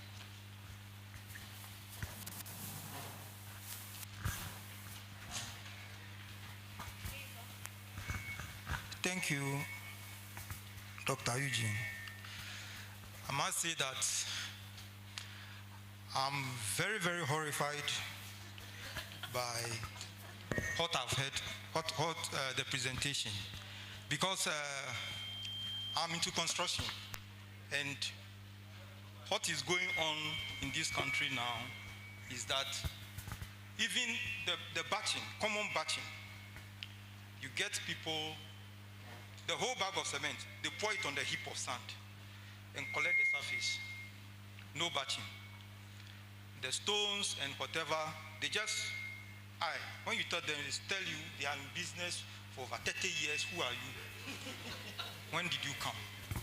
Can you ask a But question? then this presentation of the cement is very, very, it's something, and you are coming from Do you mind asking a question? Yeah, I'm asking the question. Yes. Doctor, you are from the Institute CSR. And here you are telling us that we need to do something. Who again should do that? Because you are the one who is supposed to maintain standards. Sorry? He was former chief. Please, is that right? Okay, can you answer the question? But what I want to know is that you are supposed to be the ones Please, who... I'm chairing the session and you're showing me complete disrespect. Thank you. Please sit down. The question is, who is responsible? Yes, I think...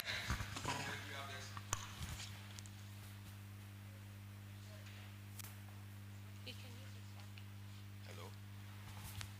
I think I mentioned those institutions responsible for that. Ghana Standards Authority, Engineering Council, Chamber of Construction, Environmental Protection Agency. We are just a research institution. We pick samples and then we test them and then we tell them. We call and tell them and we inform the public. So we are just to do analysis. And as I said, this week we picked about 5 different cement samples and tested only for insoluble material, insoluble residue.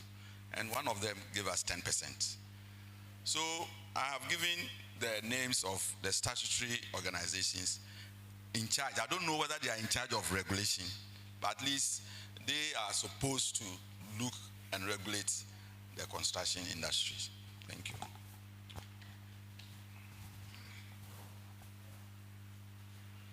All right, thank you very much. Doc, my first one is request whether that research is available for accessibility. And then the second part is there's something quite worrying now. We have more of the, for instance, the cement class designations. We have the N and the R. The N is normal setting and the R is rapid. We have optimum temperature for concrete production. We are in the hot climate.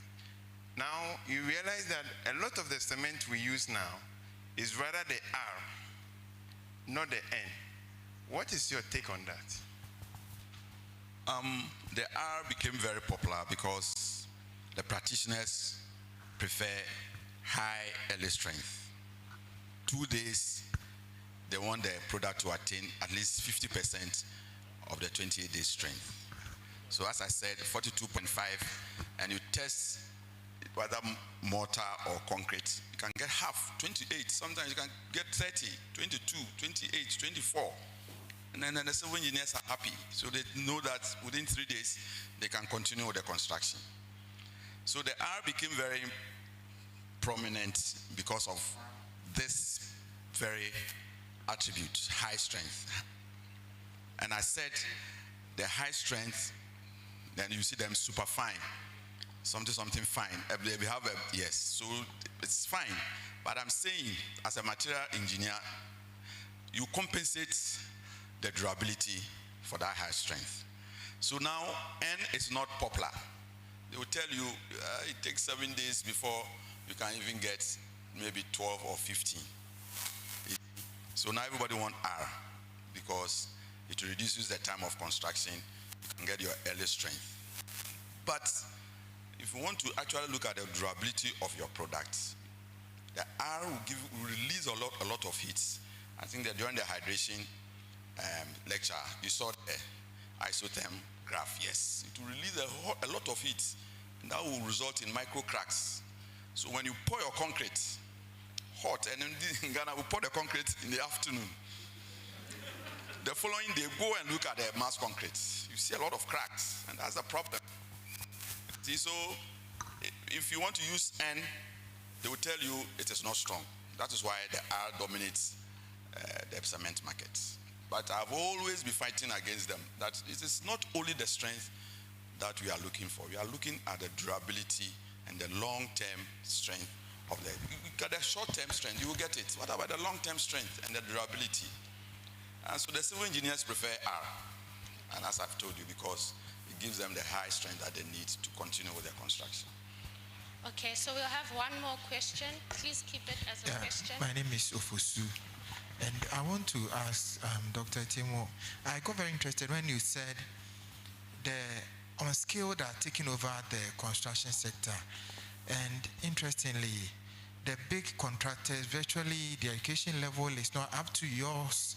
And how can we ensure that those who will understand this admixture issue, those who understand the new trends in construction, communicate to the artisan on the floor? Because when we finish this seminar, it's not us who are going to mix, it's the artisan. How do we communicate to them? And most of them, interestingly, don't like school. I lecture, and most of them, you put them in the classroom, it's a waste of their time and the like, and it's a problem we are encountering. How do we communicate this nice idea to them so that they can do it well, and tomorrow we can have a better story to tell? Thank you. It's a very difficult question. I think this afternoon I was telling somebody that I just need money to become a contractor. You don't need the knowledge and the skill. You just need money. If you get the money, you can buy your two machines and everything. You have everything. You can easily get 2 or 3 people to register as your engineers. It all boils down to regulation. It is not in the medical field. It's not in the pharmaceutical industry. It's not happening in the bar association. It can never happen in these institutions. Why is it happening in the built environment? And that is the question. The question is that we don't have any regulatory framework, or we don't even have a specific organization in charge of regulation. And for me, I don't know which of them. Is it the council? Is it the Ghana Standards Authority? Or is it the Chamber of Construction? We don't have it. And I mean, the top gurus are all, you know, they are very rich. They are powerful. Yeah, so for the training, and I think that CSR BRI, we have an artisan training center. But the thing is that they are not prepared to pay to be trained. They want it free. That is one. That is for the artisans. And they are not prepared to stay at one place for 3 days or 4 days without going to sites. Even when they have paid, last week, I think 2 weeks ago, we had a training. They paid 1,000 cedis. And when we were ready for practicals, they had all left and gone to their field to go and work. Okopeska, with 1,000 cities. One day, the following day, they never turned up. So that is because there's nobody stopping them from working. So, I mean, if they pay and they come in and, like you said, they listen to lectures and you are telling them what to do, they think that they know better because there's no regulation. And that is the sad aspect of the whole thing. And the cement industry is also taking advantage and giving us bad products. And seriously. Yeah. Okay, thank you. Thank you very much. Thank you. And I suspect now that our last speaker for the day is going to have to answer for the sins that were just spoken about now, because our next speaker is from the Ghana Standards Authority, Emmanuel Obey.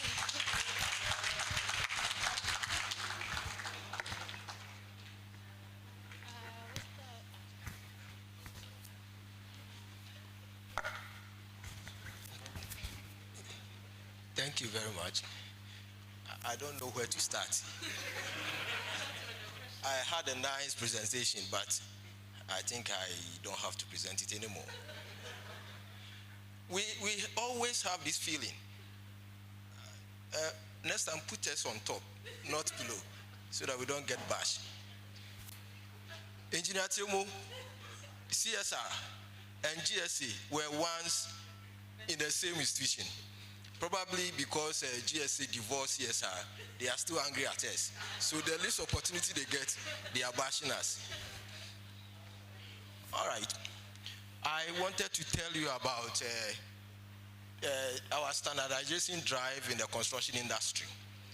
We have been doing a lot lately, especially with the cement industry, because we know that in the construction industry, cement is one of the most utilized products in the construction industry. And therefore, our matrix shows that if we get cement right, about 90% of the problems in the concrete industry, we have gotten it right. So we have a robust regulatory regime for cement. At this point, I'll ask you not to, whatever Engineer Timo told you, just forget about that. Yes. We have robust regulatory regime for cement. Wolfram here can attest to that. Yes. We have been doing extensive testing. In fact, this year in 2021, we have tested not less than 80 bags of cement in our market surveillance just to find out the quality of our cement on the market. And it's ongoing. Next year, we are doing and we are going to do more. We started in 2019. We have the data. We'll find time and share the data with CSR. In fact, next year, we are going to have a workshop. We invite them and share with them the strides we have made in regulation our cement.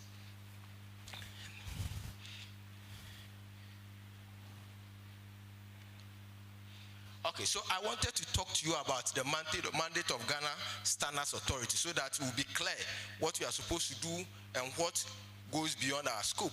Then I'll talk about the quality infrastructure as we have it now, because we know standards in a way is ensuring quality. And how are we doing that amidst the quality infrastructure? And some information about concrete and how we perceive concrete to be and how we are looking at regulation in that industry. Because for now, I think we are doing poor in that area. And it's because we'll talk about it when we get there.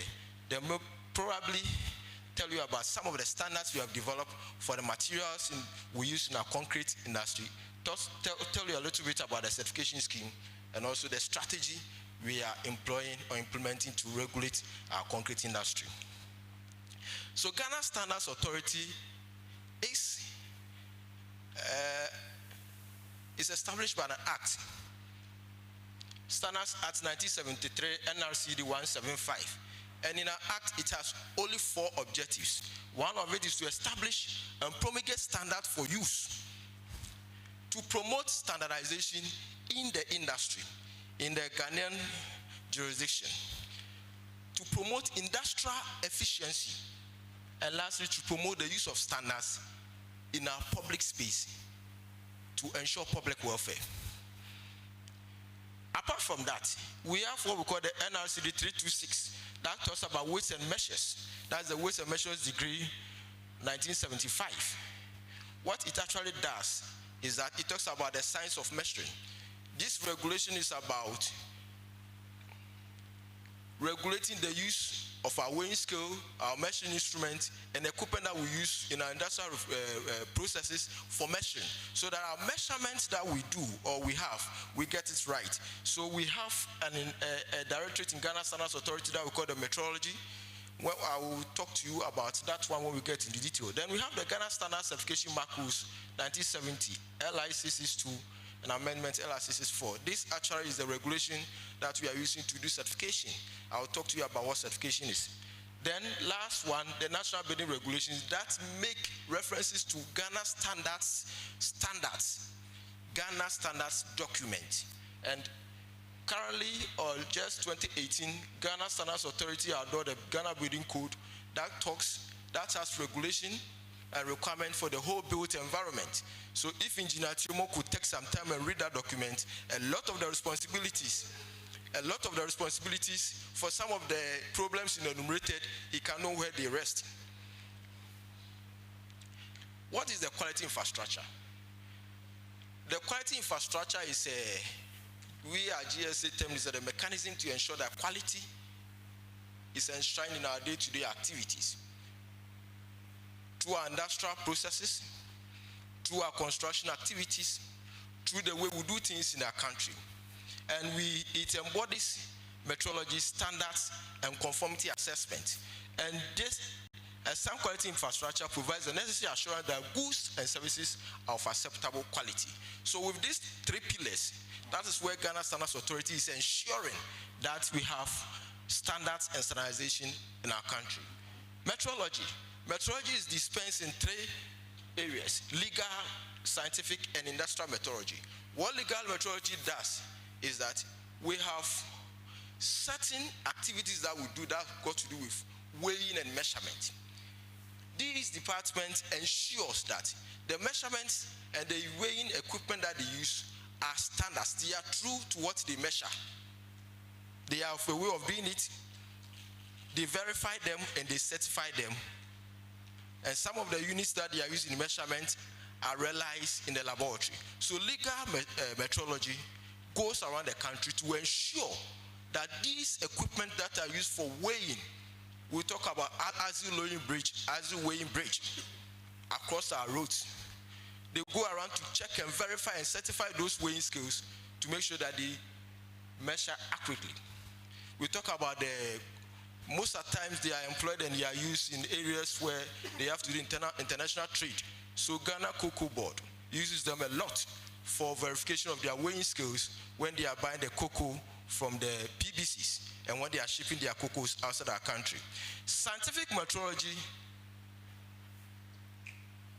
normally keep the standards. They produce working standards, they produce secondary standards, and they also realize some of these standards. The basic standards that we have are in length measurement, temperature, and other standards are realized out of these ones. Scientific metrology does that. In fact, I'm not an expert in that area. I just want to tell you what we do. Then industrial metrology, they are most of the times deployed in the construction industry. Yes, when we are weighing, when we are batching your concrete, some people use volume batching and weight batching. Industrial metrology comes, or they are required to establish that the volumes that you are using are exactly as they are 1 cubic meters. The weighing scales that you are using to batch your concrete materials are exactly as they are. The cement industry, the IC weighings that they use to load their cement that are going out for sale, they are certified and calibrated to measure accurately. That is what they do in industrial metrology. And they are all over our country, represented in every region in our country.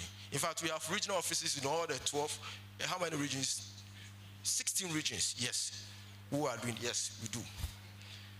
Standards.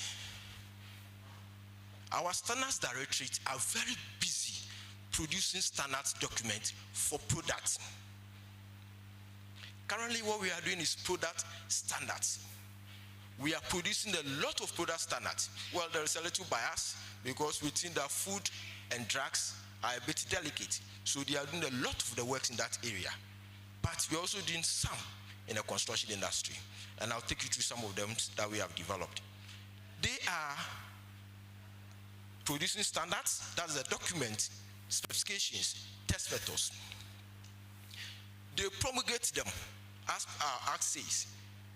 They market our standards. They do public outreach educations on our standards.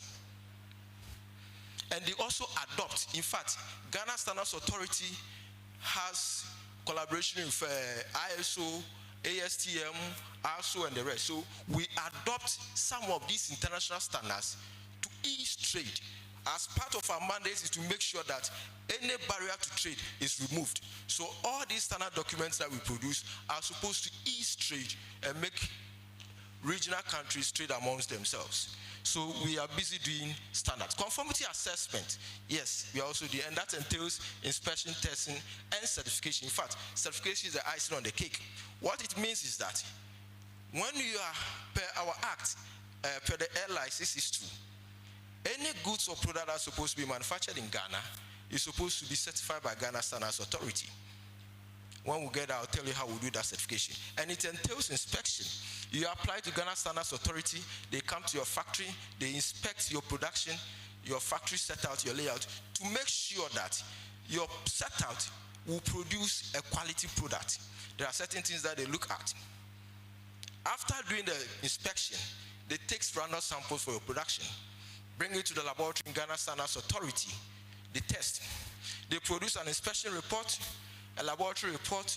A committee sits, look at this report, and decide whether to grant you a license to continue producing.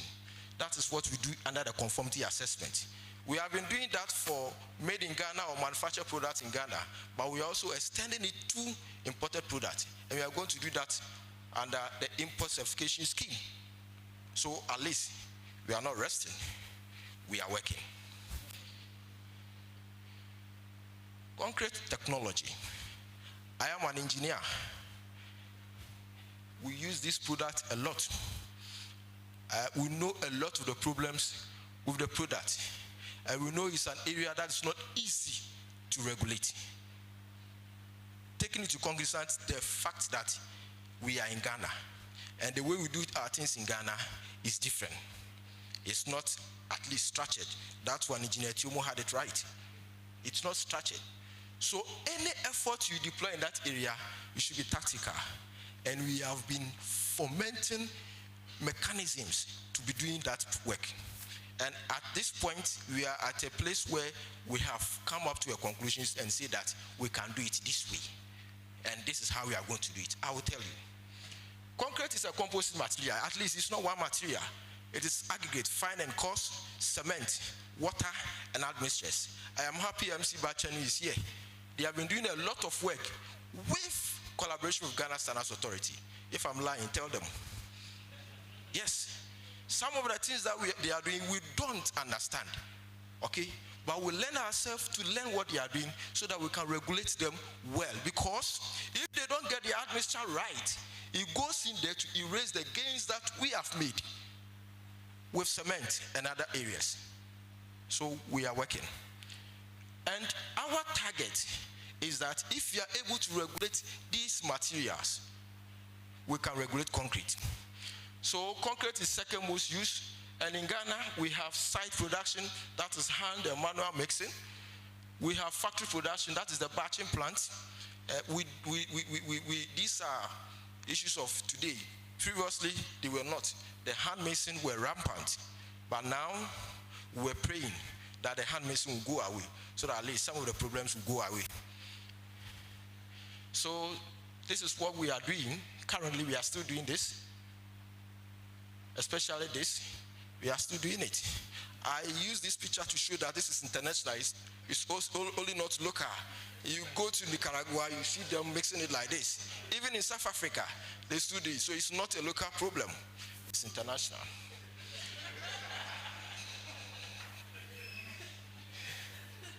Then, this is in fact what we are dreaming for ourselves in Ghana.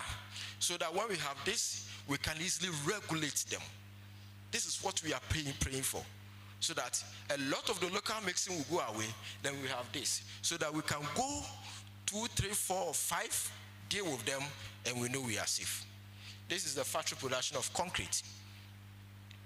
So concrete is mixing together cement, fine aggregate in this rich, coarse aggregate, water, and admixture. And the most important part of it that I think we will talk about is the design.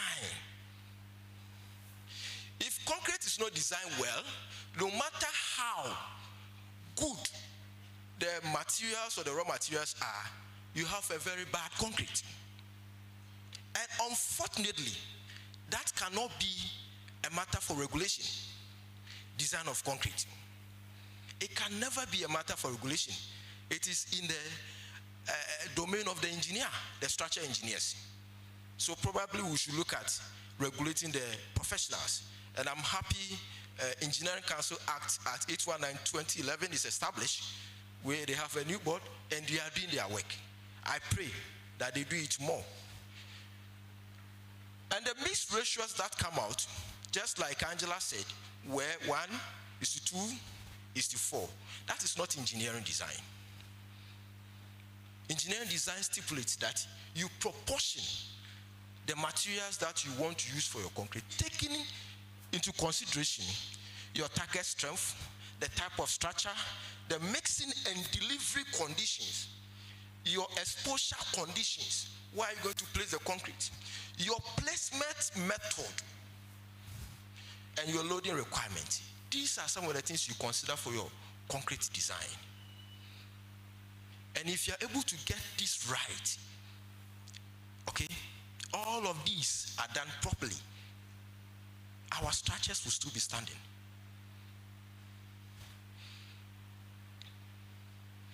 Mixing essentially is to achieve homogeneity and uniformity in the material. You are mixing cement, you are mixing aggregate, you are mixing water and admixture. Some comes in powder form and liquid form. And now, if cement is the binding material, the cement paste is the binding material, your target, your objective is making sure that you have your solid particles interspersed uniformly in the cement paste. And therefore, there shouldn't be deficiency at one portion and more at the other portion. And when you do that, your concrete strength is retained in the mass of the concrete. When you are also placing or pouring your concrete, and it's done in such a way that this uniformity in the material is maintained and retained, you achieve your strength. Transportation also is part that impacts on the strength of the concrete that will be designed. Curing is very important. Yes, curing is important because ice hydration is taking place in cement and concrete. Heat is being generated. And if you don't cure and you manage the generation of heat properly, you have cracks forming in the concrete matrix. And therefore, it's very important that you know where you are placing your concrete. At least in our country, we are sharply divided into two: the top and the bottom. You know your humidity and your temperature, know where you are pouring your concrete, and you know how you are doing it, so that you can implement a proper curing mechanism to monitor and control your setting or hydration of your cement. And hydration is very important. Most of the times we do curing in this way, water ponding for massive slabs like this. I'll leave it to your judgment. I don't want to say anything concerning that area. The raw materials that we use in producing concrete is cementitious binder. In our country, we mostly use Portland cement, aggregate, fine and crushed stones, water, potable admixtures. I have done it this way so that I can take you through the standards that we are using to do a bit of regulation for them. And this is the aggregate I'm talking about. In fact, this is the crushed one. You can also use an uncrushed one. The cement, these are some of the cements that we have. Yes. These are some of the admixtures that are available for use. Concrete are normally done in reinforced concrete, precast concrete, decorative concrete, mass concrete, and pre-stressed concrete. So I want to stress here, this is where I want to get to. Conformity assessment for the concrete industry, material and standards. Yes, cement. As I speak to you now, we have 8 million companies in Ghana who is manufacturing cement. We have 2 doing bagging. And I am happy to tell you that all of them are regulated and they are certified. Apart from doing the regulation and certifying them, we also do market surveillance every quarter. We go to the market, sample their product, bring it to the laboratory, we test, share the results that we get with them, and I advise them what they are falling short on the standards. If there is anything that is so critical, we find them, and we have found some of them. We are not stopping, we are continuing. We started in 2019. We are monitoring the products that they put on the market after we have certified their product. So, our standard specification that we use is GS 1118 2016 is titled Building and Construction Materials, Composition, Specifications and Conformity Criteria for Common Cement.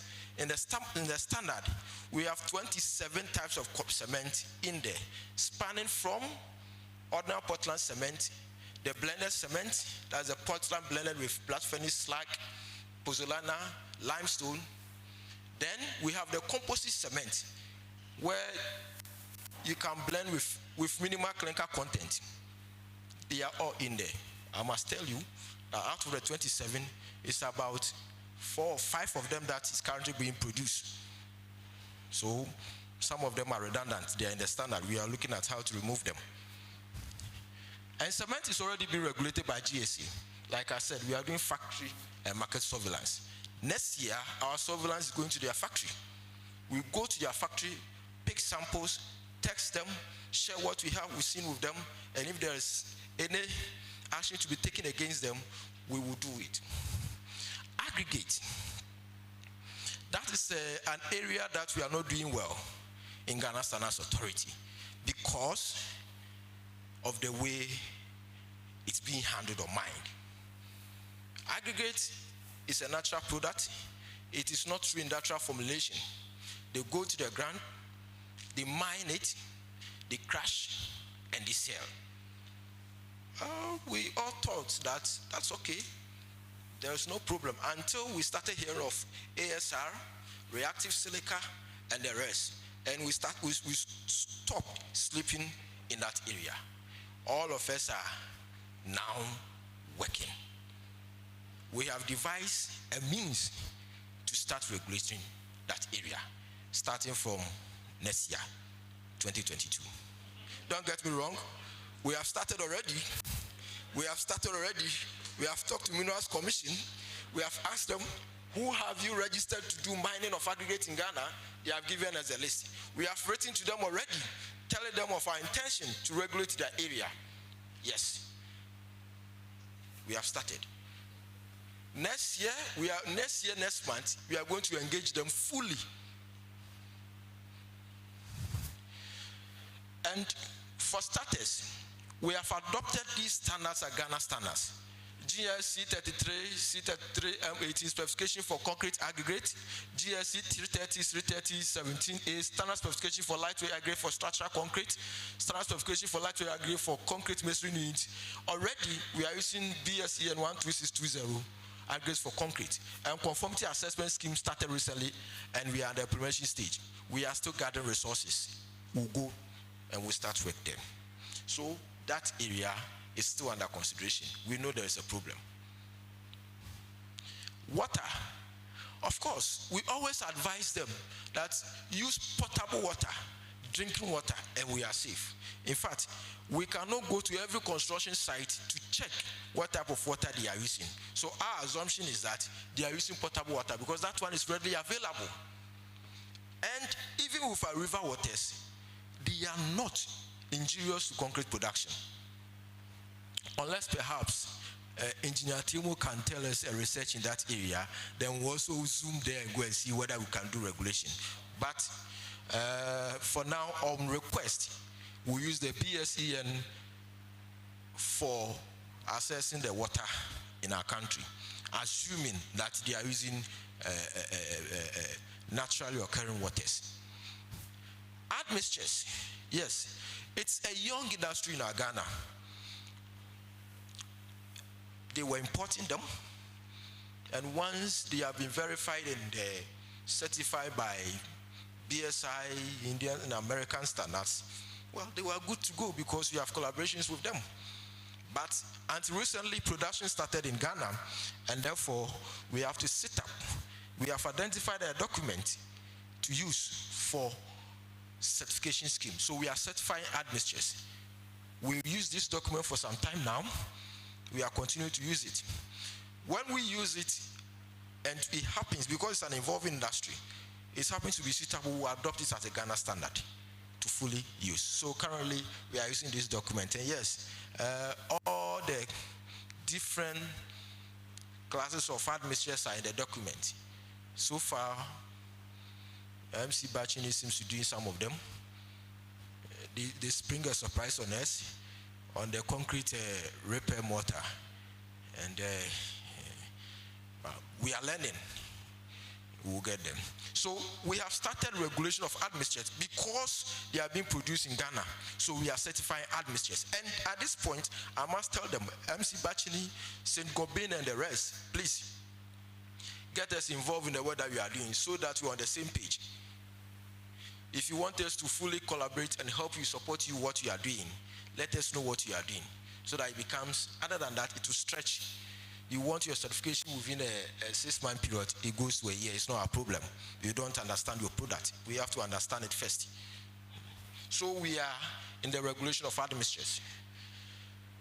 The GSA certification scheme is mandated by LICCs to Ghana Standard Certification Mark, and this one is approval to use our standard mark.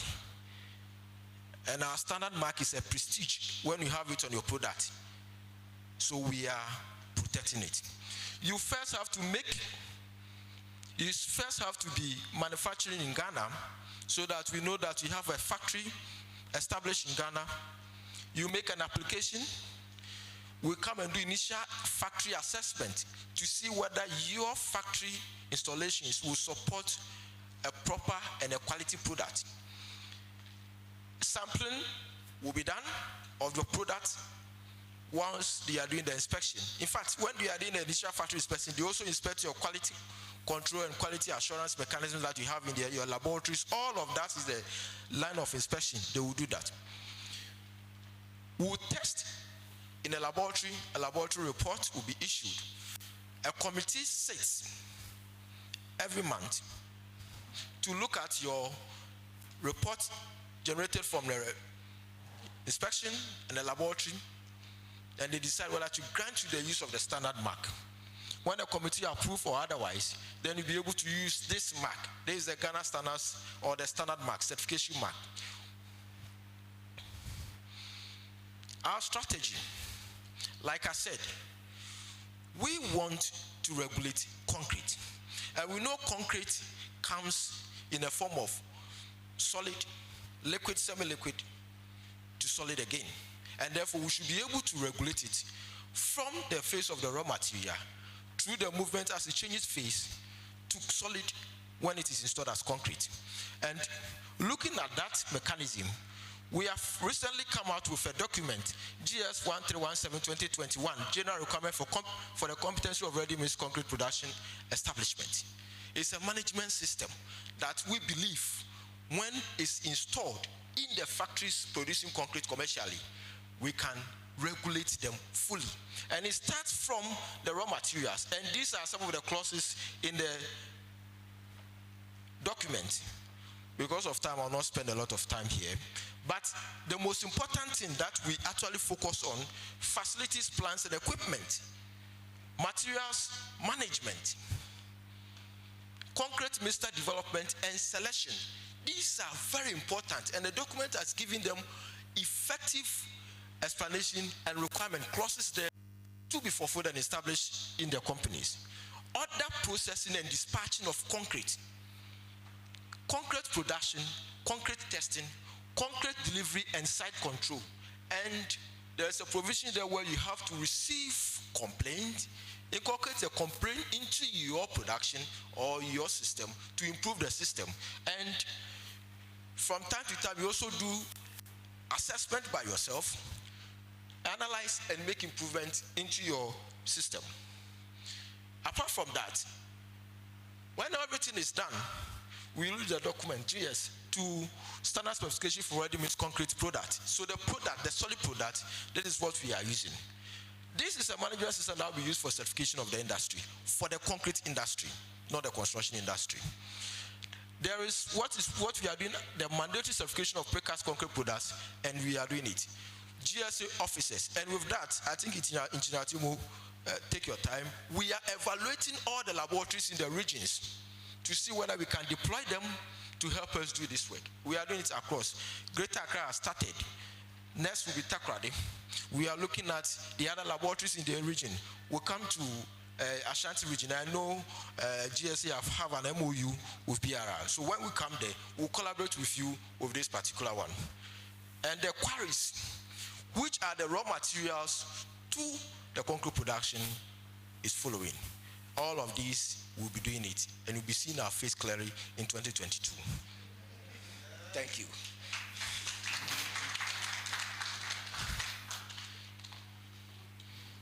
Thank you very much to our speaker. At this point, I'd like to open the session for some questions, and I encourage that you ask questions and not complain to him, because I think he's got enough of that. The speaker there. Hello, thank you, Engineer Obin. It's very nice having a discussion with you, and I'm very grateful for the organizers of this program. Mr. Obin, there seems to be technologies ahead of GSA. How do you agree with that?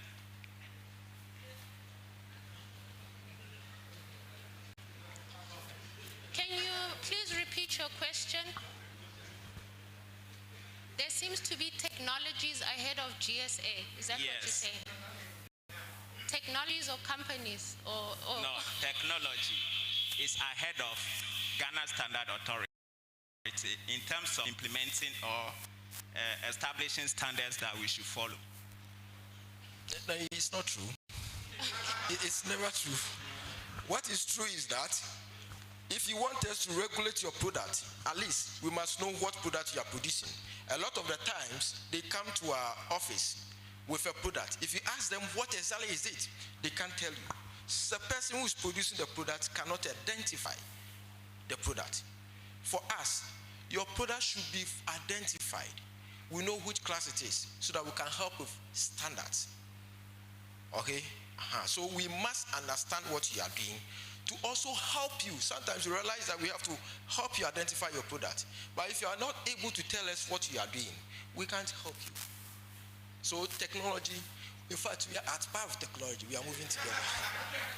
Okay, thank you. Next question. Thank you for the presentation. It's good to see GSA and CSR at loggerheads here. Now, for GSA, now, do you think it is your role to regulate concrete production? One. And then two, I asked this question on the background that do you think having a lot of standards will help regulate quality of concrete? Because ideally we are talking about the quality of concrete, not just concrete. So I don't know whether having a lot of these standards will help you in that regard. Then now the next question is, assuming you have all these standards in place and a contractor or someone follows or meets each and every one of these standards to the letter and the concrete still fails, what do you do? Where is the problem? I'm asking this question to just challenge you in terms of the approach you're taking to regulate concrete in the industry. Thanks. Okay, so we are looking at concrete as a construction material. And like I said from the beginning, we wish that concrete would be a material produced in a factory. We have factory production of concrete. So then we can deal with them separately. But the one that is produced on site by contractors you will be right, it's difficult for us to regulate that area. And that, well, yes, we have the Engineering Council. Engineering Council has two institutions, Institute of Engineering Technologies, who are supposed to register and regulate part of the artisans and engineers and engineering firms as far as contractors. And we have Ghana Institution of Engineering, who is doing the same. They are doing this on behalf of Engineering Council. All of these are supposed to be registered by either of these institutions and be regulated. For us, our focus to make sure that we have the standards, the specifications, and the medium, the methods to do product evaluation, systems evaluations, and so on.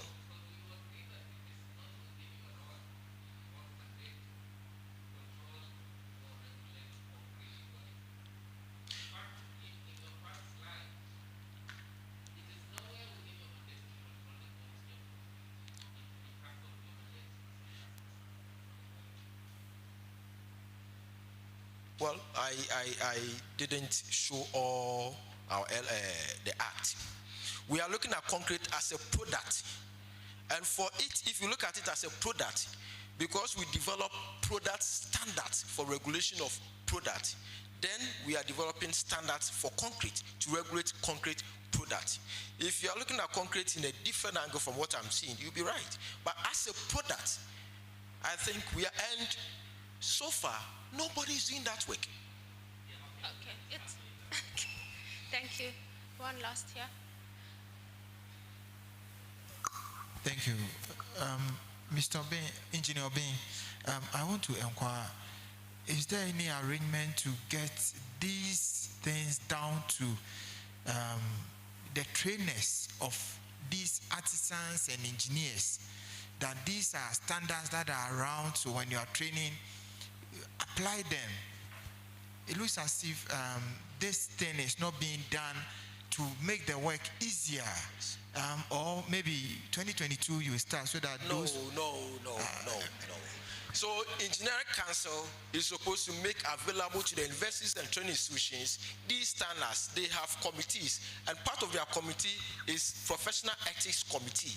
They are supposed to make sure that these documents that spells out professional behaviors, conduct, vis-a-vis standards. In fact, Standards and Professional Ethics Committee, okay, they are infused into the curriculum of our engineering education, and they are taught in schools.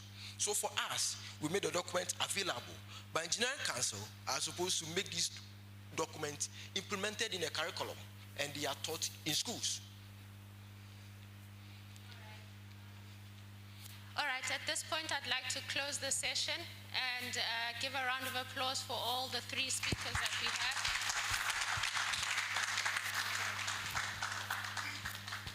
I think Wolfram has something to share with us to close off.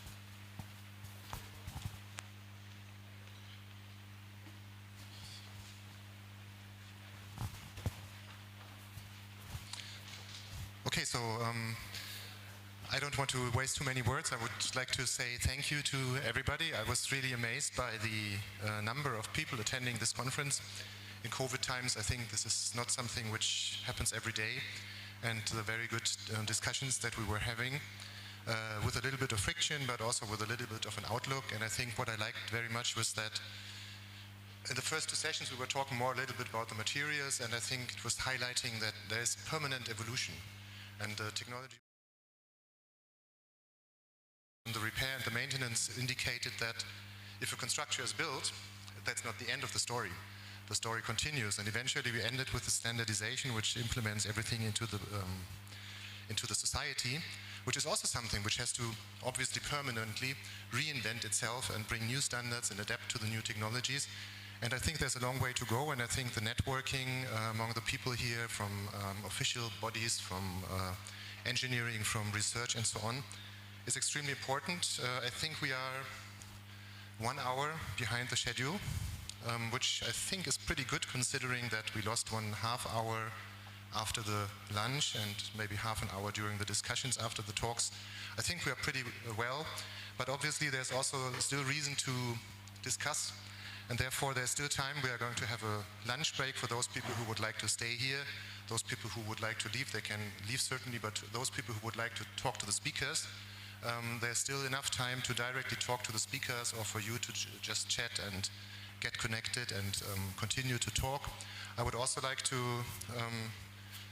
ask you to turn around. There's a projector, and this projector will show a small little video where my colleagues who have been working with us on this handbook, I will put a few of these handbooks. Please keep it there. It's just a draft. It's nothing which is edited and so on, but you can take a look into that handbook, and there will be a video where my colleagues introduce it to the handbook so you can see how it can be used once it is ready. I really don't know when it's going to be ready, maybe in a couple of months, and what's going to happen. Maybe we can distribute it, or basically that's one of the results from our research projects together with MC Bauchemie, so we have to find a way how we can distribute that in the future. So I would like you to also take a look into that handbook and see some of my colleagues who have invested a lot of time into bringing this together. We still have to work on it, and basically with that, I would really like to thank you for the excellent discussions. I hope many of you still stay here and have a lot of questions to the speakers, have a lot of questions among each other about the discussion. Thank you for being here. Thank you for having me here.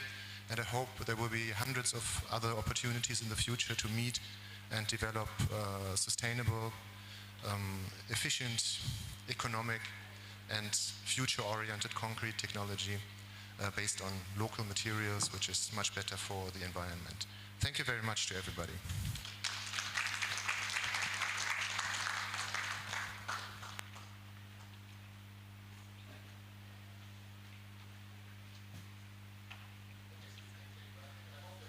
Outside, normally it was supposed to be there, so if not, we have to wait for a few minutes.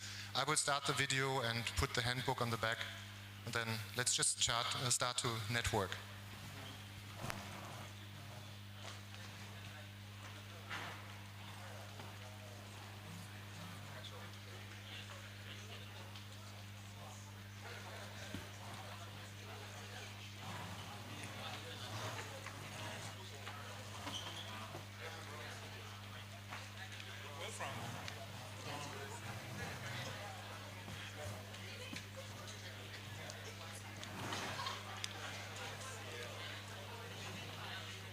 Thank you all for coming. Kindly remember. Please wait, everybody. Maybe my friend Mauli just informed me it would be very nice to have a group picture with all of us. Should we all come on the stage? Hope it's not going to break, and then take a picture with all of us?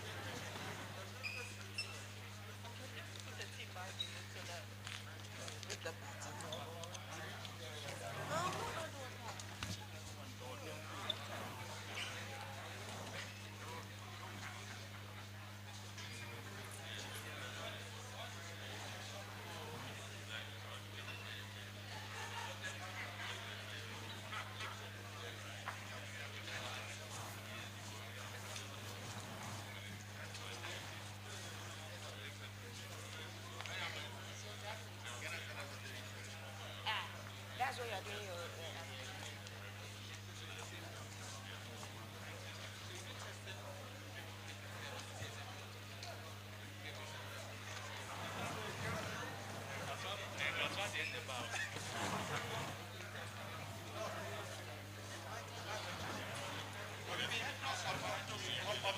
Oh, let me compete now.